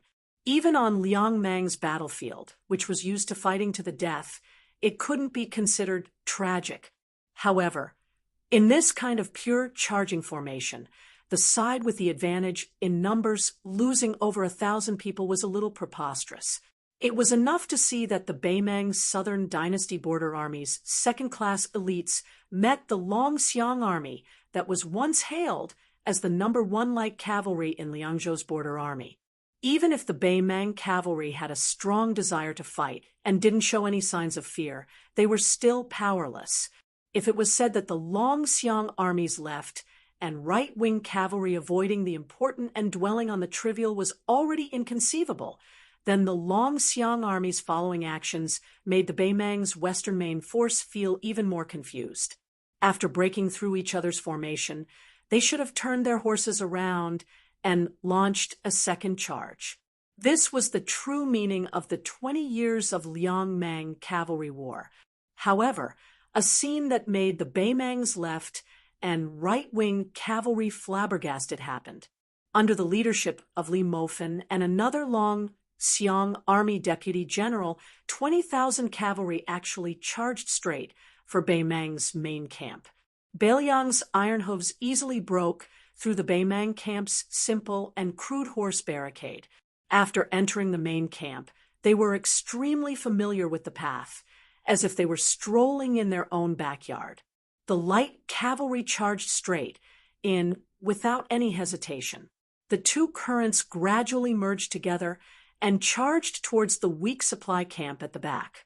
In comparison, the Longxiang army that clashed with Huang Songpu's central army suffered the most losses, and their speed was also the slowest. Both sides left over 2,000 bodies on the battlefield.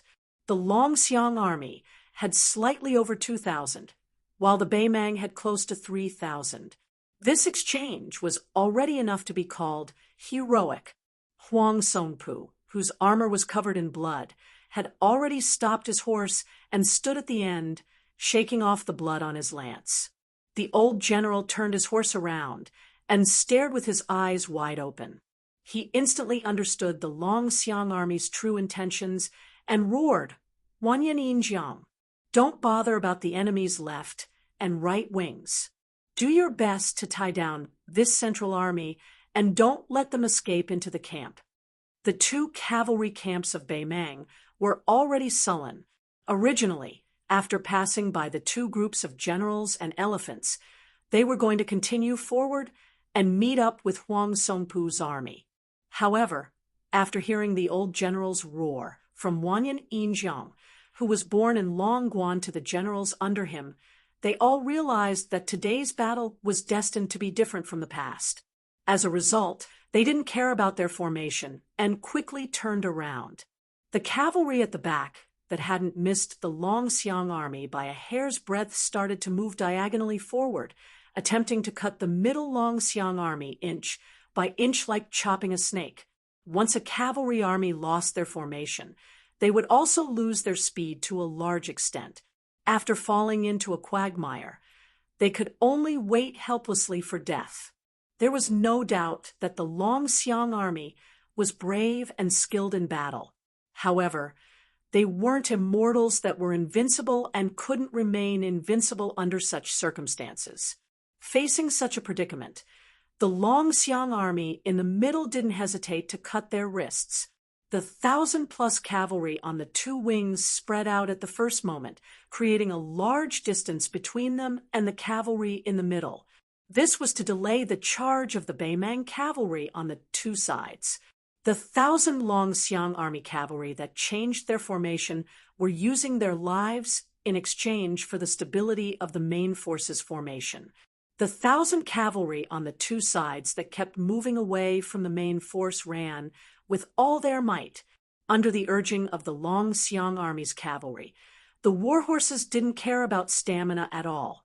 It was like moths flying into a flame. There were dragon elephant army-like cavalry, who were continuously stabbed off the backs of their horses by the northern Mang cavalry's spears. Then, with a light swipe of the war blades of the northern Mang barbarians behind them, they would be beheaded. Some were pulled off the backs of their horses by the Beimang cavalry and dragged along the way. Their bodies were badly mutilated. The 1,000 Long Xiang army cavalry that didn't form a system and fought on their own were doomed to die in the face of the endless Beimang enemy. One of the cavalry was stabbed in the shoulder by a Beimang spear. While he was on the verge of falling, he still managed to stab the neck of the enemy cavalry in front of him. However, he was quickly knocked off his horse by the next Beimang barbarian. In the end, before his body landed on the ground, a third Beimang cavalry with superb equestrian skills bent down and chopped his head off. They couldn't stop them. Huang Songpu, who was leading the main force to turn around and fight again, sighed heavily. The old general didn't think that the Long Xiang army's true goal this time was actually the supply camp, which was an important source of food. He also didn't think that they would be so familiar with the internal arrangements of his own camp. Therefore, everything happened too quickly. The two flanks of the Long Xiang army's formation, the main force's formation in the middle, and the sacrifice of the 1,000 Long Xiang army cavalry were all like this. This Beimang old general, who had outstanding military achievements, was caught off guard. Huang Songpu suddenly turned his head to look. The sound of horse hooves and dust flew everywhere. Huang Songpu said to a retainer beside him in a deep voice, "Pass down the order. All the infantry in the camp are to leave the camp and get into formation in the south of the camp. Order the left camp to chase after the Long Xiang army with us in the middle. Go around the camp and delay the enemy as soon as possible. Don't be greedy. If the Long Xiang army tries to split up and retreat to Qingcang City, kill one of the cavalry units nearby. Also, let Wanyan Yinjiang lead the troops to intercept the 10,000 cavalry behind us. They should be the cavalry of Liuzhou's General Ko Jianghuai. They are mostly young and strong, with some of Liangzhou's border troops mixed in. Their combat strength isn't worth mentioning." Huang Songpu suddenly added, "Oh, right, tell Wanyan Yinjiang to be careful. Su Longxiang might be hiding in Ko Jianghuai's army. There's no need to worry about anything else." At the same time, a middle-aged man beside Huang Songpu smiled and said, "If the general is still worried, I'll go to Wanyan Yinjiang's side and ask for advice from that enemy of 10,000 people, Su Longxiang." Huang Songpu glanced at the second head of the Zhong family and nodded. Chapter 1925. After Zhong Liang left, Huang Songpu, this veteran general who had been through hundreds of battles, didn't feel discouraged at all. He didn't feel any heartache over the loss of a supply camp that didn't affect the overall situation. The Southern Dynasty's strong foundation could withstand such losses. As long as the Central Army and left camp cavalry successfully intercepted a portion of the Long Xiang army, even if they only needed 5,000 to 6,000 cavalry, it would be a small victory for their side. A small victory in the truest sense of the word, and not a small victory as described by the peace decree.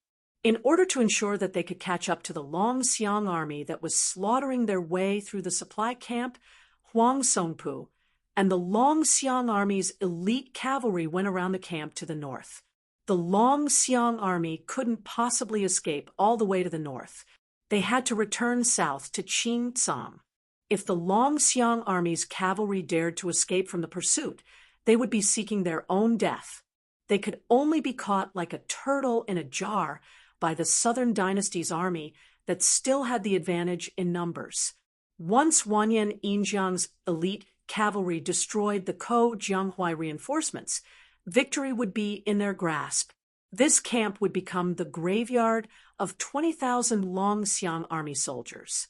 Huang Songpu believed that the deputy general of the Longxiang army, Li Mofen, wouldn't be so muddle-headed. In reality, the movements of the Longxiang army that broke into the enemy camp were all within Huang Songpu's expectations. The Dragon Elephant Light Cavalry of the three cavalry forces naturally cut down the Beimang supply camp without any suspense. They killed anyone they saw and burned any rations they saw. Afterwards, they left the camp from the north. They didn't split up but maintained their formation and went south along the left side of the Beimang camp. Coincidentally, they met the 38,000 Qilong Pass B cavalry. There were still 16,000 elite cavalry under Huang Songpu's direct command. After making a slight detour, they began to gallop over from the rear. Further south, Beimang's Western Army's infantry also began to move out of the camp and into formation. They were already moving to the right to intercept the Bailiang cavalry that was able to smoothly drill their way south. Further south, 20,000-plus elite cavalrymen of the A-ranked noble clans were facing off against the 10,000 Bailiang cavalrymen under Ko Jianghuai. According to the current situation, if the main force of the Longxiang army wanted to cross the three lines of defense and avoid the pursuit of Huang Songpu's elite cavalry, they would have to pay a heavy price. When Wanyan Yinjiang urged his horse forward, he was really proud of himself. He was already imagining himself holding the head of Bailiang's Su Longxiang in one hand and the head of Ko Jianghuai in the other. He was already imagining himself stepping into the Western Imperial Palace where the Emperor was sitting on the dragon throne. He was going to become the first general of the Western Imperial Army to be conferred the title of king and marquis by virtue of his military achievements. This person in his prime couldn't help but laugh out loud. Bailiang's Huang Manor, Ko Jianghuai, where are your heads? Liuzhou's Linyao and Fengxiang towns were surnamed Bailiang's Su or Beimang's Morong. They almost changed their city flags. Originally, Ma Liuka, who was the deputy general of Liuzhou and also held the military power of Fengxiang garrison, was originally a local tyrant of Fengxiang. He was forced to rely on Mount Qingliang because of the circumstances. Afterwards, he was capricious and had many connections with the spider web. Finally, last year, he was surrounded and annihilated by the Dragon Elephant Army's deputy General Wang Lingbao. Ma Liuka's personal cavalry was almost wiped out. Kai Anshan, who was the mayor of Lin Yao military town, was much more obedient. Furthermore, Chao Wei's cavalry passed by Lin Yao military town twice, and Xie Shibian took over Ma Liuka's command of the two towns. Kai Anshan completely closed his doors to visitors and retired from the officialdom. Under such circumstances, the newly appointed deputy general of Liuzhou, Xie Shibian, who was supposed to lead 20,000 monk soldiers from Mount Lantua to Qingcang City, suddenly split up his troops when he was halfway to Mount Fengxiang and Linyao. He personally led half of the monk soldiers back to Mount Fengxiang, while the remaining 10,000 monk soldiers were handed over to the Bodhisattva of 6 Pearls to be stationed in Linyao. The female Bodhisattva of Mount Lantua did not have any objections to this. After all, the 20,000 monk soldiers to reinforce Qingcang City was the decision made by Qingliang Mountain and the Protectorate General. Without the young lords or Chu Lushan's personal orders, the fixed route could not be changed. Now, whether it was Mount Lantua or herself, they were all tied together with the Su family. She did not dare to do anything unnecessary. If she delayed the battle, a Baeliang newcomer Xie Shibian could atone for his crime with his death. However, she would implicate thousands of believers in the western region and fall into a miserable situation. Because of this, she had a tit-for-tat argument with the young deputy general. She did not know the meaning of wasting 20,000 monk soldiers in 2 towns far away from the main battlefield of Qingtsang City. Could it be that it was a common occurrence in the spring and autumn unjust war? But Xie Shibian, did you really think that these 20,000 monk soldiers were your direct troops? Did you want to maintain your dignity and wait for the right price to sell? At that time, Xie Shibian only calmly told her that the battlefield was ever-changing. Linking the western region and Bailiang's Lin Yao and Fengxiang towns seemed to be the icing on the cake and dispensable. However, under some special circumstances, it was very likely to become the breakthrough point for Bailiang's surprise troops. Not only could it be used as a dangerous pass to cut off the retreat route of Yu Wan's Dao Division's Yoqi and Chao Wei's cavalry, but it could also allow the Southern Dynasty's border army, which had never been a problem in terms of military strength, to comfortably rely on the 2 towns to expand their attack line to Qingtsang City. Originally, the 2 towns were not enough to become the turning point of the war in Liuzhou. However, the current situation in Liuzhou highlighted the potential strategic significance of the 2 towns. It really allowed the old strategy of Bailiang's strategist, Li Yishan, to play a role. Chapter 1926. The female bodhisattva had a profound understanding of Buddhism, but she knew that she was not good at military affairs, especially when Xie Shibian was a young military master who shone in the Guangling Taoist battlefield. She admitted that she could not convince him, but she did not dare to put the safety of Buddhism in the western region in the hands of that young man. Faced with Xie Shibian's insistence, she could only propose a compromise, which was for them to bring 20,000 monk soldiers to the military town of Lin Yao. At the same time, a middle-aged monk with a hidden identity, who had the Vajra, divine ability of Buddhism, would rush to the provincial governor's mansion in Qingtsang City as a scout to report this matter. What she meant was that even if Mount Qingliang and the Protectorate General's office could not respond in time, as long as the provincial governor's mansion agreed, she would agree to Xie Shibian's plan. However, Xie Shibian told her bluntly that in Qingtsang City of Liuzhou, provincial governor Yang Guangdou and even Qin Shiliang did not dare to make a decision on this matter. Moreover, they might not be able to make it in time. Thus, the 2 of them fell into a stalemate. In the end, it was a handsome gerfalcon that pierced through the clouds and stopped on Xie Shibian's arm. The Battle of Liuzhou had already begun, and the Battle of Liangzhou was about to begin.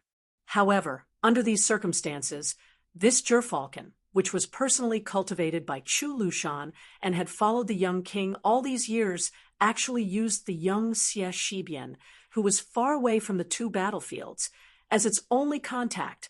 At that moment, she had mixed feelings and was speechless. Xie Shibian told her in a low voice, "I will take responsibility for this matter." The young man added, "The king of Bailiang also believes that the deputy general of Liuzhou, Xie Shibian, can take responsibility for this matter." Only then did she tacitly agree to his deployment of troops.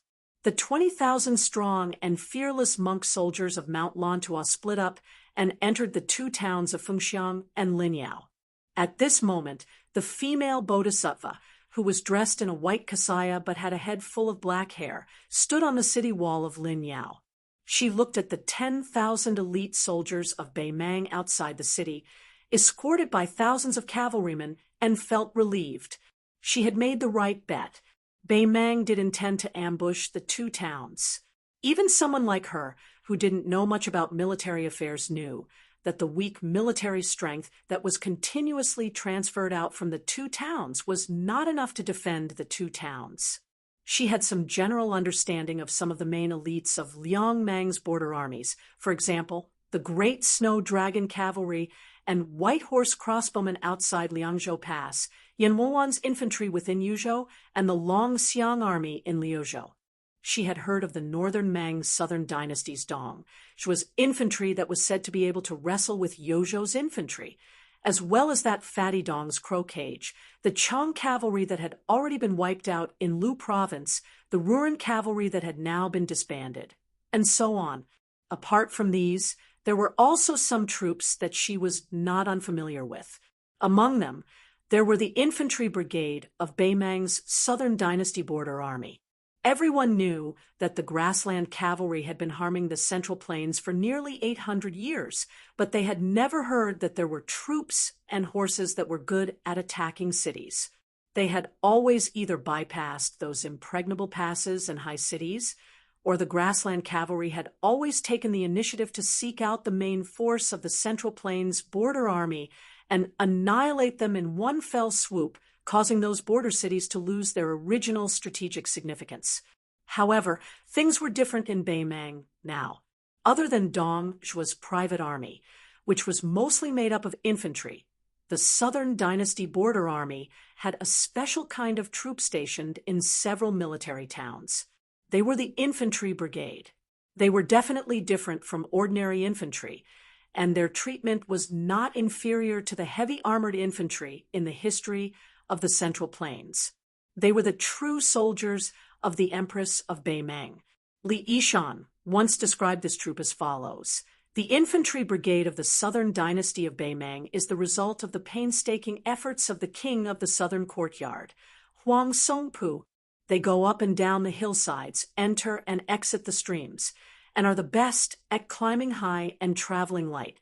In the deep and dangerous valleys, they use the infantry brigade more often. Their ability to attack cities is not inferior to the top elite soldiers of the Central Plains." She gently exhaled, and her eyes instantly turned cold. She casually threw an armored corpse high out of the city. It was Kai Anshan, the Lin Yao city's Mu, who was waiting for an opportunity to make a move. Beimang obviously came prepared. They had already convinced Kai Anshan to submit to the Southern Dynasty, with them working from the inside and outside. How could Lin Yao defend the town? Before entering the city, Xie Shibian told her to keep an eye on Kai Anshan. As long as there was any movement, it was better to kill the wrong person than not kill at all. She didn't even look at the corpse that fell heavily to the ground. She muttered, "I used to think that the so-called godly use of troops in military books were just boasting by historians who used to be scholars. Now it seems that I was a frog at the bottom of the well." Not only did that youngster foresee Northern Mang's intentions to encroach on the two towns through that gerfalcon, he gave the order to Chao Wei's cavalry that they didn't need to provide support to Yuan's Blade Division's Yuzhou cavalry in Southern Dynasty's hinterland, but rather quickly return the way they came, and then wipe out all of the Northern Mang border army that infiltrated Lu province's border. Such courage and decisiveness really made her, who was on the same side, feel terrified.